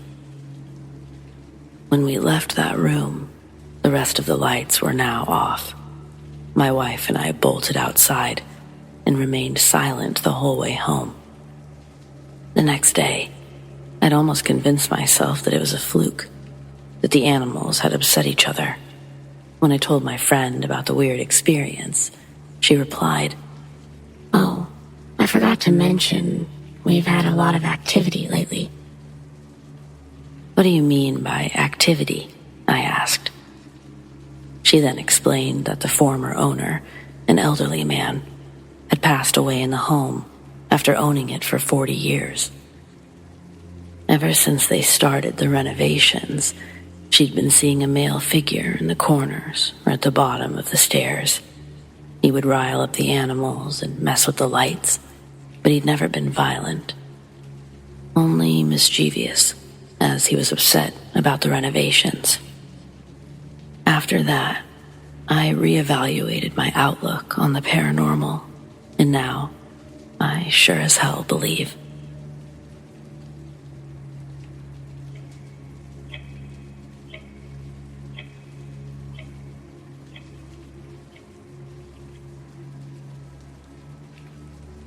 In the 3rd grade, I had an experience where I lost a chunk of time.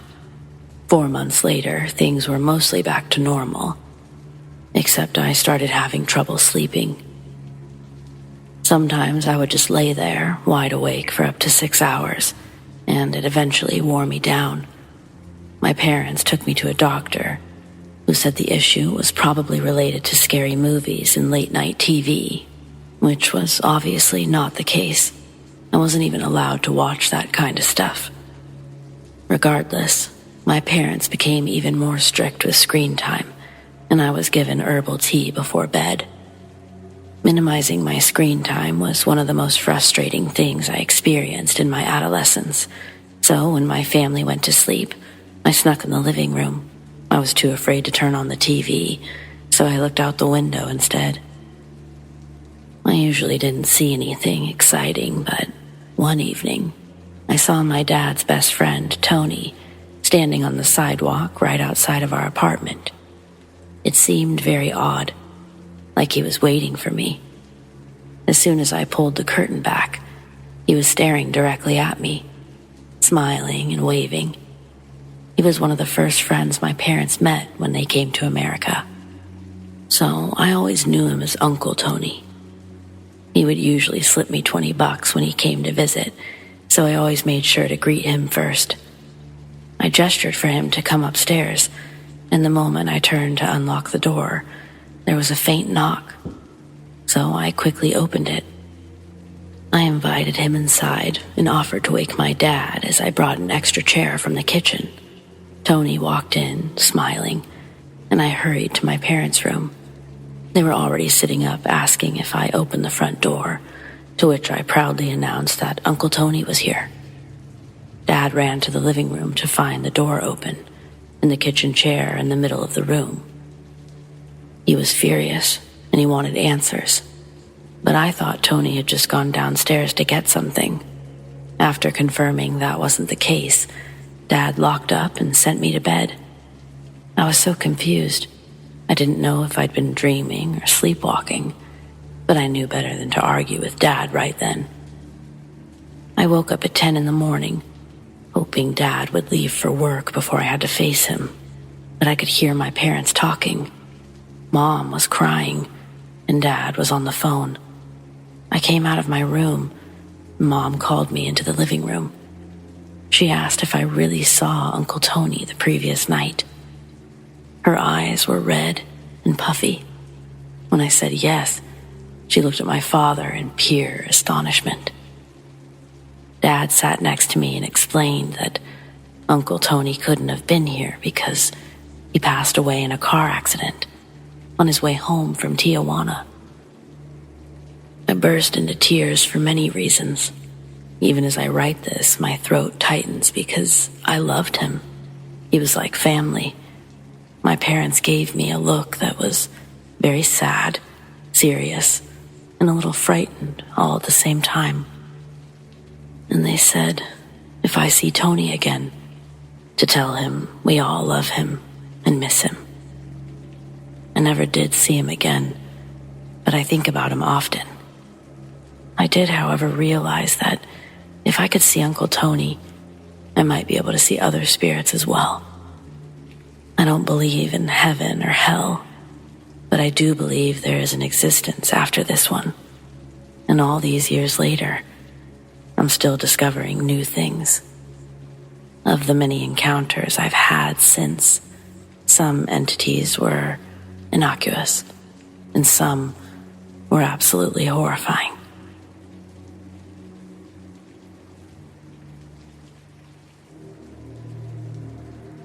I was once working nights at a hospital for patients with severe mental issues.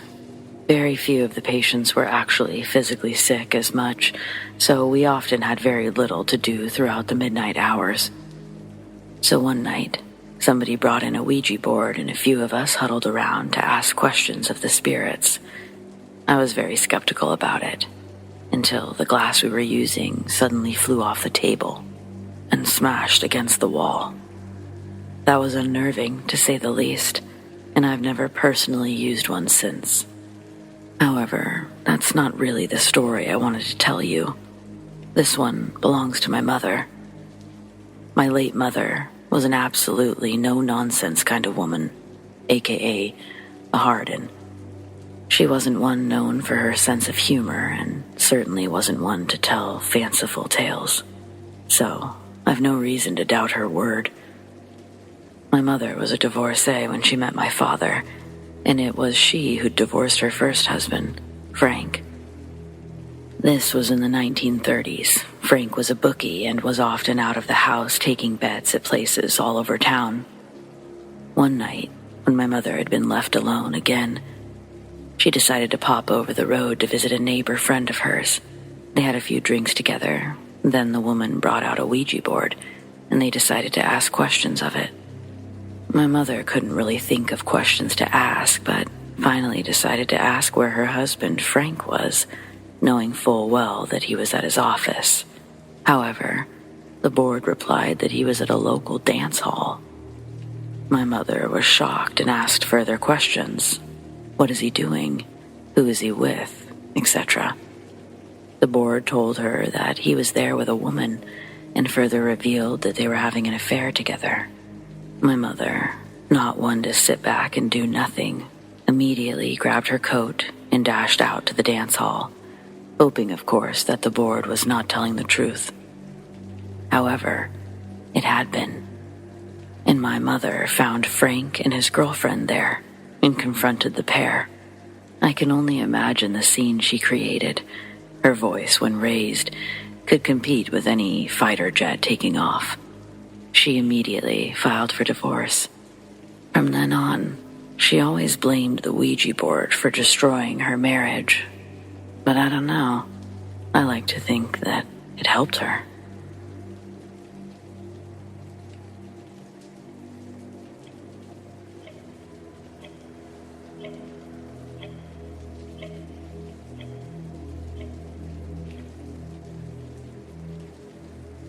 I have a Ouija board buried in my backyard. When I was younger, my older brother and I used one once. My mom bought it for us, not knowing the risks that are supposedly involved, haunting, possession, etc. At first, we were asking harmless questions like if our crushes liked us, where mom hid the cookies. I was getting bored and broke our unspoken agreement to keep the questions kid-friendly. I asked it, "When will my brother die?" It creeped over to the 6, then the 7. 67 years old, maybe. I don't know why I asked it, but I was relieved that it gave an answer that was a very long time in the future. Well, after the first creepy question, my brother could no longer return to mundane questions. He was asking it if hell was real, if it could contact dead relatives. He was scaring the crap out of me. I was terrified and close to tears. Then he started talking funny. I didn't recognize his voice, and I ran to go get our mom. When I came back into the room with her in tow, he was laughing hysterically. I mean, doubled over with laughter. He said he made up that whole part just to scare me, and it worked. I was terrified beyond belief that my brother was gone. I couldn't sleep that night. I tossed, turned, had nightmares.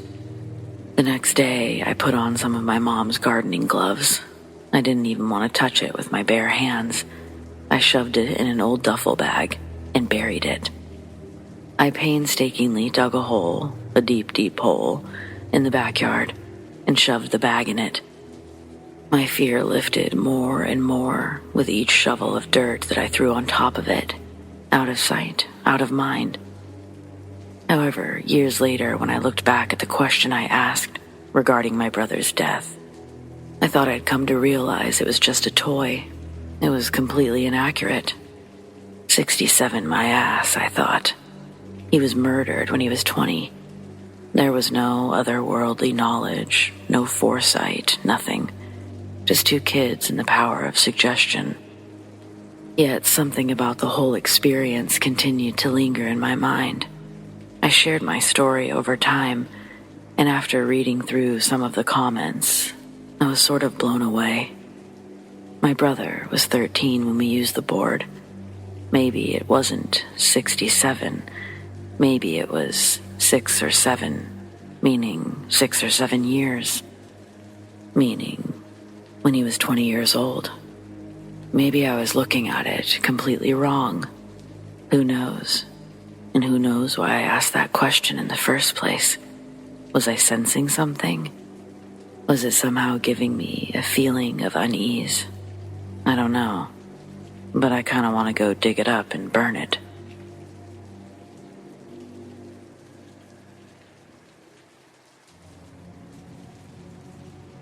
I've just had the worst Christmas of my life. I'd like to forget the whole week entirely. Growing up, I didn't have a close relationship with my father. His job kept him away, and things only got worse at age 10 when he divorced my mom. It was rocky between us until I turned 16 and got my license.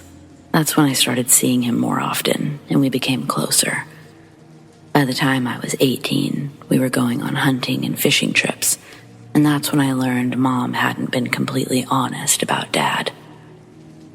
Several years before the divorce, they bought an old farmhouse for a very good price, and my dad remodeled it over the years.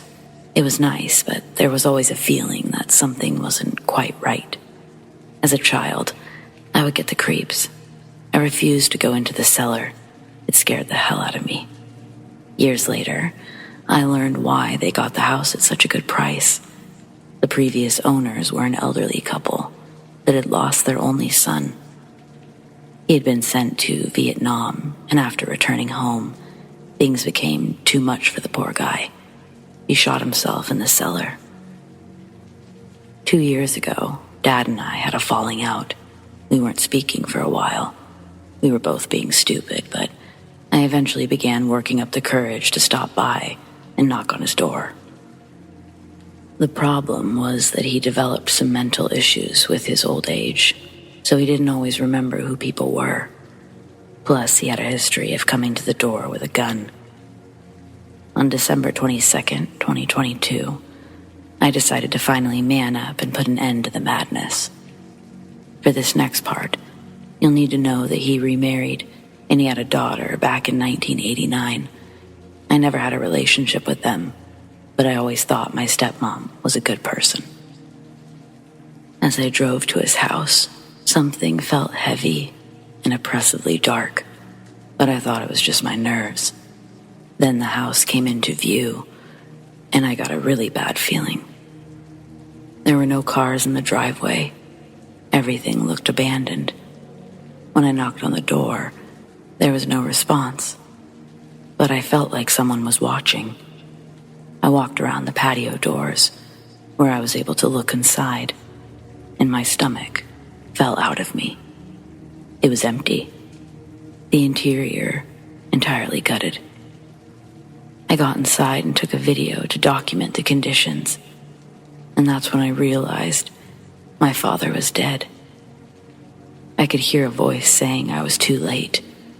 Of course, I was totally devastated and half out of my mind. I went through the entire house until I finally found myself at the cellar steps. Under any other circumstances, I would have never gone down there, especially not when I was alone and nobody knew where I was. But it felt like something was pulling me into the darkness. The electricity had been shut off, and my phone was the only source of light. I started down the steps, and I wasn't even afraid until I reached the bottom and turned left. Something hit me so hard that I had to gasp for air just to get it into my lungs. My fear instantly shot from 0 to 10, and on the phone, I saw several bright orbs coming at me. They stopped directly in front of me for several seconds before shooting off into the darkness. After that, more solid orbs and anomalies began swarming me. There was no open doors or windows or fans, but it was colder inside than outside, which was 30 degrees. I heard whispers that made me think someone had walked into the house, and I confronted whatever was in the cellar. It responded with a very loud banging, at which point I decided to go back upstairs. The banging continued, so I yelled that I wasn't afraid anymore and that I would be back. I went outside and the new owner pulled up. He'd taken possession of the house from my stepmom on December 8th, and this stranger was kind enough to inform me that my father died of cancer several months prior. My stepmom didn't tell anyone, not even his own sisters. She sold everything he owned before selling the house, and now she's just gone, along with her daughter. The realtor said she refused to put a for sale sign on the property. I think whatever is in that house harassed my father and influenced many of the events that took place. Since being in there, things have started happening at my house, so I'm trying to document everything. 3 years ago, 2 different psychics said that I have an attachment from my childhood home. They felt it had influenced or tried to influence someone to take their own life, and they were absolutely correct.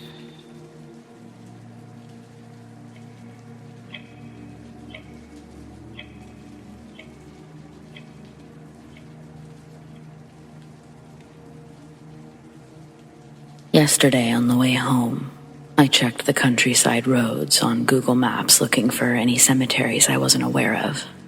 It's something I do often. I enjoy walking around and recording, just to see if I catch anything.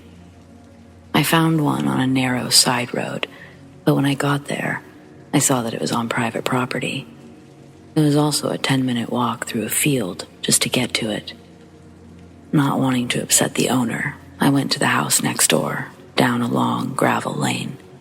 As I got closer, it became obvious the house was not being lived in.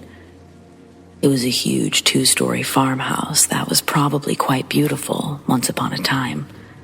I knocked on the door anyway. I've seen people live in worse conditions, so I at least wanted to make the effort. This place was unkept, and it looked pretty creepy. All the windows had tattered curtains, and a few were broken. I opened the screen door, and when I knocked, it swung open. It looked like the previous owners had moved out quickly, several years ago. The house was still full of furniture. Clothes were laying on the floor. The kitchen table was still there.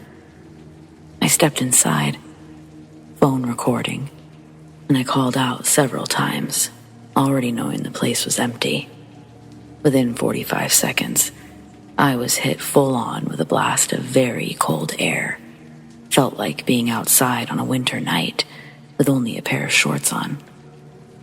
It was 60 degrees outside and warm inside, but this cold air was slowly moving up my lower legs. As this happened, I felt a horrible stinging sensation in my left leg, just above the ankle. Like several fire ants were biting me. Out loud, I asked if something was doing that, to please stop.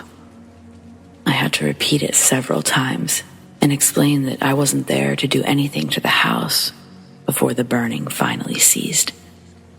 But the cold air remained. I never went further into the house.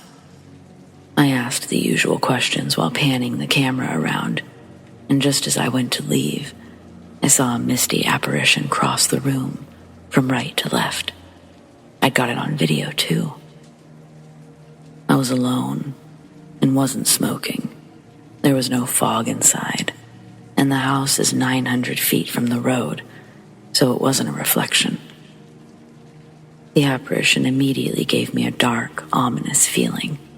It definitely wasn't friendly or welcoming.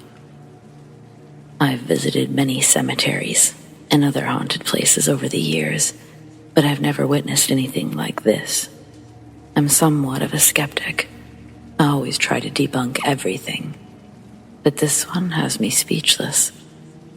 I'll definitely be locating the owner and attempting to get permission for an investigation.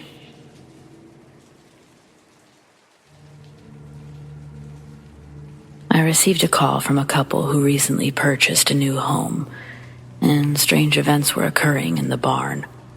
The original home was built in the 1840s, and the barn was added a few years later. The original house burned down in 1976, and a new one was built on the old foundation in 1981. Upon arriving, I noticed the property was impeccably kept. It was in a rural area and far from the road, but they still added a paved driveway. This was unusual for the area and indicated they were most likely not from around here. I was greeted at the door and invited in by a young couple in their mid-20s. The home was as well kept on the inside as it was on the outside.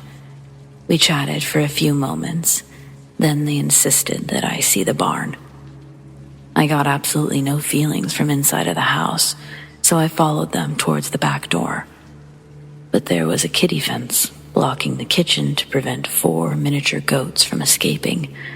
This was a shock since I had judged them to be entirely different types of people. They said they had no choice but to keep the goats there because whatever was in the barn tried to kill them. They had lost 2 goats already, and the vet said that they were likely frightened to death. Approaching the barn, you could see that they had been in the process of fixing it up. A new fence was surrounding the front to create a small yard that was recently raked. The barn was an old tobacco-style barn that had been repurposed and painted. As we entered, the hair on our arms immediately stood up. I definitely sensed something there. I asked if there was a specific area where there seemed to be more activity, and was shown the milk room.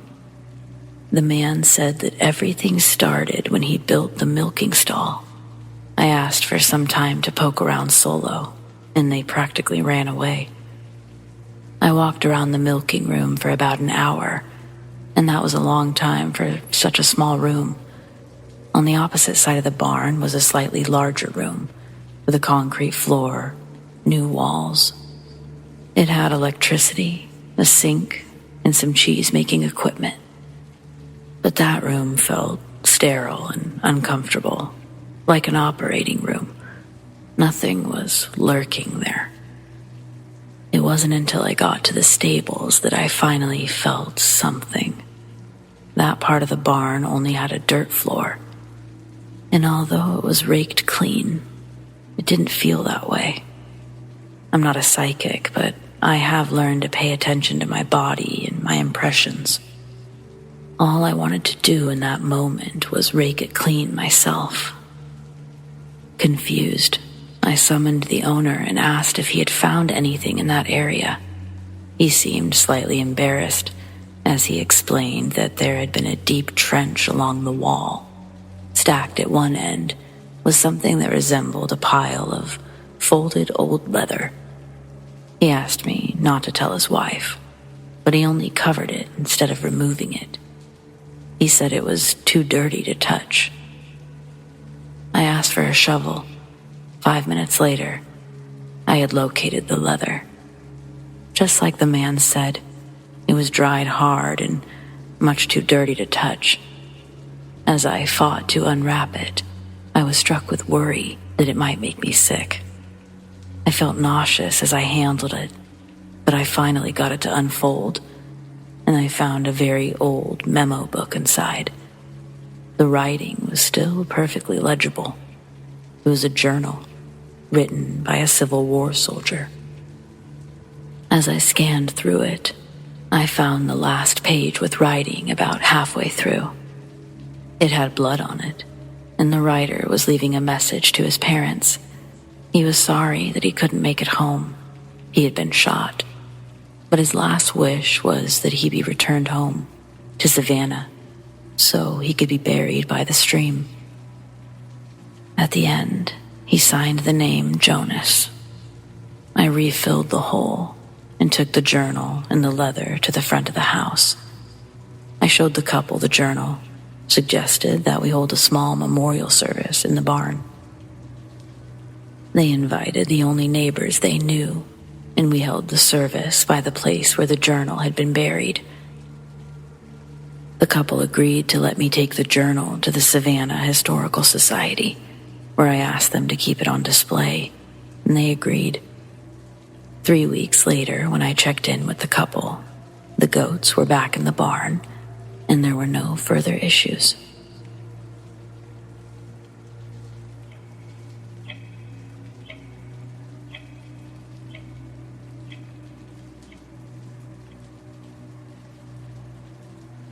I investigate the paranormal, and I was contacted by a lady who swore her cat was possessed.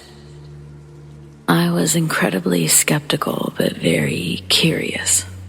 Apparently, the cat would suddenly start screaming and do this crazy slow-motion walk while tilting its head at weird angles. If she tried to approach it while this was happening, it would try to scratch her. After having one of these spells, it would hide but not relax. Its tail would swing wildly. It would growl for up to an hour. As strange as this sounded, I spoke to a colleague who's very sensitive to the paranormal, and she insisted we had to investigate. We got to the residence at 4:30 p.m., took a tour of the house before meeting the cat. It was a standard 3-bedroom, 2-bath, ranch-style home, and we found nothing creepy about it. The cat was cool. very affectionate, and really took to my colleague. They spent a couple of hours alone together while I took care of some paperwork and formalities with the lady. She invited us to investigate the home that night while she was out. She had a date and would work the night shift at the hospital right after. She left for her date at 7:30. We began our formal investigation.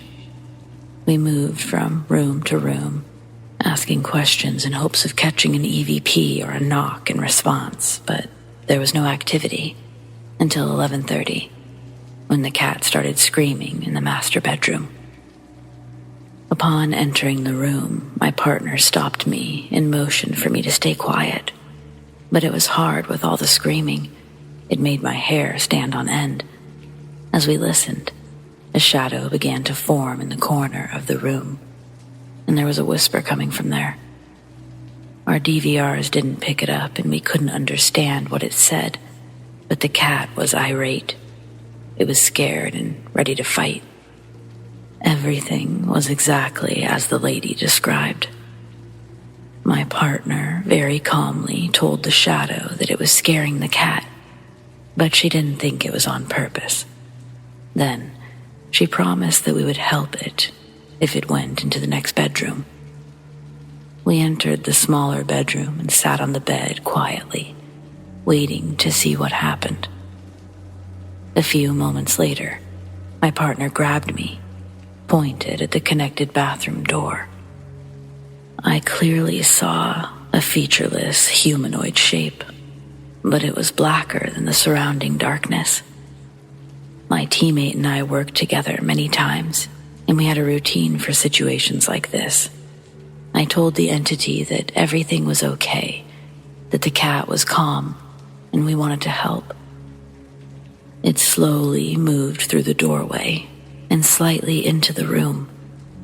That's when we heard the word kitty through the DVR. I always use an earpiece when recording so I can hear what's being said in real time. I asked if it was trying to pet the kitty, and it stretched its arm towards the master bedroom. I asked if it wanted to hurt the kitty, and there was an almost immediate sigh or whimper. I repeated the question and stated that I needed an answer before we could help. A minute later, my partner sensed that it only wanted to pet the cat. She also sensed that this was the spirit of an adolescent male who may have had a developmental issue in life. While we spoke, the entity seemed to slightly sway back and forth, but he didn't go anywhere. He seemed like he was listening to our conversation. I explained that he had scared the cat, and if he wanted to pet it, he would have to make friends with it first. I suggested that he try just sitting still and speaking to the cat, so it could learn that he didn't want to hurt it. Then the cat would eventually come to him. A moment later, the cat appeared in the hall doorway and calmly sat down. No one spoke or moved, including the spirit. Soon, the cat joined us on the bed. My partner and I began to pet it. As I looked from the cat back to the spirit, I noticed that it was gone, and we didn't experience anything else that night. 2 days later, my teammate called me, very excited. She'd researched the property and found that a young man with Down syndrome died when he fell out of a treehouse. We met the lady the following day, and I played her the recording of us talking to the spirit. When she heard me telling the spirit how to be friends with the cat, she began to cry. That morning, the cat was on the bed in the smaller bedroom, purring loudly, moving its head like someone was scratching it.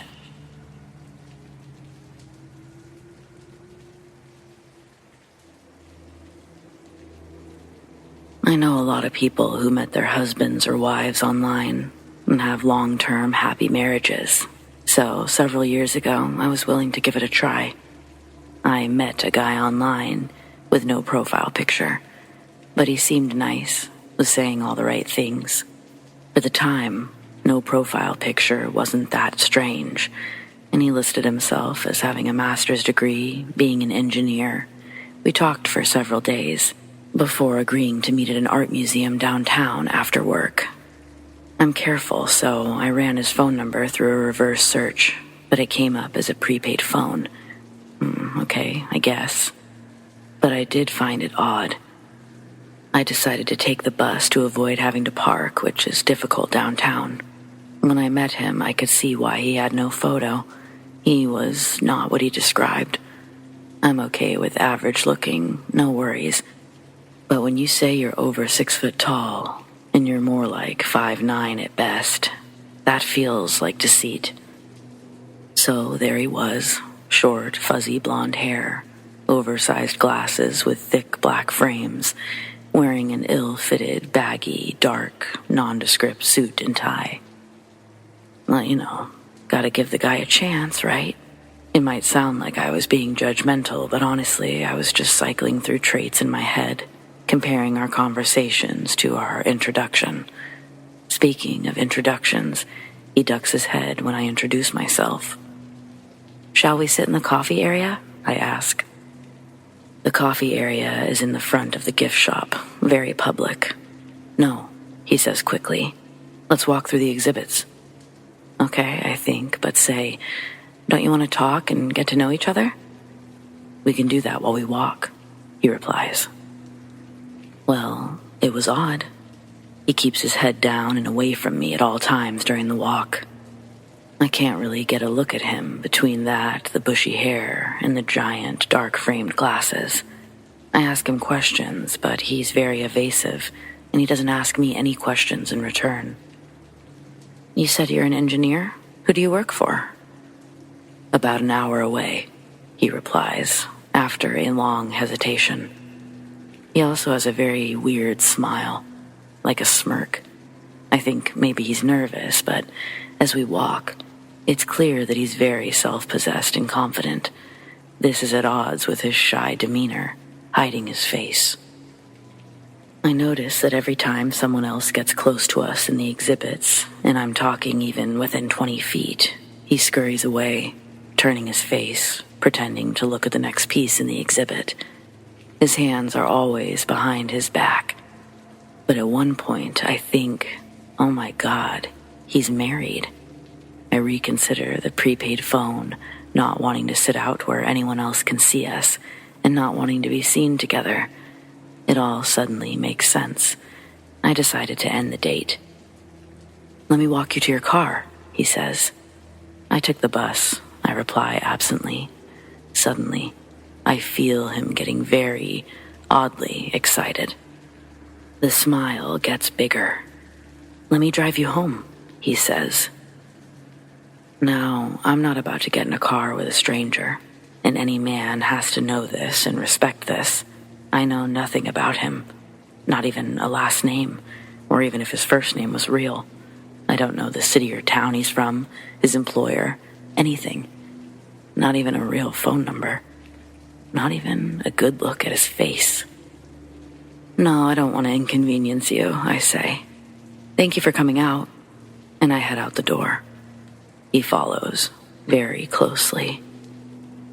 "You don't have to walk me to the bus stop," I say. He keeps grinning and following. "I insist on driving you," he says. "No," I tell him. "I'll take the bus. It's okay." "Oh no, you came out here to meet me. I want to be polite." I'm starting to get really creeped out. He's wired. It's a weekday, not a busy time. Pitch black because of winter, and it was also cold. The streets were nearly deserted. He pursues me to the bus stop, insisting on driving me home over and over. "Come on, it's cold. I can't let you stand out here waiting for the bus. Let me drive you home." He keeps repeating some variant of this, smirking, clasping his hands behind his back, keeping his face down for what seems like forever. I'm getting this voice in my head that's saying, "Don't show fear, don't show fear, don't show fear," which is getting harder and harder to do. After what feels like an eternity on the street, desperately looking for the bus, He points down an unlit, pitch-black alley that runs between the museum and the building next to it. "Come on," he wheedles. "It's freezing out. My car is parked right there in this alley. Let's sit in there and get warm while we wait for the bus." "Come on. I said no. I told you to leave. Your car won't be any warmer than the street, if it's even parked there, which I doubt." "But then I won't be able to see if the bus is coming," I point out. He smirks. He doesn't have an answer to that. He just keeps repeating and repeating. This is more talking than he did throughout the entire date. "I said you don't have to wait with me," I say, trying to sound like I don't realize something is wrong. His "I know something you don't know" smile is getting weirder and weirder. He's getting more excited. I'm afraid he's going to pull me down that alley as soon as no one is nearby, so I move closer to the edge of the street. He follows, right at my elbow. Finally, the bus comes, and I turn and thank him for coming out. When I get on the bus, I start to shake. My legs feel like rubber. What had he been planning? No wonder he didn't want to post a photo or use a real phone, let me or anyone see his face. I'm fully convinced he planned on shoving me in my car when he walked me to it, and I thank God I decided to take a bus that night. No more online dating for me after that. It was so frightening, I'm still not comfortable posting this under my real name.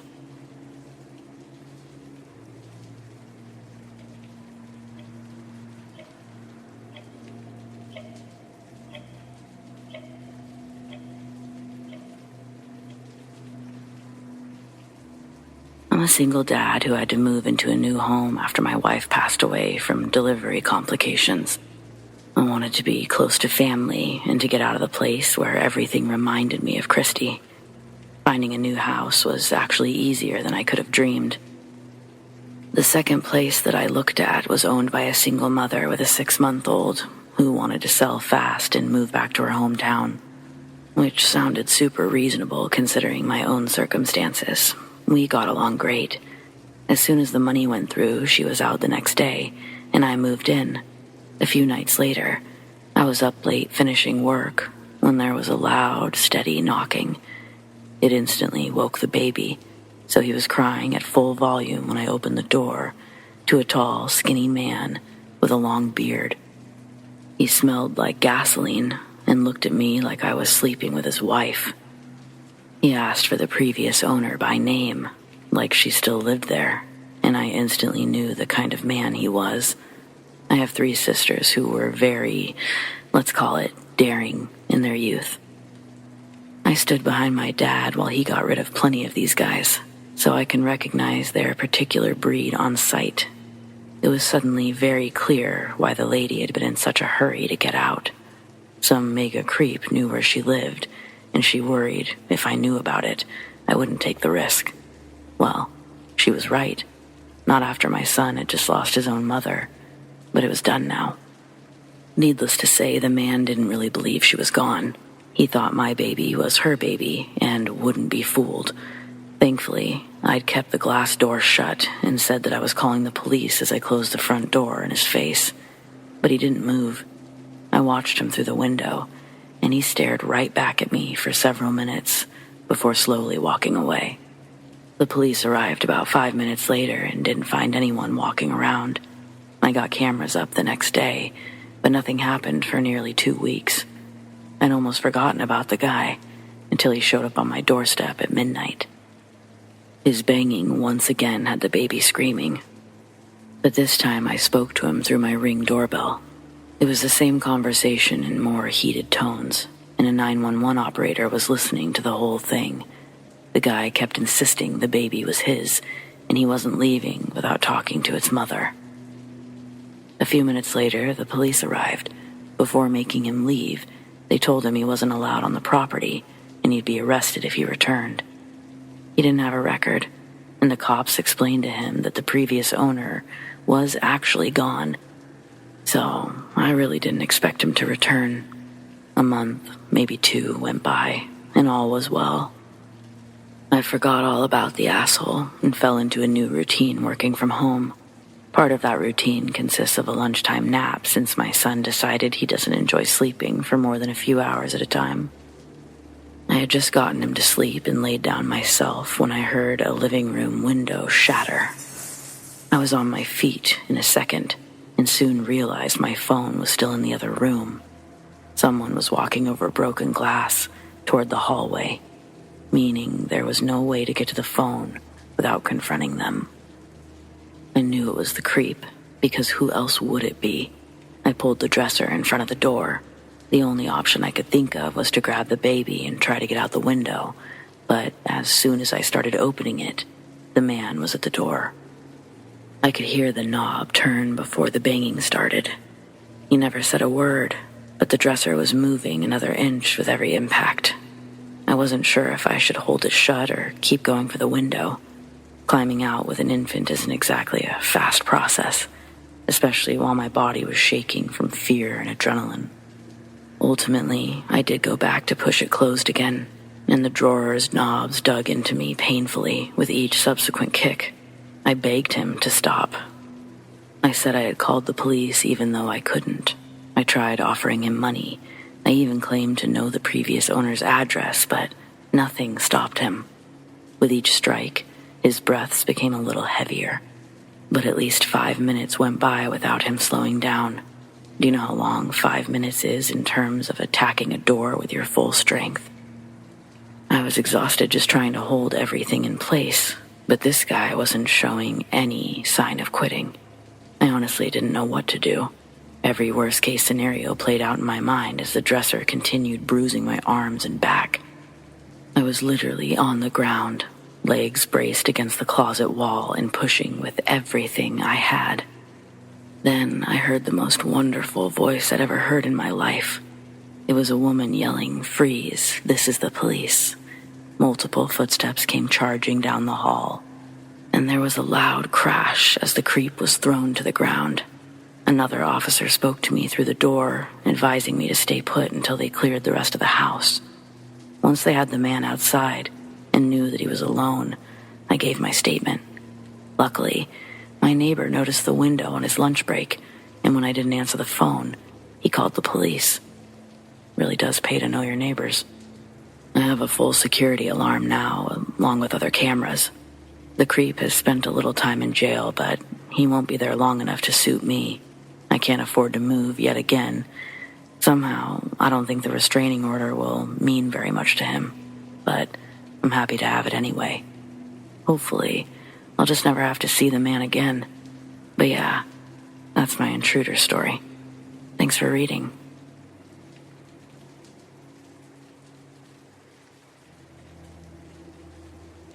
This is a story that happened back in 2015, and it still freaks me out to this day. For context, me, 25-year-old male, and my cousin, 26-year-old male, go to our grandma's house every school university break since we were kids, and we stay there pretty much doing nothing and having fun playing video games. We always share a bedroom when we're there, and we both have our own beds.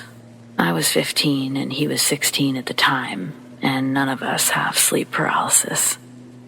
One night, we both went to the bedroom around midnight, closed the door, and fell asleep.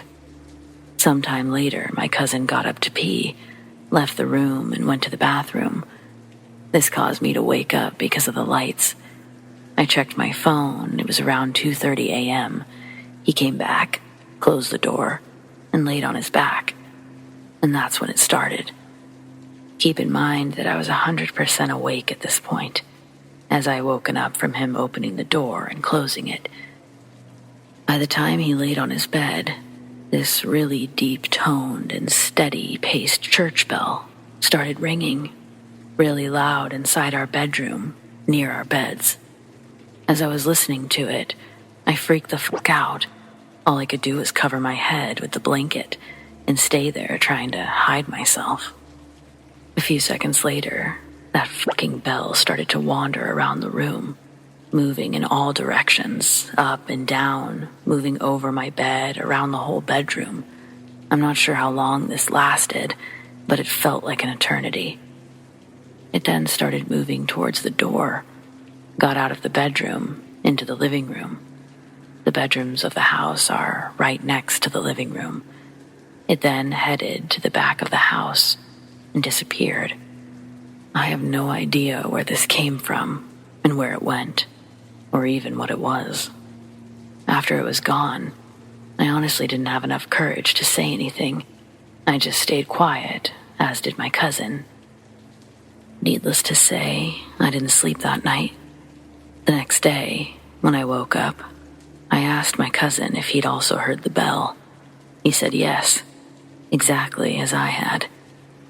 To this day, this experience still creeps the hell out of us.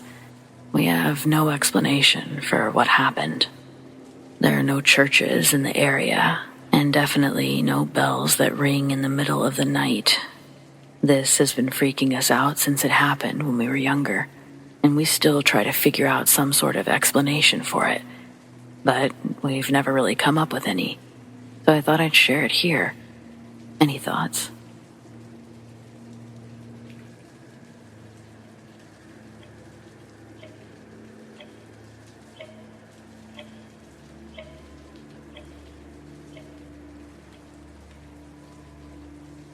I just recently moved out of a house that I'd lived in for about 6 years.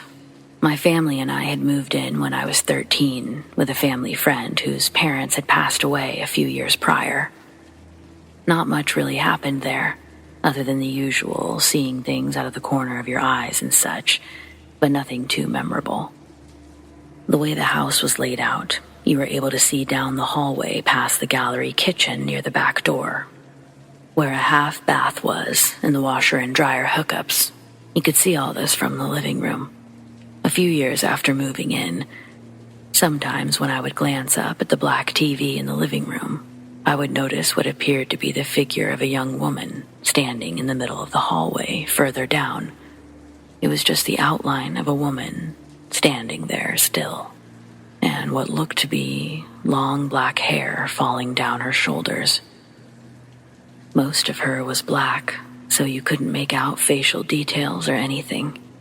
At first, I'd find myself staring at it, and then turning around to look down the hallway, only to find nothing. Every time I'd look back at the TV, it was still there. Countless times I'd search the area, trying to find a reasonable explanation as to what I was seeing. Maybe coats or clothes, or maybe just the way the shadow would be casted. But nothing. I would look back up, and she was still there. After some time, I became desensitized to it.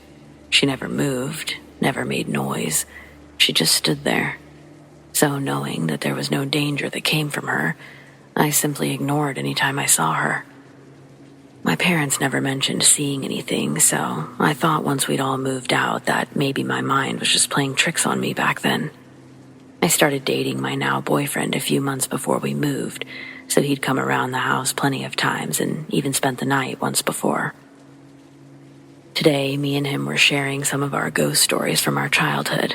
I started to mention this story, but I didn't even get to the part of the TV yet when he cut me off. He started to get really freaked out, saying that one night he'd gotten up to go get his soda from the kitchen to bring back to my room. He further explained that once he went to grab the soda, he immediately felt like he was being watched. When he glanced up, he noticed something in the TV.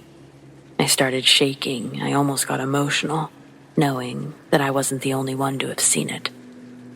He described everything about her that I could make out, but he said he was closer to her than I ever was, that he could only make out the figure from over his shoulder. He'd only seen her that one time, but it was baffling to me to realize that I wasn't the only one. I called my dad, asked if he'd ever seen it, and he said no. But he did say that he would sometimes see someone walking around the house occasionally, but never anyone back there. As of right now, we're the only two who have ever seen it, which makes this encounter even weirder to me. No explanation to this day. It really makes me wonder what it may have been.